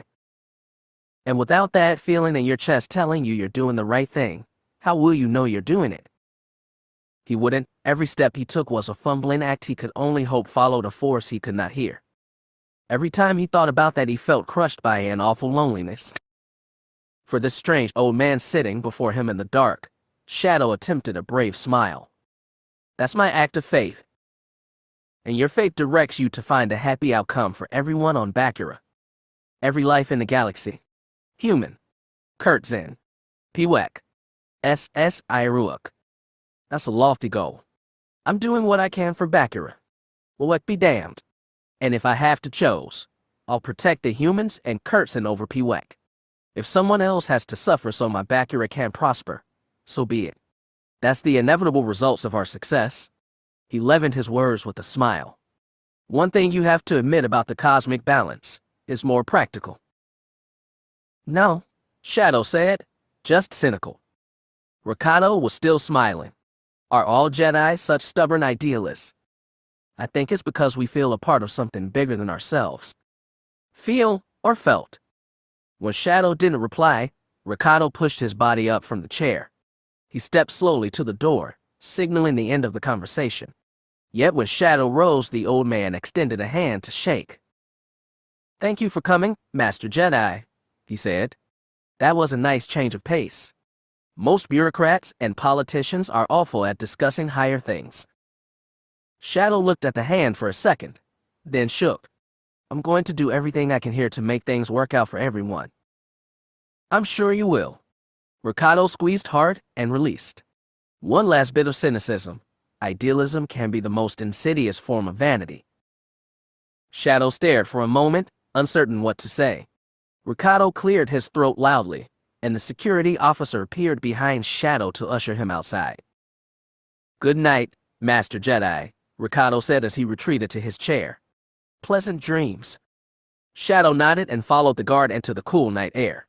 He remembered what Ricardo had said about his own sleep and doubted his would fare much better. After making his stop at Mandalore, Darth Havoc had expected to ride forward to the Galactic capital. Instead, a sudden hail from Darth Nil had sent him in the opposite direction, climbing rimward up the Prelimian trade route. In a way, he was glad for the long ride. He needed time to absorb the ramifications of his orders. Vorzid V was one of the entertainment headquarters of the Outer Rim, and from the high window of the High Numbers Casino, Havoc could see an impressively gaudy thoroughfare thick with speeder traffic, lined by multicolored holo displays and luminous signboards 10-story high. He'd never been distracted by flashiness or idle pleasures, even before joining the Sith, and he turned away from them to face Viggo Pleshche, owner of the casino and most powerful Black Sun captain in this half of the rim. The fat, yellow-skinned squalorist sat behind his desk, dressed in an eminently fashionable black business suit. His hands were clasped on his round stomach, and his small black eyes watched Havoc intently. I don't give compliments lightly, the Viggo said, but you're a brave man coming here. Thank you. You might also be very stupid. I'll decide that in a moment. Let's get to the point. Why shouldn't I hand you over to the nearest authorities? The Federation would pay handsomely for a Sith. Pleshche drummed thick fingers on the desktop. One signal from me, and you'd have 4 assassin droids with guns drawn on you. I doubt you could do much, given your current, debilitated state. This was the first obstacle Havoc had planned for. Our organizations have worked well together before. I know. I got great help several times from that lithesome Twi'lek who always forgot to put her clothes on. What happened to her? Not dead, I hope. She's busy elsewhere. But yes, our organizations have history, which the Sith have kept well documented. Alchis hadn't taken well toward attempted blackmail. Neither did Pleshche. The Viggo's hands balled to fists. The days when your cult could extort special favors from Black Sun are over. We don't want favors, only to continue a partnership. Naturally, we're willing to pay you for your work, but I think this job will be mutually beneficial. Oh, and what is that? Havoc stepped a little closer to the desk. As you've probably heard, Marasiah will be leaving Coruscant soon. She's pledged to settle refugees from Dak on a new planet, and she's paying a personal visit to the Madrum world of Banire. She's set to arrive there in 2 standard days and meet with, and probably strong-arm, local officials. I heard. Pleshche snorted. I pity the Banire, having to take in that rabble. As a potential home, Banire makes sense. It's populated by humans and Saurians and has no native sentience. The settlers stick to Bavinire's islands, which make up, less than 5% of its total surface area. There's been a small amount of undersea mining, but over 90% of Banire is, essentially, unused real estate. The Banire will still resist. Nobody likes have squatters set up in the house next door. But that's beside the point. The Empress will be on Banire. What of it? If she'll be away from Coruscant, that means she'll be vulnerable. Pleshche's eyes widened as he understood. Here Havoc had expected to the Viggo to snap ejection, or to outright refuse. Instead, his jowls bunched tight in thought. Neil was right. This crime lord could see the bigger picture. Still, when he spoke, his voice dripped skepticism. You want to use Black Sun to assassinate the leader of the Galactic Federation. I want there to be an attempt. The success is secondary. Secondary to what? Successful or no, it'll bring a mountain down on our heads. Black Sun's still regaining strength. You were regaining strength under Darth Plagueis, Havoc reminded. But since Marasiah took office, she's been putting a heavy squeeze on your activities, hasn't she? It was true, but Pleshche played confident. He looked around his lush office and said, I'm managing well enough, thank you. When it comes to galactic politics, Black Suns learn to stay low and stay out of the way. You mean your assassins can't cover their tracks? I thought yours were the best. Pleshche scowled. Don't play games with me, Sith. Explain to me why we should risk bringing the whole Federation down on us. It should be good for a laugh. Because the Federation won't come down on you. Havoc calmly folded his hands in front of him. Successful or not, the assassination attempt must appear very credibly to have been the work of pro-alliance extremists. Pleshche took his time to think on that one. Is there anyone specific you have in mind? Oh, one or two of the newly elected senators should be complicit. Someone close to T.M. Brighton. Senator Parat Darrell, for example, is said to have close ties with Garstazi.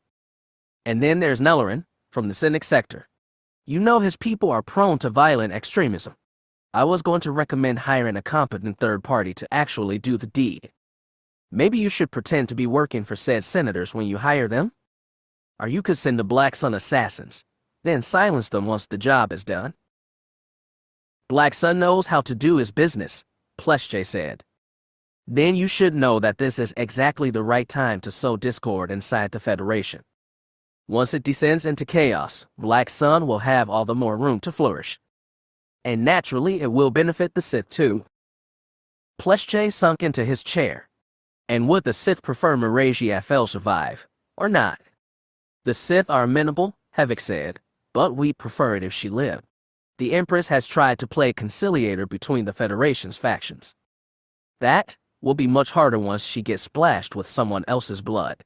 If we break her appearance as the Federation's High Arbiter, we break the Federation. Pleshche thought on that. It was what Nil suggested he say, but a part of Havoc would prefer it if the Empress died on Banire. He'd killed the woman's mother himself, later captured and tortured Marasiah herself. Both acts have brought to him a sense of triumph carried by the Force's dark side. Now that his power had deserted him, Marasiah was a lingering reminder of what he'd done and failed to do. He simply wanted her gone, and he was possible. Eventually, the Vigo said, this will take time to arrange. You only have a few days. If you're serious about this, I suggest you start planning immediately. Pleshche's black eye settled on his. We still need to talk about your initial down payment. Havoc felt a flush of triumph. I'm happy to negotiate. We Sith are still Sith, no matter what you may have heard. We value our old partnerships and look forward to working together for a long time to come. Chapter 7. It was just before sunrise local time when Free Agent returned to the camp on Conquer Dawn. The ship was a great black silhouette against an eastern sky burning red and gold, and as soon as it was on the ground, some of Marin's people started drawing a broad camouflage net over its hull.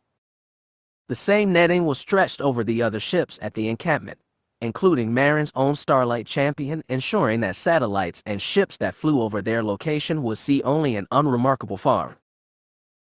Anya was the first one down as ramp, followed by her Moncal companion and her towering, disturbing polite assassin droid. When she saw her mother standing at the entrance to the settlement's central building, she trotted ahead. Up early? Anya asked, or out late? Early, Marin said. Have you gotten anything new from Volgma? Nothing since we left Denon. Anya stuffed hands in her jacket pockets. Her posture and the way she couldn't quite meet her mother's eye reminded Marin of an awkward teenager, and she felt a pang of hurt for having missed that part of her daughter's life. Well, that's good, Marin said. He'll contact you whenever he gets a response from Vito. Right? Anya glanced over her shoulder. Salk and AG-37 remained 5 meters back, apparently uncertain what to do. Marin stepped aside and called, "You probably want a fresh-cooked meal. Go on ahead." Salk headed inside. AG-37 said, "No such meal is necessary, but I appreciate the hospitality all the same." The assassin droid had to stoop to fit his conical head through the doorframe. Anya had described the how and why she'd come to have a 3-meter-tall metal protector following her around. It was an incredible story, but if he was the only legacy Anya had inherited from her family, Marin envied her for it. Anya didn't follow the others. Standing outside in the pre-dawn light, hands still stuffed into jacket pockets, she asked, "So why are you up early?" "I'm preparing for a trip, actually." Marin nodded to the ship berthed next to Free Agent. Her own Starlight champion, inherited from her father, currently sat with the camo net draped over his wide wings, but the loading ramp slanting sideways out from under the angular cockpit was extended. "A trip," Anya repeated. Her tone combined disappointment and acceptance. "Where to?" "Breshik," Marin said. "Not far from here. There's an old associate of Aux I need to pay a visit to." "Are you sure it's safe?" "Your cousin Liam's coming with me.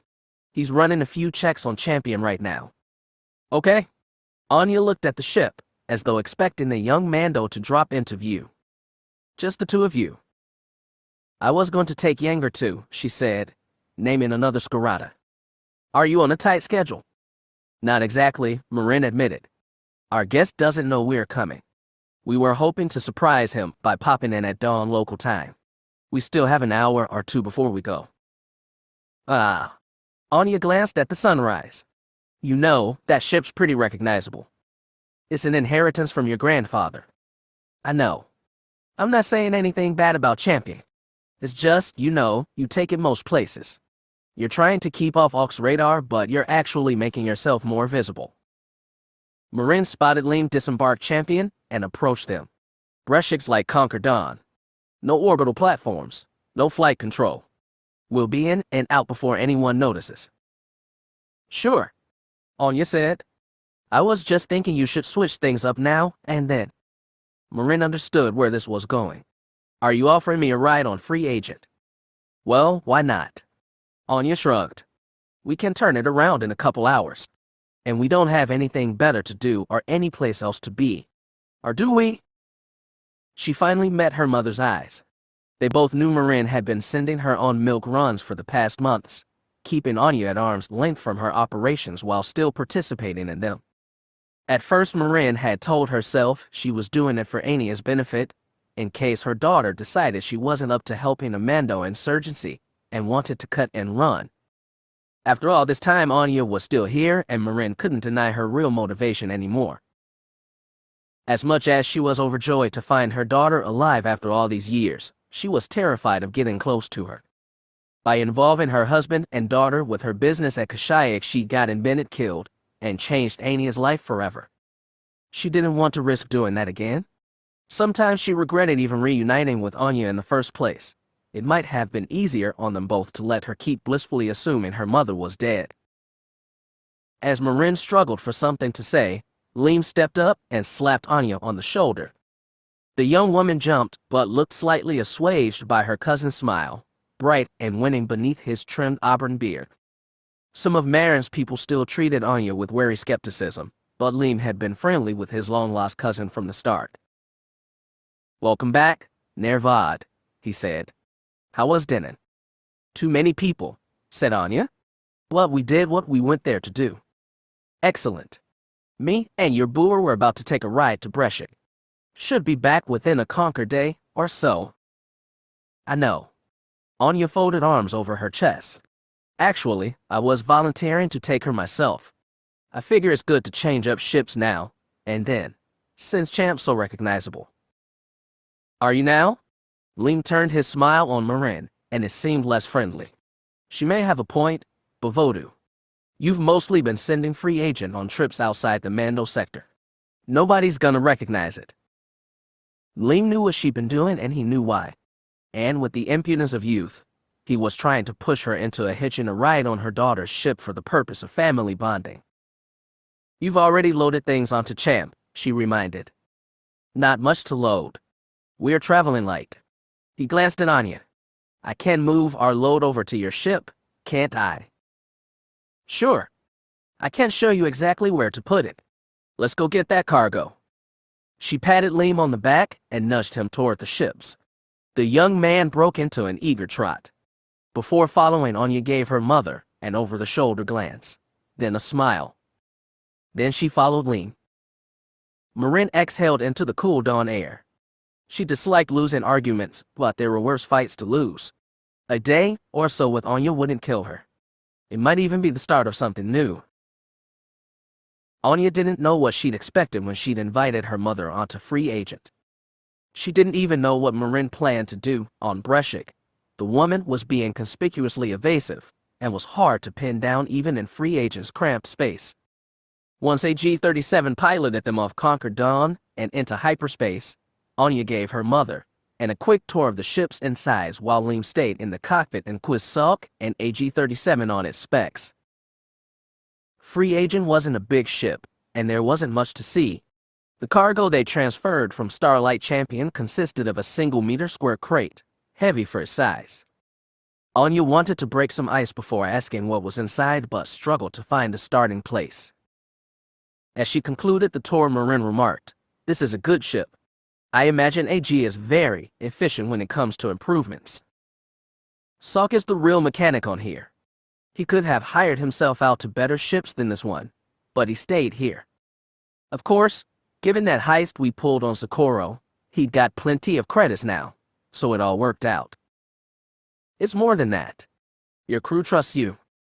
"It's not my crew. It's AG's ship." Marin shook her head. "If it weren't for you, they'd be far away now. And if it weren't for you," thought Anya, "I'd be far away now." "Well," she said, "yeah, I know. What about your friends Jo and Kyra? Have you heard from them?" "Nothing in weeks. That's not unusual. I don't have much to tell them, and I don't think they've got much to tell me. So they haven't made progress finding Katla." "Nothing that I've heard." They stood facing each other in the ship's long central hall. Anya crossed arms over her chest and asked, "Is that important to you, seeing the Force come back?" "For me it never left, except when I pushed it away. You know, I've never seen you use the Force except for that one time," she said, recalling a brief demonstration after they'd first reunited. "I don't call on it often," Marin said slowly, choosing her words.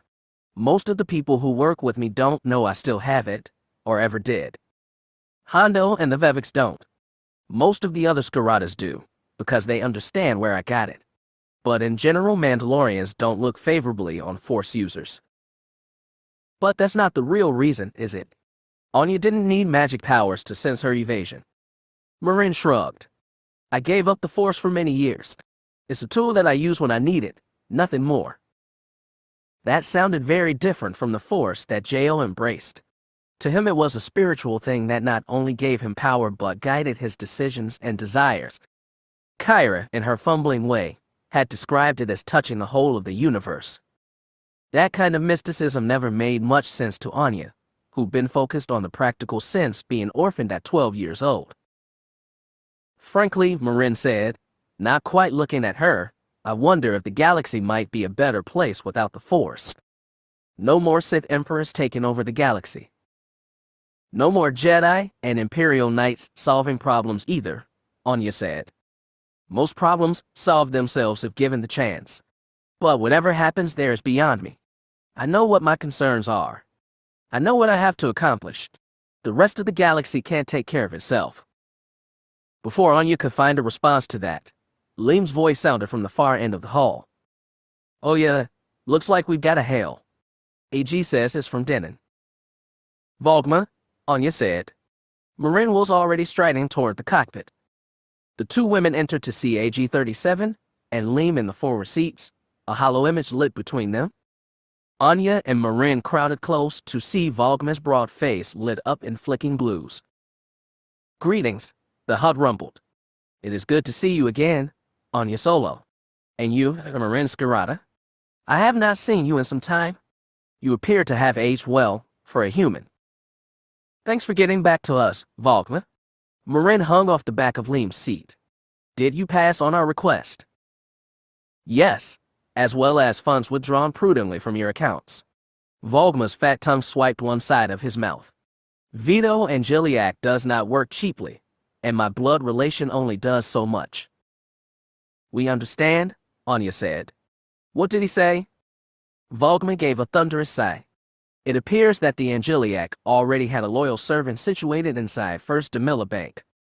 This made things much easier. It also explained the quick turnaround.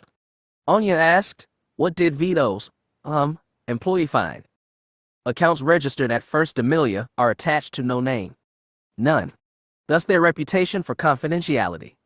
However, Vito's employee located one account that received large deposits on the dates you specified. How large? Asked Marin. Excess of 5 million credits per installment. The one last year was considerably more. Many of those funds were subsequently transferred to accounts at other unspecified banks. Probably spreading payment to Ral and his other lieutenants, Marin said. Were you able to trace where the money came from? The payments were from different banks, most situated on Moonalis. And alas, Vito does not have any agents employed there, though for an extra fee, is he offering to look into those as well. Anya had a feeling Vito's fees would get exponentially exorbitant. Neither she nor her mother had infinite funds, and she glanced at Marin. The older woman said, stand by on that for now. Did Vito give you the data his agent pulled from First Demilla? Indeed. It is quite illegal, and I am glad to be rid of it. I will pass it along with this data stream. Good. Thank you for all this, Volkma. You are welcome. I have deducted a modest service fee from your account. If you need my help again, please contact me on this line, or visit on Denon. Marin leaned close to the console to check if the attachment had been received. We've got it. We'll let you know where we stand going forward. The Hutt bobbed his chins in an attempted nod, then killed the transmission. Liam leaned back in the co-pilot's chair. Moon Banks, eh? Those barves are good with confidentiality, too. They're also legacy imperial institutions, Marin added. They've resisted a lot of oversight from Coruscant, even after the Federation got formed. It's as good a place as any for the Sith to hide their assets. Do you really think you can follow the money trail all the way back to them? Asked Anya. The account at First Demilla doesn't even say who the owner is. How will this prove your case against Alchis? It's a start, Marin said defensively. Liam tapped the comm console and brought up the attachment from Volkma. Looks like Vito's agent got us a good data dump. His guy must be high up the organizational chain. What did he find? Marin leaned over his shoulder. Full list of transactions from Auk's account, including bank registry numbers from all the deposits and withdrawals. Useful if you've got people inside every bank in the galaxy, Anya muttered. As it was, the information seemed terminally incomplete, unless her mother's visit to Breshik would fill the gaps in some way. She was about to venture the question when Liam sat up straight, alarmed. Marin asked, what is it? This data goes all the way up to 2 days ago. Last thing on the transaction list is a big payment from a Moon bank. From 2 days ago. That's right. Liam looked between the two women. I thought the Sith were down and out. Sith don't die easily. Marin's face went hard. But, what does this mean? Asked Anya. What are they up to? She looked straight at her mother, hoping for some answer. This time Marin had none to give, even if she wanted to. The older woman simply scowled and shook her head. Cold weight settled in Ania's stomach. It seemed what whenever the Sith and Alchis were planning, they would have to find out with the rest of the galaxy. Chapter 8. When Minok dropped out of hyperspace and descended into Bespin's atmosphere, Kyra was in the cockpit with Cade and Delia.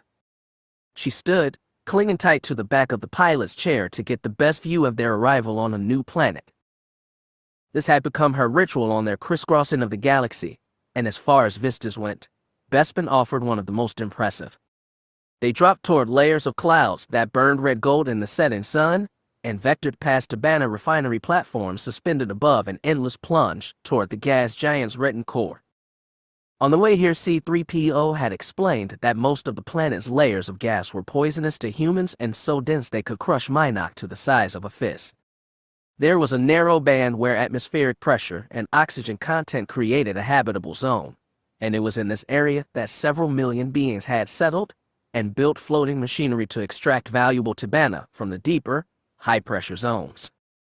She'd heard of inhabited gas giants and cities in the clouds, but she'd never imagined what they would look like. After Mynock leveled out, they headed toward the final marvel. Cloud City was a thick and elegant disk half-wreathed in auburn clouds, its lower side tapering into a long shaft of repulsors that kept it steadily anchored in Bespin's life zone. A cityscape bristled on the upper side, though as Cade maneuvered them in for landing, Kyra saw that many of the buildings were dark and abandoned, their once elegant facades scarred by rust and worn by neglect. Tall, bright towers still shone at the city center, but it was clear much of the city in the clouds had fallen from grace.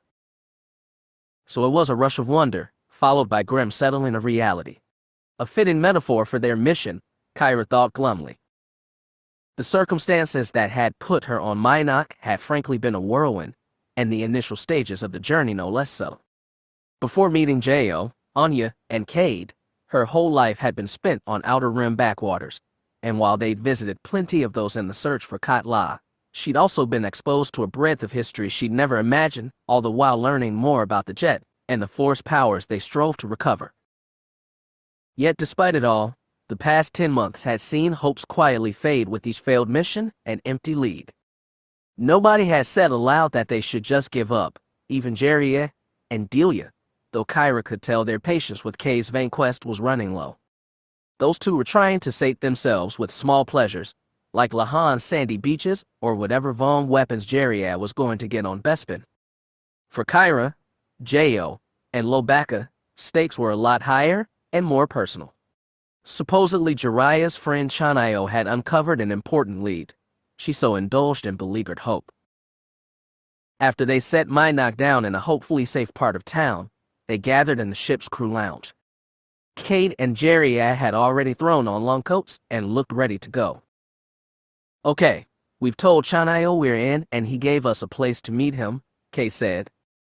We're not gonna drag a whole crowd with us, so it'll just be me and Jerry. I'd like to come too, Jo said, polite but firm. Cade got a little smile, like he'd expected that. Three's a crowd. What, after all this time you don't trust us? I just want to be there to ask Chanayo questions. Ah, let him come, Jerry said. But you're gonna let me and Cade do most of the talking, understand? I won't step on your toes, Jo said. They stepped on each other's toes plenty on this trip, but they also knew when to back off before things got ugly. Cade grunted, we'll be off in a couple minutes. Grab your gear, and let's go. Should we be armed? Asked Jo. Cade and Jerry exchanged looks. The latter said, Cloud City's seen better days. You might as well bring your blaster. Jo nodded. Unlike Lobaka, who still carried his lightsaber despite losing the Force, Jo used only a sidearm nowadays. His old weapon had been stolen from him by Darth Talon in the frenzied last minutes of Darth Maladi's lab, and he'd pointedly refrained from building another. He clearly felt that he didn't deserve to wield one until he'd regained the Force. Within minutes, the three men had gathered their gear and trundled out of Mynock, leaving the others behind. It was the kind of moment when Kyra felt especially useless, but Delia popped off the sofa and said, no point in letting the boys have all the fun.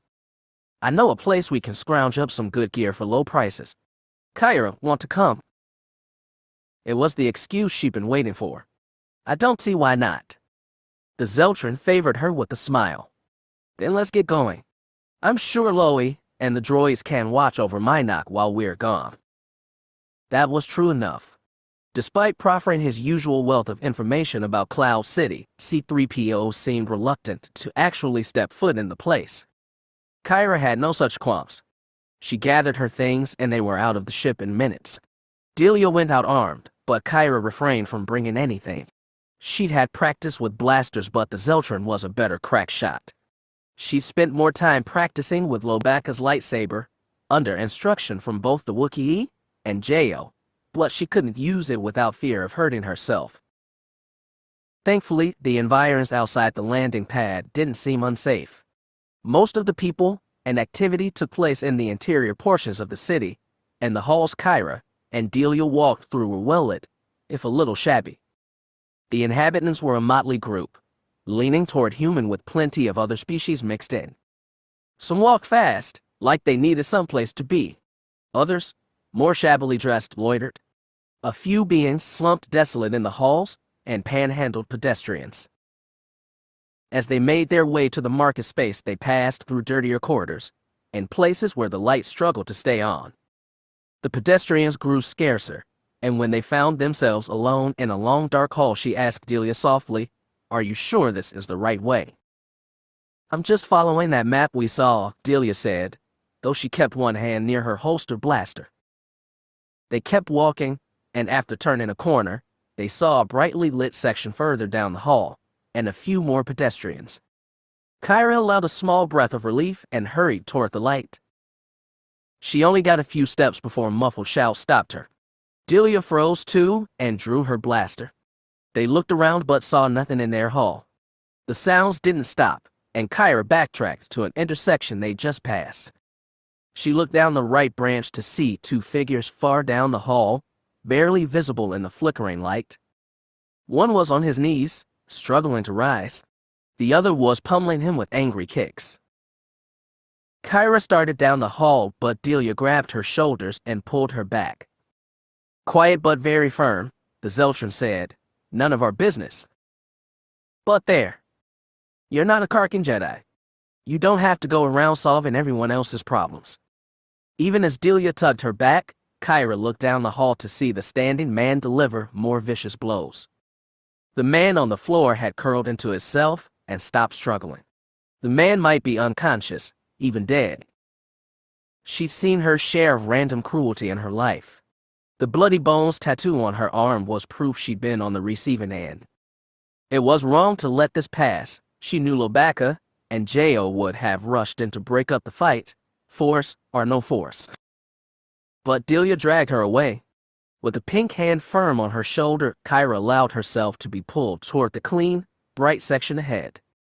She could still hear the sounds of muffled violence receding behind them. Then she heard the tang of a single blaster shot, followed by silence. Delia withdrew her hand, and Kyra shuffled to the light in a daze. As they approached the bright place, where beings with decent clothes went around their business unaware, Delia leaned close and said, "If you'd gone in there, that could have been you. You understand?" "It wasn't right," Kyra muttered. "It's life," Delia said, like that was the end of the argument. Kyra didn't have any words to continue it. She followed Delia through another patch of bright halls, to the section of Cloud City that hosted the equipment market. Delia shifted her attention to the pretty ship parts with apparent ease, but for Kyra it was harder to forget what had come before. Jeriasin had been in worse places than the one in which they met Chanayo, but it was still a dive. The light was low because half the lamp seemed burned out.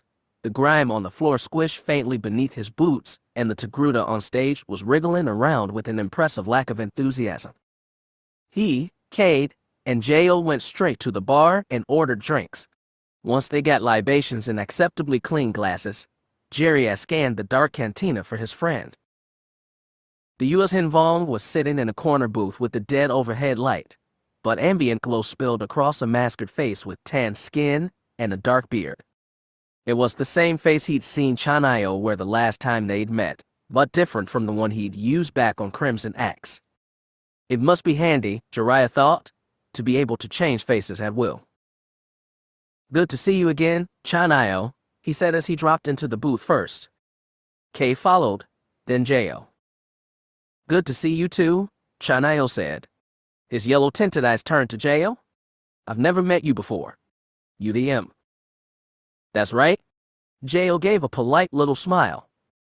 Chanayo told Jeriah, "You keep strange company these days. Next time you should bring that Jedi Wook you've mentioned. You said not to attract attention. Lad, half the patrons here are drunk stupid, and the other half are passed out." Chanayo shrugged. but whatever. Enjoy the drinks. They're actually half decent. His guest did just that, but Jerry could see the confusion on J.O.'s face. Chanayo had been born on Zanima II but been away for nearly 20 years, and he was as far from the Yuuzhan Vong stereotype as you could get. After taking a gulp of ale, Jerry asked, "So what have you got for me? I don't see any cargo here, so I'm guessing you've got it on your ship." "That's right." Chanayo reached into his brown jacket and withdrew a slim data pad. He slid it across the scuff table, and Jerry looked over the inventory list. "All fresh merchandise," the Yuuzhan Vong added. "Thuz bugs, blast bugs, razor bugs, and 8 amphistaffs fresh from the grove." Jerry scanned the list hungrily. He had a love for exotic weapons, and they didn't get more exotic than Yuuzhan Vong stuff. "Do they need breaking in?" "They do. But you've always been good at that." He certainly had. He'd been just a kid when Chanayo showed up on Crimson Axe, and the Yuuzhan Vong pirate had taken him under his wing after Jerry's father had been killed by a Jedi. Chanayo had shipped off the axe less than a year after Cade joined and seemed to be doing well as a smuggler, bounty hunter, and information dealer all rolled into one. J.O. frowned. Where does one get illegal Yuuzhan Vong weapons when Zanima II's under strict quarantine? "You going to report me to your Empress?" "I was just curious. We've got bigger problems than you." The Yuuzhan Vong chuckled. "Let me put it this way, lad. My people hauled an entire interstellar civilization into this galaxy. Do you really think you'd be able to keep all of us cooped up on a single planet?" "No," J.O. said. "I imagine your kind wouldn't be very easy to co-op up. And you'd be right. There's more shapers running around the galaxy than Nayren." He looked to Cade. "When you last talked to her, anyway?" "Been at least 4 months," Cade said. "She hasn't had anything new for us, and we haven't had questions for her." "So she didn't tell you that Katla's gathered himself some followers?" Jerry, who'd been half paying attention to their words, looked up from the datapad. "What kind of followers?" "Yuuzhan Vong, what do you think? My source says he went back to Zanima II and recruited about 20 of them, mostly warriors." "When was this?" "About 15 months ago, so before all your Sith virus stuff started happening." "What did he recruit them for?" asked J.O. "I have no idea. All I've got is word from another Yuuzhan Vong that he saw Katla, and a bunch more of our kind on Savarkis. They had a second ship, one of the living ones with Davin basal propulsion. That meant they could stop looking for an IC-2 scout craft. The organic vessels crafted on Zanima II could be implanted with either standard technology or Yuuzhan Vong biotech to handle propulsions, weapons, and shields. They were an extreme rarity, the kind everybody stopped to look twice at but next to nobody would be able to identify. Most people thought they were of Geonosian or Calicoid design." "Any idea what they were doing on Savarkis?" Cade asked. "They needed some repairs on their ship. Capable techs for Yuuzhan Vong ones are hard to come by." "What kind of repairs? Were they in a fight?" Chanayo shook his head. "My source says a Davin basal was malfunctioning. Genetic defect, probably." "This source wasn't from Jezel Orden, was it?" "No. I haven't heard from him in a while. Anyway, my source told me all they knew, and they're long gone from that corner of space." "You protect other Yuuzhan Vong, I respect that," J.O. said. "But did they give any indication of where Katla was going, or where he'd come from?" "Actually, yes. My source says he overheard some of Katla's crew talking about their last stop. Sounded like Cerberus in the Cathal sector." Jerry was far-traveled, but he'd never been to the Cathal region. It was on the farthest edge of the Outer Rim, past even the Minos and Elrid sectors. The place was known mostly for its unexplained spatial anomalies like the Cathal Rift, which according to Cade was inhabited by a strange arcane sect of alien force users that existed beyond normal spacetime. All the more reason to stay away, Jerry figured. He'd more or less stopped hating every Jedi for his father's death, but that didn't mean he liked force users. Their powers outstripped the understanding of lowly mortals like himself, and worse, whenever they started fighting among themselves they usually dragged the rest of the galaxy into a bloodbath. Some weird tweak of genetics made them automatic lords and masters over everyone else, and while Jiraiya wasn't the political type, he knew what felt fair and what didn't. Now that they'd all lost the Force, however, that worked. He still wasn't sure, maybe things would quiet down a little. Yet for all that, here he was, helping Cade on some long-shot mission to get the Force back. He wasn't crazy about the mission. He'd much rather be wasting Rav's pillaged money on Zeltris. But Cade was his brother, and his brother needed help, so he committed himself to follow. For a while anyway. Cade asked, so they were on Cerberus 15 months ago. Chanayo shrugged. Not a hot lead, but it's what I've got. It's the warmest we've had so far. We'll look into it. Glad to hear it. Chanayo finished his drink, then laid his hand on the tabletop and rubbed thumb and forefinger together. No matter what galaxy you were from, it was a request for payment. Relax, you'll get your money, Jiraiya said. We'll throw it in with payment for the merchandise. You decided what you want yet? Let's go back to your ship so I can take a look. Jiraiya pushed the datapad back to Chanayo and stood up. That was sign for Cade and Jo to rise too, and the latter hurriedly gulped down half his glass. They walked out of the cantina, Chanayo in the lead, the others following. The stage was empty and, as Chanayo had predicted, the patrons all seemed passed out or well on their way. According to C-3PO, Cloud City had once been a prized destination, but nothing lasted forever. 15 months, Jo said, half to himself as they walked. Best we've got, Cade said. Not that that says a lot. I think it does. I think it says that wherever Cade lies now, he's been there for a year or more. It would explain why nobody's seen him traveling recently. Cade being dead or in prison someplace would also explain it, but Jiraiya didn't bring that up. He said, maybe we'll pick up a fresh lead on Cerberus. Stranger stuff's happened. We live in hope, Kay said wearily, but he was right. Once they sealed this deal with Chanayo, they could get moving again. This time they might even find something useful. The Madrim planet of Mros collected some of the best universities in the galaxy, aggregating their grounds into a vast academic megalopolis packed with research centers, libraries, lecture halls, and convocation arenas. Despite hosting millions of students and staff, the place never felt its size. The buildings were white and clean, the boulevards broad and lined with lush green tree stalks 10 meters high. The population drew from across the galaxy, with the predominance of young humans and native Mrosi. Eli Horn looked like he belonged, but he wasn't one of them. He had a mission and tried not to be distracted by all the bright faces and pretty young women living lives normal youths were expected to. After docking at the spaceport, Eli had set off on his own for this task. Darth Talon would draw too many stares. He made his way to the campus of MRLSST's Xenotropology Institute, the most renowned of its type in the galaxy, and, more importantly, the site of a vast research library. The archives were open to afforders, and when he stepped into the library foyer, a squat feather-headed Mrosi directed him to a computer console where he was required to register for a reading permit. He was glad to see it, and he proceeded to enter identification information. He was not in truth a university student from Karulag named Ord Panelis, but like Katla, he secured falsified identity cards before he and Talon began crisscrossing the galaxy.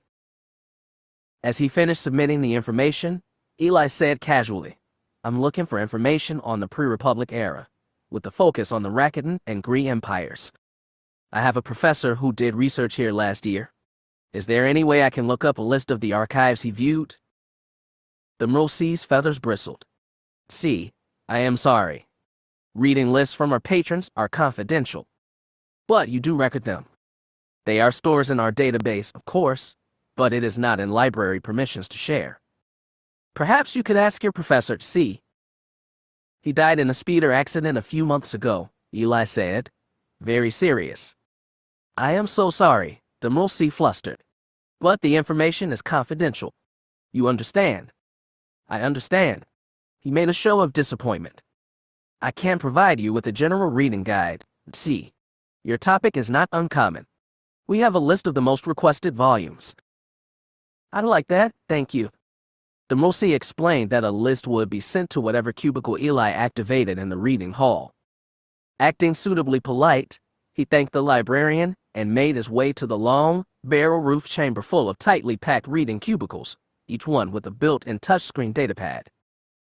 As the librarian had explained, the vast majority of the archives were kept in chronic stasis fields, and the public was only able to access digitally scanned images or holographic reproductions.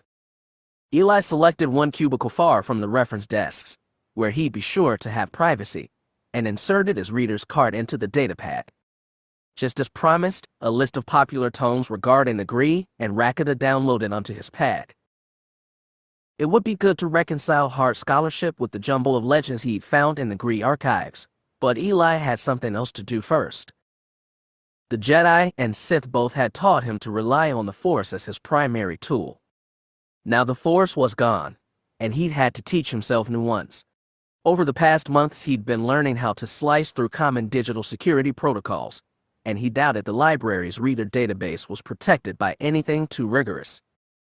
It took some experimentation, but after 15 minutes, he was able to access confidential visitors' information on the cubicle's built-in datapad. He scanned through a long list of visitors, hoping with held breath to see his father's name. And there it was. Just as he'd hoped, Cade had been here, about 18 months back. Along with his registration information, there was a long list of the documents so-called Rykar Horn had viewed in the order in which he'd pulled them. Just from scanning the titles, Eli saw a pattern. Cade had spent almost a week at this library, first pulling titles related to the Rakata and the Gree, many from the list he'd just been given. On his last 2 days, however, he'd exclusively pulled documents related to the Cathal sector, which Eli recalled was a region on the Outer Rim's edge, lightly populated and difficult to navigate for its bizarre spatial distortions. He called up the documents and began skimming them. Some were shorter journal articles discussing theories on the sector's anomalies, but he encountered a series of field reports from an archaeological excavation on a planet called Cerberus. The reports themselves gave little context, but from what Eli could gather, the project had been proceeding on and off for over 2 decades, frequently interrupted by war or lack of funding. The most recent report was from after Darth Plagueis' defeat and described the project as renewed and expanded. He read more details on the project itself. It seemed that Cerberus was on the edge of a vast, starless expanse called the Marco Void, which some theorized to be of artificial origin. Cerberus had a native population of Saurians, which had been in a pre-industrial state when Palpatine's empire had taken the world 150 years ago. Since then, many human settlers had come to the planet, and their coexistence with the native Cerberus seemed tense. Of particular interest was a massive hexagonal dome structure located on the planet's northwest continent. The Cerberus treated the place with cautious reverence and had never dared break open the dome. Imperial archaeological teams had held no such qualms, but they'd been surprised to discover the dome was carved from a single piece of rock. Stranger still, the hard stones seemed to have been removed from a shelf formation on the planet's southern hemisphere. The galaxy was full of strange, ancient curiosities, but as Eli read on, he understood what had caught Cade's particular interest. In the years before the Sith Imperial War, xenoarchaeologists had obtained equipment and funds to finally carve through part of the dome and see what was inside. Even through the report's dry academic text, Eli could sense the researchers' excitement as they reported their find. They believed they'd uncovered the ruins of an ancient hypergate. These portals, which could transmit matter instantaneously across the galaxy without need for a spaceship or hyperdrive engine, had been mentioned frequently in the Gree archives. The cephalopod aliens had relied extensively on the devices to bind their interstellar empire together. Some of what Eli had read had seemed to imply that the Gree had adopted the technology from another ancient race, the extinct Qua. Other snippets had insisted the Qua had stolen it from the Gree. Everything seemed to agree that the hypergates has been conquered and co-opted by Rakata seeking to expand their infinite empire. Most hypergates had been destroyed, but some were known to have survived in various states of disuse. Eli had read that a gate on Dathomir had been destroyed shortly before Palpatine's rise, and that others still existed in the Gree Enclave, though none knew how to use them. that coincided with the Gree archives themselves, which included an index of over 200 worlds which had, at one time or another, hosted a hypergate. Dathomir was among them, as were Tehasa, Assassination, and the other planets in the surviving enclave. The archives were unclear as to whether the gates listed were solely of Gree origin, but the translators hired by Darth Acheron had otherwise been thorough, even generous. The list included not only the names of systems in ancient Gree and modern Basic, but short summaries of the star systems and coordinates using a Republic-era standard spatial grid. While Eli had heard of a few planets, many were unfamiliar, and some so obscure they weren't even listed on standard star charts. One theory, supported by scraps in the Gree archives, was that the gates had been powered by force energy. How such a thing worked, Eli had no idea, but he'd seen the same phrase used over and over to describe the energy fueling both the gates and the Rakatan war machines. The translation from Gree had called it the breath of the gods, a phrase that, he recalled, Katla had also used to describe the force. The hypergate on Cerberus had clearly aroused Katla's interest. That had been over a year ago, before the force had gone silent, but it was the best lead they'd uncovered since the search began, and they'd have to investigate it. Rather than hurry to go tell this to Darth Talon, Eli took his time. He remained in the library for hours, reviewing the digitized archives. Modern scholars confirmed much of what he gathered from the Gree translations. The Rakata had been a race of powerful force users who'd eventually lost their ability to touch it. The hypergates had been intentionally wrecked by their Qua and Gree creations in an attempt to stop the Rakata's spread. While ruins had been found, no record existed of a working hypergate, and attempts at understanding them were mostly theoretical. He still didn't know why the hypergate had elicited Katla's interest, but a visit to Cerberus might reveal something.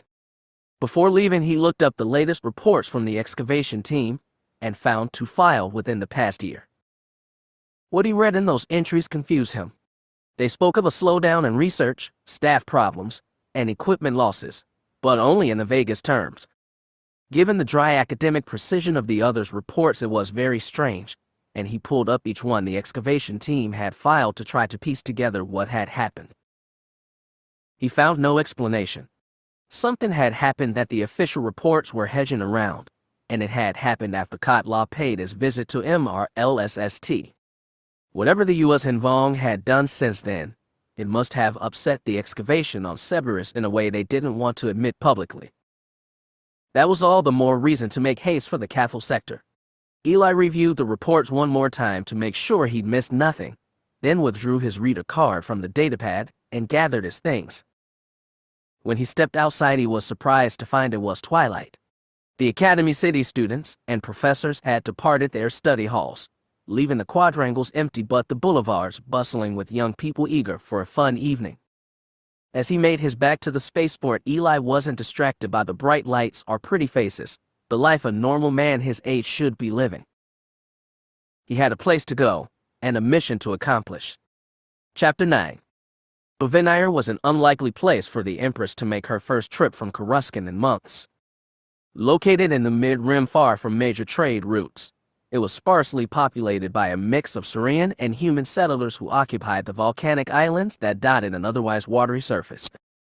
When he'd been asked to accompany Marasiah on her visit there, Ganner Krieg had known nothing of the planet, and he'd taken the time en route to brush himself up on its history, its government, and how likely or unlikely it was to bow to the Empress' demands. What he wasn't prepared for was how scenic the planet was. The oceans were stunningly blue. Each island was a verdant mountain rimmed by white sand beaches. His first whiff of local air was pleasantly warm and slightly tinged with salty ocean breeze. It was, he thought, a planet the Moncals and Korra might find haven on, if the current inhabitants obliged. Bavinire's capital and largest city was located on an island called Cephalia, and its primary spaceport was located on a smaller, separate island directly south called Marasiah.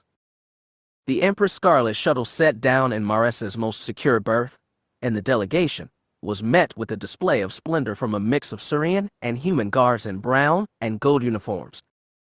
They were then put onto a private airspeeder that carried them from Marasiah over a channel 2 kilometers wide to Cephalia. The Federation's delegation to Banire included the Empress herself and her aide Astral Veo, plus 4 of her most veteran Imperial Knights. Aside from Ganner and Antares Draco, Aslan Ray was in attendance, as was Sekhmet Har, the Knight Sol Serene. All 6 of them crammed into the white airspeeder's cabin, and pressed against the window. Ganner had a good view as they lifted off. As they drifted over the channel, he saw a narrow, elevated umbilical connecting to the 2 islands, and he marked the moving glint as a maglev car ferrying passengers between spaceport and city. This airspeeder ride, he understood, was part of the VIP treatment. The Banire liked to keep Cephalia's airspace clear and clean, and he understood why as they banked low over the city. Draped across the ridges and peaks of the volcanic isle, it was a rare architectural hodgepodge that worked. White stone buildings, elegantly carved and domed, mixed with high glassy towers that reflected bright sunlight. The streets were a mix of narrow lanes and curving boulevards lined with green palms. It seemed a very pleasant world, comfortably aloof from the greater drama of galactic affairs. Ganner doubted his government would concede easily to Marasiah's request. But then, that was why she'd come here in person. As their airspeeder banked toward the government district halfway up the main mountain, Ganner leaned over to Antares and whispered, "The Empress picks excellent vacation spots." His friend's face relaxed from his usual frown. "She truly does. We're set for 3 days here. Hopefully you two have scheduled some free time." "We have. I think she'll need it. The Banire are sure to put up a fuss. Then she'll just have to throw her weight around." And, Ganner thought, maybe a bit of the Force, just to make sure they were convinced. "She'll appeal to their better natures," Antares said, "and their public image. You've learned a little politics." The man Ganner had trained with had always put niceties behind pursuit of the right cause as he'd seen it. "I guess I have." To Ganner's surprise, his friend smiled. It was a weak, tired smile, but there it was. He was glad to see it. Even before losing the Force, Antares had been racked by guilt for his failing the Emperor. If he was moving past his hurt in any small way, Ganner was grateful for the example to follow. After the speeder set down on the landing pad, the 4 Imperial Knights disembarked first, followed by Marasiah and Astral. A strong warm gust blew across the platform, stirring their ceremonial capes. Marasiah stepped ahead to speak with the assembled Banire dignitaries.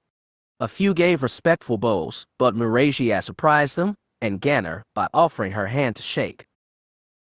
Ganner let his eyes slip to Antares, who very slightly mouthed the word politics. It wasn't politics as Marasiah's father would have done it, but then, neither was the new Senate back on Coruscant. Ganner chose to take it as a hopeful sign as he followed the Empress inside.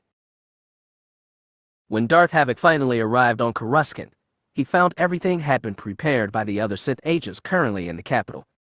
He was provided with false identity documents, a personal bank account, even a modest furnished apartment in the Calicar Heights district.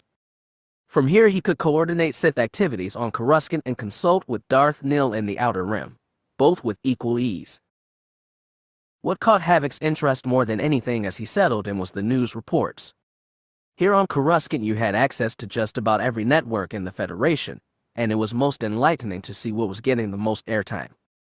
The vote for Speaker of the Senate was just days away, and commentators reveled in endless speculation and arguments as to which of the 4 candidates would come out on top.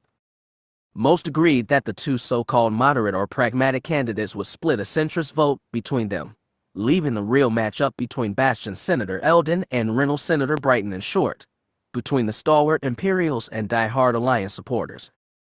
It all seemed to Havoc a farce. He'd never been naive enough to think that democracy was a sane way to run a galactic government and found himself disappointed the Empress had weakened herself by allowing the Senate at all. Her father, despite his many shortcomings, wouldn't have tolerated the chipping away of his power. As he watched the commentators babble on, Havoc wondered what Elia would have thought. She'd always been less authoritative than Roan, perhaps because the Happen aristocracy she'd grown up in had been so corrupt and ineffectual. Perhaps Marasiah thought she was invoking her mother's wisdom with these democratic reforms. Havoc couldn't be sure. Thinking on the old Empress and how he'd killed her had once brought a swell of dark pride. Now it made him uncomfortable. The continued campaigns in the Outer Rim got far less airplay than Coruscant's elections. Even though it was the biggest fight in the galaxy had seen since Crate's downfall, it still seemed impossibly distant to the denizens of the core. In a way they were right, though Darth Nil hadn't revealed his entire scheme to Havoc. It was clear that the Nagai didn't have the resources to hold more than a few sectors. Likely, Nil would carve out a secure enclave and hold it. Havoc couldn't decide if creating a miniature replica of Crate's Sith-led empire was an admirable goal or a pathetic one, but he didn't doubt Nil could accomplish it. With the Force or without, the Dark Lord was formidable in his determination. Both those topics were pushed aside by the news nets when the Empress paid visit to Banire. Here was what Havoc had really wanted to watch, and he spent hours at a time in his anonymous apartment, watching the broadcasts and awaiting the fruits of his efforts. His communication with Plunging had been limited since leaving Vorsid v. the Black Sun Vigo had assured him that an assassination scheme was in place. The deed would be public, and the threat to Marasiah's life would be very real. He'd also assured that investigators would find credible evidence linking the assault to Senator Porad Darrell Champala, a Brighton supporting Alliance stalwart and former soldier in Gar Stassi's fleet. In short, everything was perfectly set up to rip the Federation apart, at its seams. Plunging had refrained from specifics, which meant Havoc was literally on the edge of his seat during the broadcast as he waited for the assassin to strike. He watched as the Empress was carried via airspeeder from the spaceport to the main island of Cephalia, and he leaned close as aerial cameras captured her greeted delegation from the Banire government. The Empress was dressed in stunning white, with a thin gold crown around her head. When he'd last seen Marasiah in person, she'd been his prisoner in the Sith Temple on Korriban. Despite his attempts to break her, she'd been resilient. He'd pushed her to the edge, but she'd drawn back from despair. Elia's daughter had her mother's strong will. Hanging behind Marasiah were her Imperial Knights in their scarlet splendor.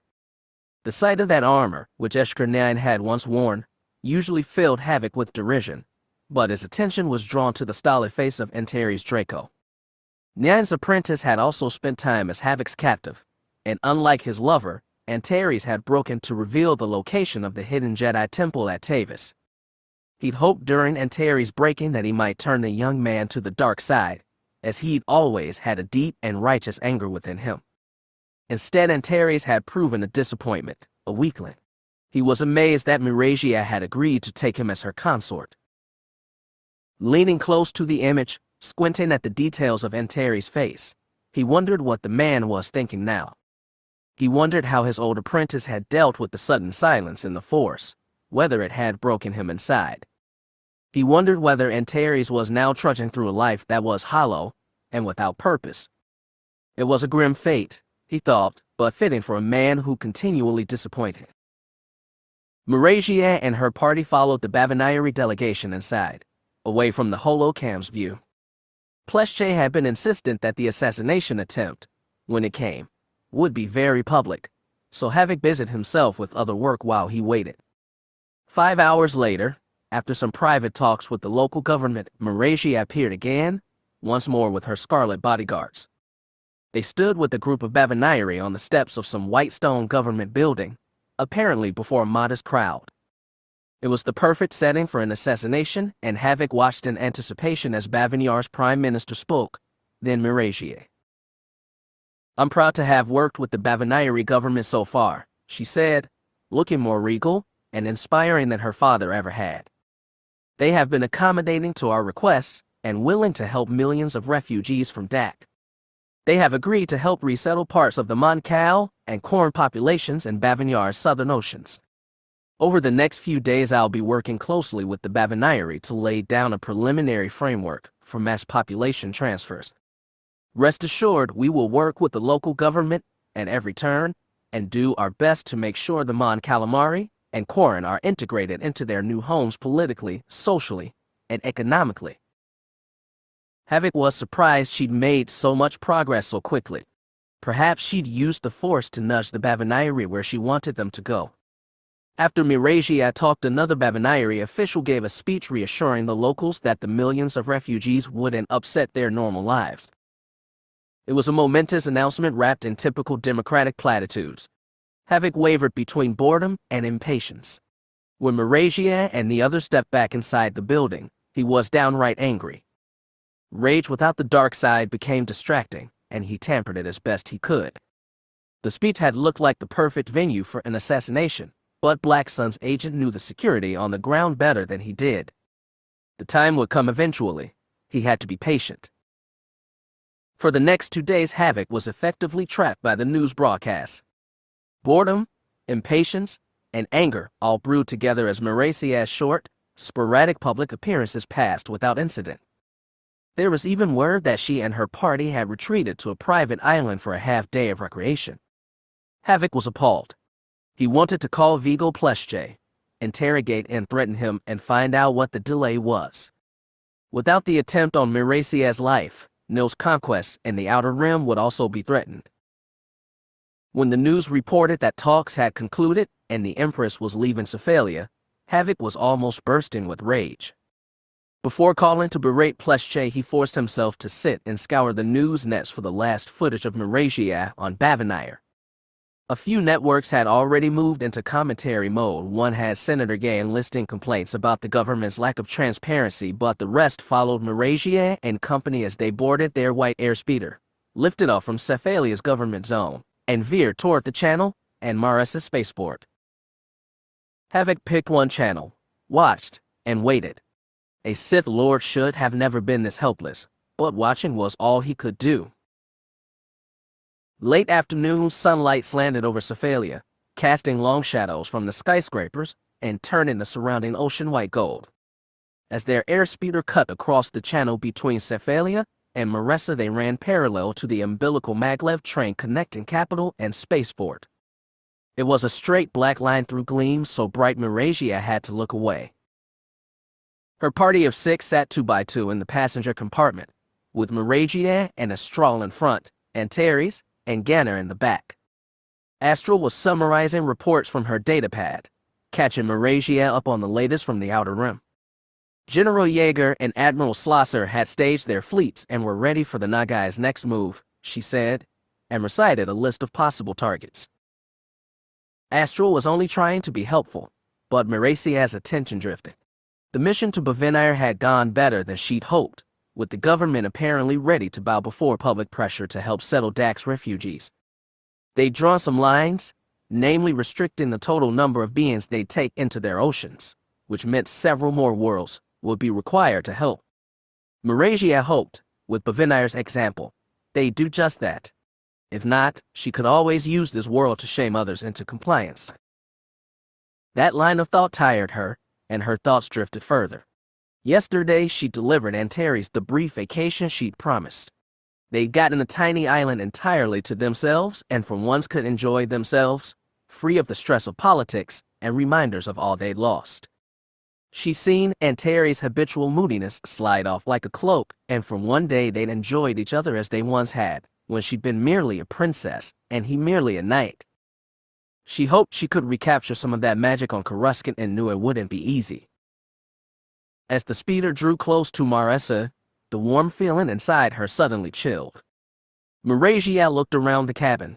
The knights behind her were undisturbed, but Astral had stopped her report. "Majesty," she asked, "is there a problem?" Something was wrong, but Marasiah had no idea what. The cold feeling inside her wasn't going away, and she realized with a stab of dread that the Force itself was talking to her, warning her for a threat she couldn't see. "Driver," she called, "how much longer to set down?" The reply came back promptly. "We're about 1 minute and 30 seconds out. Is something wrong, Majesty?" Something was wrong, very wrong, but she had no idea what. The other knights had noticed her distress and looked around, helpless and confused. Then the airspeeder jerked violently. Slanting sunlight flashed in Marasiah's eyes, and inertia slammed her into the bulkhead, cracking her head against the window. Blinded and dazed, she could still feel the speeder spiral out of control from the sky. An acrid scent assaulted her, but she couldn't see any smoke. Vision cleared long enough to see the sun-dappled channel coming on them fast. Marasiah reached out with the force and strained to stop their crash. Her senses were addled and her heart raced in fear, and it was so hard to call on the force, and even in panic she realized how shameful it would be for one of the galaxy's last living force users to fail right when she needed her power the most. For a second she connected, and through the force touched the others in the car with her. She felt her longtime friend Astral and Antares, who meant more to her than anyone. She felt Ganner Krieg and Azlan Ray and Sek Madhar, loyal knights she trusted for many years. Marasiah couldn't let them down. Not for panic, not for shame. She touched the force, held on tight, and used its power to push against the speeder's violent plunge. She couldn't stop its falling, but she could slow it, straighten it, so it might belly slam into the channel. If she did that, they just might stay alive until rescue crews came. Water hit them, so hard. She felt the speeder's underside slam into waves. Inertia smacked her head against the window. Sunlight flared gold like an exploding star, and then she knew only black. When the airspeeder collided with the channel, its underside slammed into water first. For a moment Ganner, strapped tight to the back bench beside Antares, thought they might even keep from sinking. Then the speeder imbalanced and tilted violently to one side. He saw the Empress's head hit the window and, worse, saw the panel behind her implode. Ocean water and shattered glass burst into the cabin, and Sek Madhar gave a panicked cry as shards cut into his tall head and drew blood. "We have to get out of here," Antares called as he unbuckled the restraint round his chest. "Get out now." Azlan acted next. None of them had used their lightsabers at all on this mission, but she ignited her white blade and carved out the glass beside her. As the airspeeder tidled toward its right side, the left bank of windows were still exposed to open air, and Ganner cut open his window as well. "Armor off," he called. "It'll just weigh us down." There was neither time nor space to properly remove their ceremonial plating, but they tried. As water continued to rush and Ganner popped off his chestplate and shoulder pads. Antares helped him remove his cape. Azlan took off what she could, but she needed the respirator built into her chest piece to survive, assuming it functioned at all. "Can that work in water?" Ganner called to her. Aslan's response was a half-second stare. Then she jumped out of the speeder, into the channel. Sek Madhar, scalp bleeding from a dozen places, leaned over the back of Marasiah's seat and gathered the unconscious Empress in both arms. As the Saurian followed Azlan out the window, Antares was right behind him asking, "Is Sia hurt? How bad is it?" "She's breathing for now," Sek Madhar grunted. Cradling the Empress in both arms, he pushed away from the sinking speeder and kicked with both legs to stay afloat. Antares followed him outside, where Azlan, Ganner, and Astral were already treading water. "Where's the driver?" asked Ganner. "Did he make it out?" The others looked to the speeder hull as it quickly sank below the waves. Astral said, "The windshield exploded on impact. I don't think he made it." Kicking to stay afloat, Ganner did a complete spin to take in their surroundings. They were too far from Marasiah to try swimming, further still from Cephalia. The maglev bridge was closest but spanned high above, and the support pylon stabbing into the water didn't have anything to grab onto. "Just hold on," called Sek Madhar. Taller and stronger than a human, the Saurian was the only one who could have held Marasiah out of the water and kept himself afloat. "They must have seen us go down. They'll send help in it." His tall head burst apart. Time seemed to slow down, and Ganner watched scorched flesh and skull fragments geyser into the air, each fleck visible against golden sunlight. Then Sek Madhar's body went limp and started to sink. "Sia!" Antares screamed. He kicked through the water and grabbed her from the other knight's arms as Sek Madhar slipped beneath the waves. Antares struggled to keep the weight of his body and hers afloat, and Ganner paddled to help. But Azlan called, "Wait." Ganner, "Wait." Hot spray burst from the water right in front of his face. Ganner stopped swimming and watched another geyser explode, further from him and closer to the Empress. Realization struck him, but Aslan said it first. "Sniper. Draco, get down." Antares was still struggling to hold Marasiah's limp body in his arms. He wasn't paying attention to what they were saying. Gathering her, he lifted her face from the water and held her close. Ganner started kicking toward him again and called out his name. Time slowed down again. Too close but too far. Ganner watched the next blaster shot come and from over Antares' shoulder, disappear, then burst out of his chest, right above the heart. His face went slack and his arms limp. Marasiah tumbled back into the water. Instinct kicked in and Ganner grabbed the Empress first. He kicked furiously to stay afloat while Aslan tried to hold Antares from behind. Astral Veo kicked forward, grabbed Marasiah's legs, and lifted them out of the water, as though they could make her float. None of it would matter. They were all kicking hard and almost out of breath. Neither he nor Aslan had the force to draw on. Remembering the direction of the blast had taken Antares, Ganner looked to the west and saw the Maglev Bridge as a black streak against gold sky. The sniper was on it somewhere, and there was no way they could hide. Then he heard the roar of nearby airspeeder engines. Spray washed in his face, and down-facing repulsors brushed the water. Another speeder swooped from the east and an inflating raft dropped from his belly. Ganner had no breath to shout, but he waved an arm in the direction of the bridge, trying to warn them of the sniper. Rescue crews dropped from the speeder and swam toward them, dragging the raft. They went to Aslan first, taking Antares, then moved Marasiah onto the raft. Finally, they pulled a straw, Aslan, and Ganner out of the water.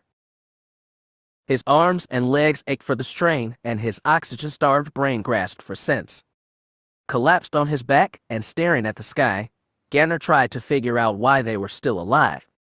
Maybe the sniper had seen the rescue speeder and fled. He couldn't think of any other reason. When he found the strength, he sat upright on the raft. A straw was too weak to rise, but Aslan had crawled over to Marasiah, who was also attended by a pair of white-uniformed medics. "Is she all right?" Ganner called. "Tell me she's all right." "The Empress is unconscious but breathing," said one medic. Relief lasted until he saw Antares lying on the other side of the raft. Another medic was bent over him, face grim. "What about Antares?" asked Ganner, voice faltering. "Is he?" The medic picked up her head and shook it. The blaster shot took him through the heart. "I'm sorry, sir." All strength left him. Ganner collapsed on the raft and stared up at that beautiful Banire sky, wishing this was all a dream and knowing that it wasn't, knowing that he'd remember the exact gold tint of this day's dying light as long as he lived. Chapter 10. The longer negotiations on Bakura wore on, the more Shadow was impressed by Gerald Store's aplomb. He and the Imperial ambassador sat through over a dozen long discussions, half of which were pronounced in the fluting SS Siruvi language and simultaneously translated through their earpieces, which gradually began to give Shadow a headache. The talks went around in circles, with the SS Siruvi delegate Plagueis clamming up whenever anyone tried to pry about the situation on his homeworld. Despite some nudging, Shadow still hadn't gotten confirmation that the SS Siruak had lost their attachment abilities. Even when he tried questioning Vlothal in private, the Pewek delegate obfuscated. Still, progress was being made. In a conversation where Plagueis was by Store's careful scheduling absent, Vlothal conceded that if his people did migrate en masse back to Lwek, they'd consider leaving some of their technology behind so the Bakuran repulse oilif industry wouldn't suffer. In exchange, he'd asked to take some Bakuran materials with them, which General Corrigan had flatly denied. Store insisted that they could find a way around the impasse by trading information only, rather than material resources, to which Corrigan had relented. It was a good thing, Shadow supposed, but he still felt useless. The situation changed abruptly overnight. Shadow awoke to the buzz of his comlink and new sunlight glowing against his bedroom curtains. He sat upright, fumbled on the comm, and said, "Jedi Vow here." "Get outside and get dressed," Store snapped. He sounded actually angry, a first from the unflappable diplomat. Shadow threw back his sheets. "What's wrong?" The SS Iruak are gone. Gone. Gone where? Wek, I think. They didn't explain. Then how? Get dressed, Master Jedi, and meet me in the President's office right away. Shadow hurriedly put on his tunic and rushed into the hall. A security officer met him on the way to the upper level of the executive pyramid and escorted him to Ricardo's office. The old man seemed shrunken behind his desk, surrounded by Stor, Corrigan, and even Vlothal, all on their feet. What's happened? Asked Shadow. How could the SS Iruak just leave? They took off shortly after midnight, Corrigan said. The bald-headed general had his arms crossed and face twisted to a scowl. Our ships in orbit warned them to return to ground, but they kept going. It was either let them go open fire and start a war. But why would they leave? Did something happen at negotiations yesterday? He looked around the group. Eyes went to Vlothal, and the Pewek titled his snout up and released a series of whistling noises. No sound chimed in Shadow's ear, and he silently cursed himself for not putting in his translator. Stor politely explained, the SS Iruak did not depart alone. They took over 50 Pewek volunteers with them. Back to Luet? Vlothal whistled and bobbed his head, which Shadow took as affirmative. You let them leave. Vlothal spoke again, and Stor translated. Those Pewek did not ask permission before leaving. They simply left. These were some of the most ardent supporters of reunification. So they go and leave the rest of the Pewek behind. That doesn't sound like unification to me. Vlothal fluted again, rather emphatically. Stor said, the delegate is trying to ascertain the truth. He was taken completely by surprise and insists their actions do not represent the Pewek as a whole, even though some were elected to the Pewek legislature. That was hardly a comfort. Shadow asked the ambassador, have you informed Coruscant? Not yet. I was hoping to get a better idea of what to tell them. Anger leaked into Stor's voice again. If you join me, Master Jedi, I think we have a call to place. Shadow nodded. Before following Stor out of the office, he looked at Ricardo, slumped in his desk. Perhaps he was pondering what price the balance demanded he pay for whatever deal the SS Iruak and those rogue Pewek had struck. Whatever his thoughts were, he wasn't sharing them with anyone, especially not the Jedi.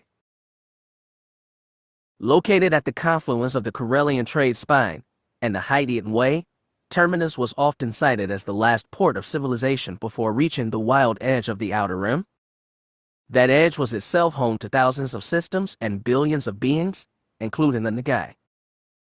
15 years ago, Relic Kasharn had set his sights on Terminus and launched an all-out attack to capture the populated, industrialized, strategically useful planet. He fancied it would be his crowning achievement as a warlord. Instead, it had been a disaster. Combined Imperial and Alliance fleets had smashed his to bits, ending both the Nagai conquests and, in many ways, the life of Kasharn himself. As Darth Nil, he stood on the bridge of his Krishnak and set eyes on the planet for the first time since that disaster. Its green sphere was marked by dozens of visible gray clusters marking sprawled urbanization, and with his naked eye he could even pick up the glint of spacecraft and defense stations in the planet's orbit. Despite the battle here 15 years ago, and despite the rash of Nagai attacks in nearby sector, the denizens of Terminus had tried to carry on their lives as usual. That was hardly surprising.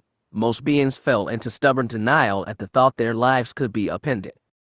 Nil hoped that the admirals on Coruscant were smarter, otherwise this carefully staged return to Terminus would be anticlimactic.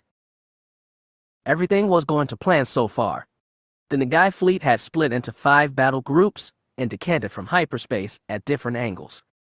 Their fast ships were breaking formation and spreading wide to encircle the planet. Their craft weren't designed for prolonged sieges, but their sudden appearance and surrounding of the planet seemed to have stunned Terminus into submission. Nil's ships quickly surrounded and destroyed the handful of local defense vessels, then moved on to picking off the weapon stations in orbit. Within 30 minutes, Terminus had been rendered supine, and no ships were launching from the surface. Do we have any communication from the planet yet? Asked Nil. Nothing, Warlord, came the reply from the comm station. Should we hail them? Negative. Keep the jamming field at low intensity. Let them call for help. Terminus may have been populated by fools, but they still must have been paying attention to Nil's recent conquests.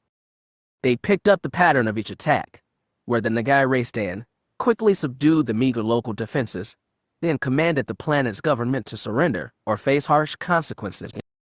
The last worlds Nil had taken had surrendered without a shot landing on their surface. Terminus wasn't offering surrender, but Nil hadn't requested it yet. He was waiting for it to make its call to whatever Federation fleets were waiting, and he was sure they were someplace. His spies in the core had reported fleet movements out of Fonder and Rendili, and he had no doubt they'd be stationed nearby, waiting for the moment to act. After nearly an hour, Krishnak's crew began to grow impatient, and so had Nil. The Nagai told the comm station, "Open a hail to the planetary government. Give them the standard surrender message." "Yes, Warlord." As the officer got to work, Nil took a look at the tactical display. With all of Terminus' defensive stations destroyed, the Nagai fleet had rearranged itself to form a loose corona around the planet. They had situated themselves fairly deep within its gravity well, effectively trapping themselves close to the world, but also ensuring some warning when Federation ships dropped out of hyperspace at the well's edge.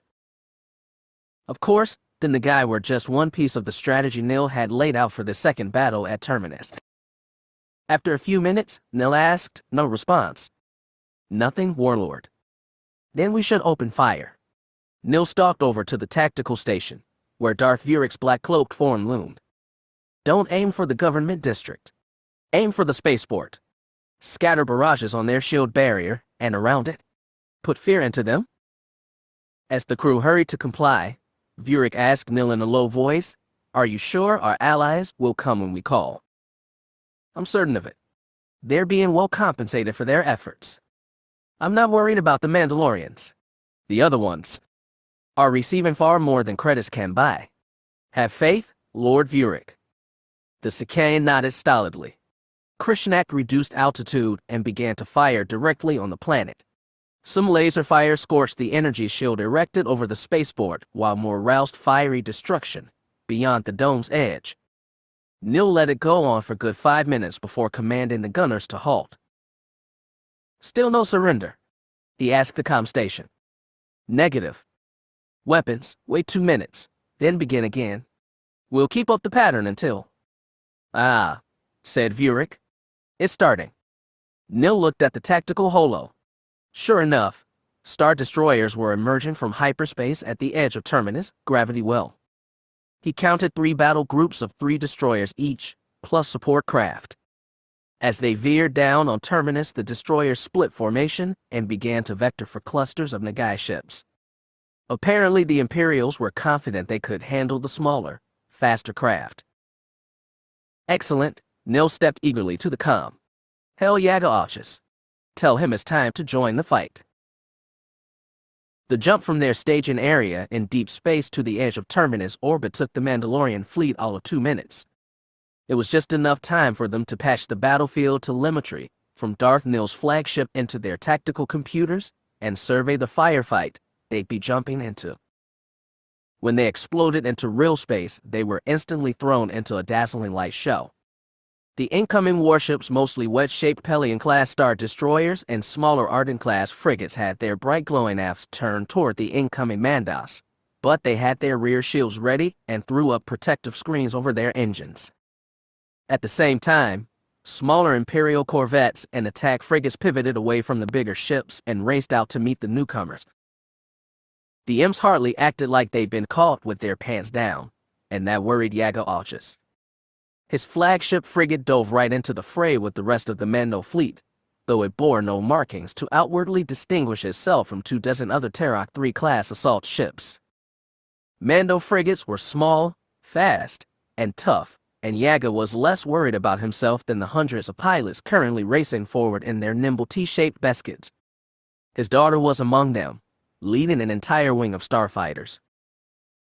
He pushed worry about Sora aside. She was an adult now and a blooded warrior. She could take care of herself. He needed to focus on giving the Sith exactly what they demanded. The data feed from his frigate sensors had been patched directly in his helmet, and as he looked out the viewport, his visor's heads-up display tainted the Imperial ships red, and Nagai one's green. As Nil has promised, the Nagai had dipped their ships into low orbit, giving the imps plenty of space to charge. Even though the Mandos were falling behind them, they were barely slowing their approach on the Nagai fleet. It seemed like they were planning to trap the fast-moving raiders close to the planet, pound them to pieces, and then pivot to fight the Mandos nipping at their tails. Yaga intended to do more than nip. He barked out commands, splitting his ship 7 different divisions, each one harassing a Star Destroyer. Though the Nagai ships were more numerous and the Imperials more powerful, the Mandalorians excelled at striking hard and fast, then withdrawing, and only the Mandos had free range of movement. As they made a run on the nearest Star Destroyer, his flagship's inertial compensators strained as his pilots tried to maneuver the frigate like a snub fighter. Yaga gripped the observation deck railing to keep from falling. They failed to punch a hole in the larger ship's shields, but Yaga was unconcerned.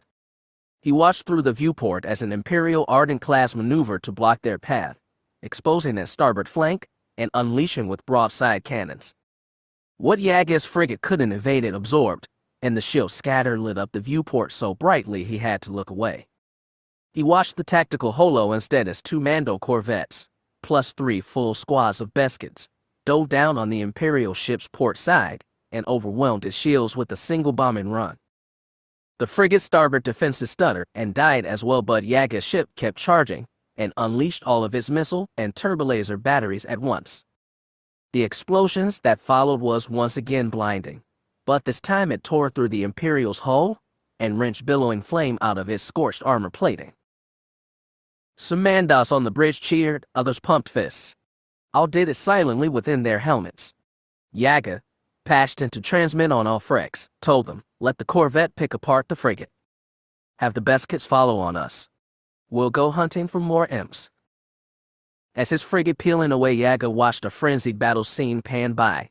Star Destroyers with aft shields lit bright, swarms of dogfighting snubs, the Nagai ships pushing violently away from Terminus, as though they intended to break through the Imperial blockage. With the Mandos' help, they just might do it, though as Yaga saw it, they didn't have a hope of taking Terminus now. It seemed to him folly to have even tried, and he wished Nil had never strong-armed him into this pointless fight. He glanced at the tactical holo and Mark Sour's fighter wing weaving between 2 Star Destroyers, largely undamaged. That brought some relief. Lightness in his gut turned to lead in a second. His eyes were still on the tactical holo as a second wave of red shapes appeared. They emerged from hyperspace as 3 distinct battle groups on different sides of the planet. Some plunged eagerly to join the fight while a few ships lingered far outside of Terminus, gravity well. Yaga snarled inside his helmet. He knew what those ships were before the tactical sensors figured it out. He felt the deck shudder beneath him as the ship's artificial gravity adjusted to the new pull coming from outside Terminus orbit. The tactical holo resolved new detail, marking those ships hanging outside the battle as MiG-135 Amon Calamari interdictor cruisers. The Alliance had brought its share to the fight, and it had come to finish. With those artificial gravity wells online, no ship anywhere near Terminus was going to lightspeed. It would take over 20 minutes of running at full sublight to reach the edge of those wells, and the Alliance ships were spreading wide to prevent any such escapes. Darth Nil had warned Yaga not to interrupt him unless it was an absolute emergency. In his view, this certainly qualified. He routed a communication with Nil's flagship directly through his helmet, and in the privacy of his brown and green eye he snarled, "This is the Mandalore. I need to speak to the warlord. Now." He got no reply, not even one telling him to wait. His hands tightened on the desk railing as he watched the first explosions of the Alliance ships join in the brawl. If his Mandos could punch through the imps, meet up with the Nagai, and form a few collective battle groups, they just might have a chance. Nil's voice came on, sooner than expected. "Are you surprised by the new development, Mandalore?" The shabless Sith sounded disturbingly calm. "You're not. They are coming down hard on us. We're about to get squeezed between their lines. I recommend we form breakout parties and try to push free, Maybe take down a drag ship on the way out. Hold the line, Mandalore. That is in order. He bit back a dozen Mandalore curses. They're going to grind us to atoms. We need to get as far from Terminus as we can before they crush us. Come down and do as I command. Somehow, through the scratchy audio link, he could tell the Sith was smiling. We have them exactly where we want them. We've got them right where we want them now, observed Admiral Yeage as he looked at the tactical display. The huge hologram lit up half the Situation Room, located inside the defense headquarters as observation satellites on the edge of the Terminus system, tight-beamed every blow of the fight back to Coruscant. Nonetheless, Garstazi felt aggravatingly far from where he needed to be. The Empress was away on Banire, but most of the Federation's other senior officials had been crammed into the observation room, including Intelligence Director Hagran Chalk, Imperial Admirals Yeage and Fennel, and the Alliance's Joram Bay.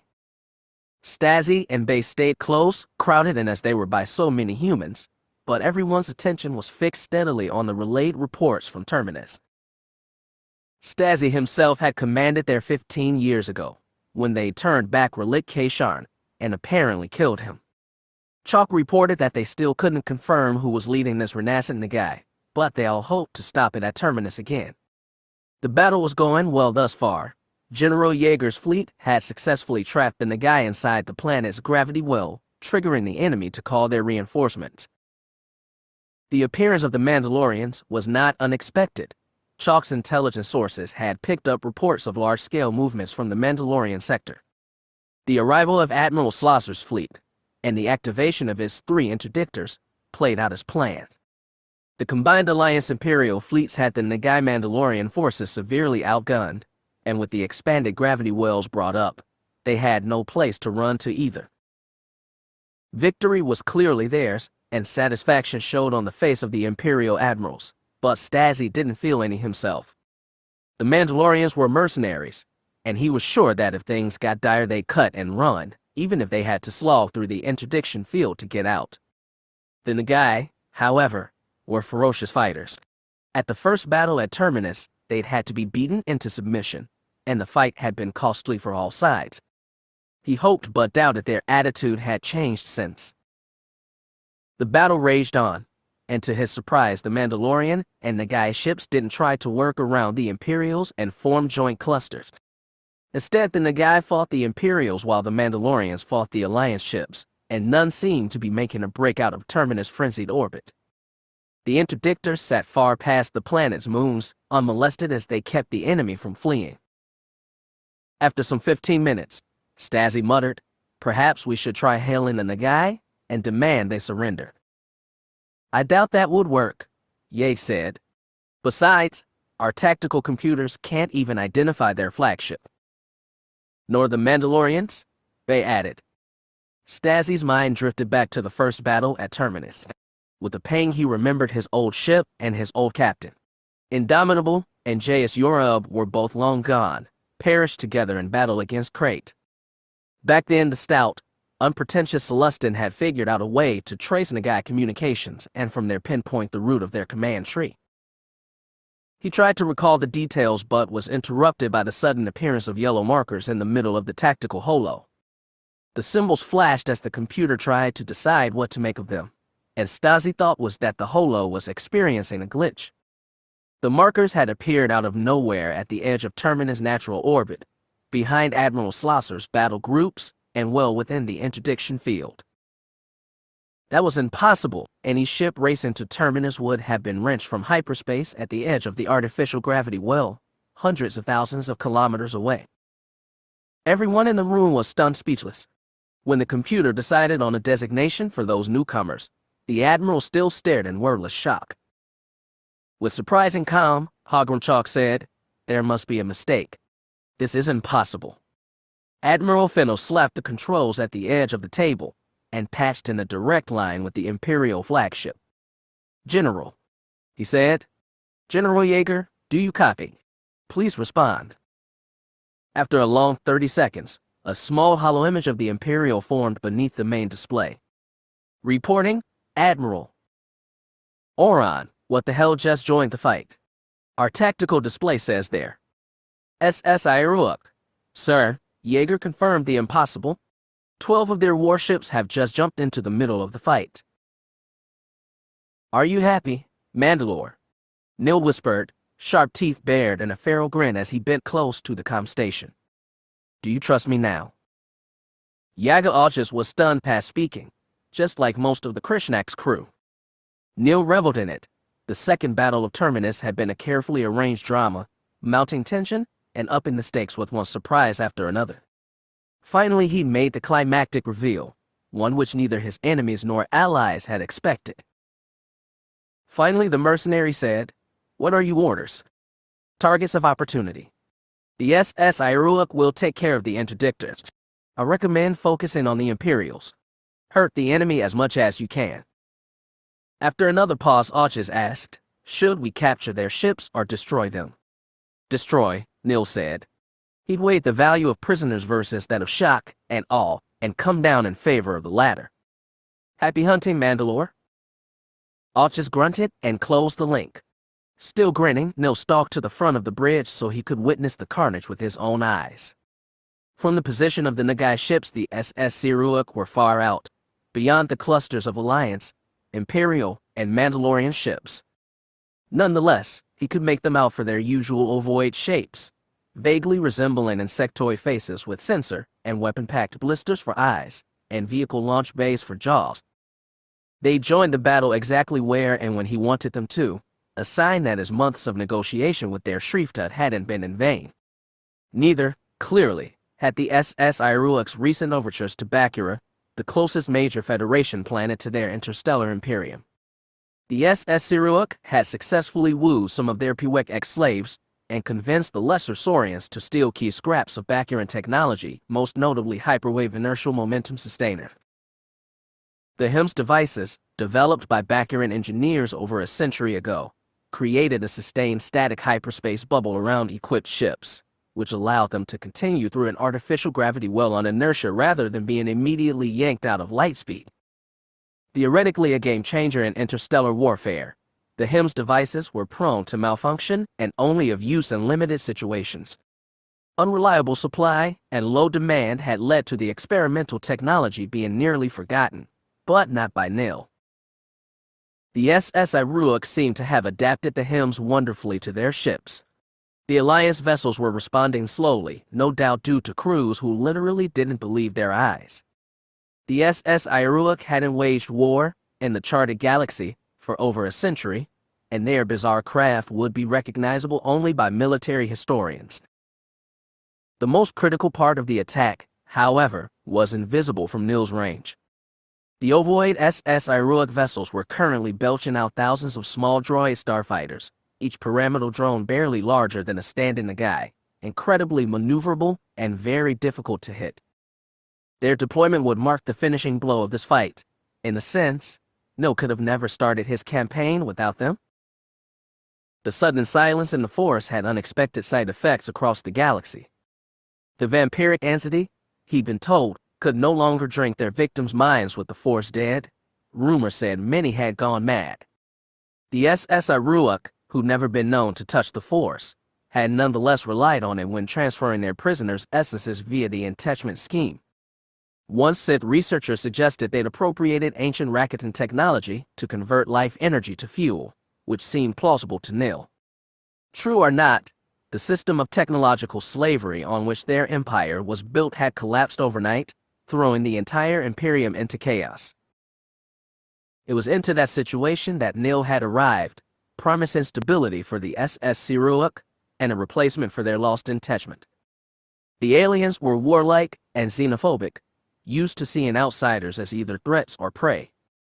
In that they were not unlike the Nagai, but like Nil's people, they had a practical streak beneath their violent fanaticism. To sustain their empire, they'd allowed Nil to help. He delivered them a chance to expand beyond their wildest imagining. Even before he'd lost the Force, Nil had been planning for conquest. He'd quietly made allies among another secretive and neglected race, the Geonosians. The insectoid droid makers had been laboring in obscurity for over a century, devising new machines and selling them to private clients, but a lack of raw materials had made it impossible to construct the droid army they once had.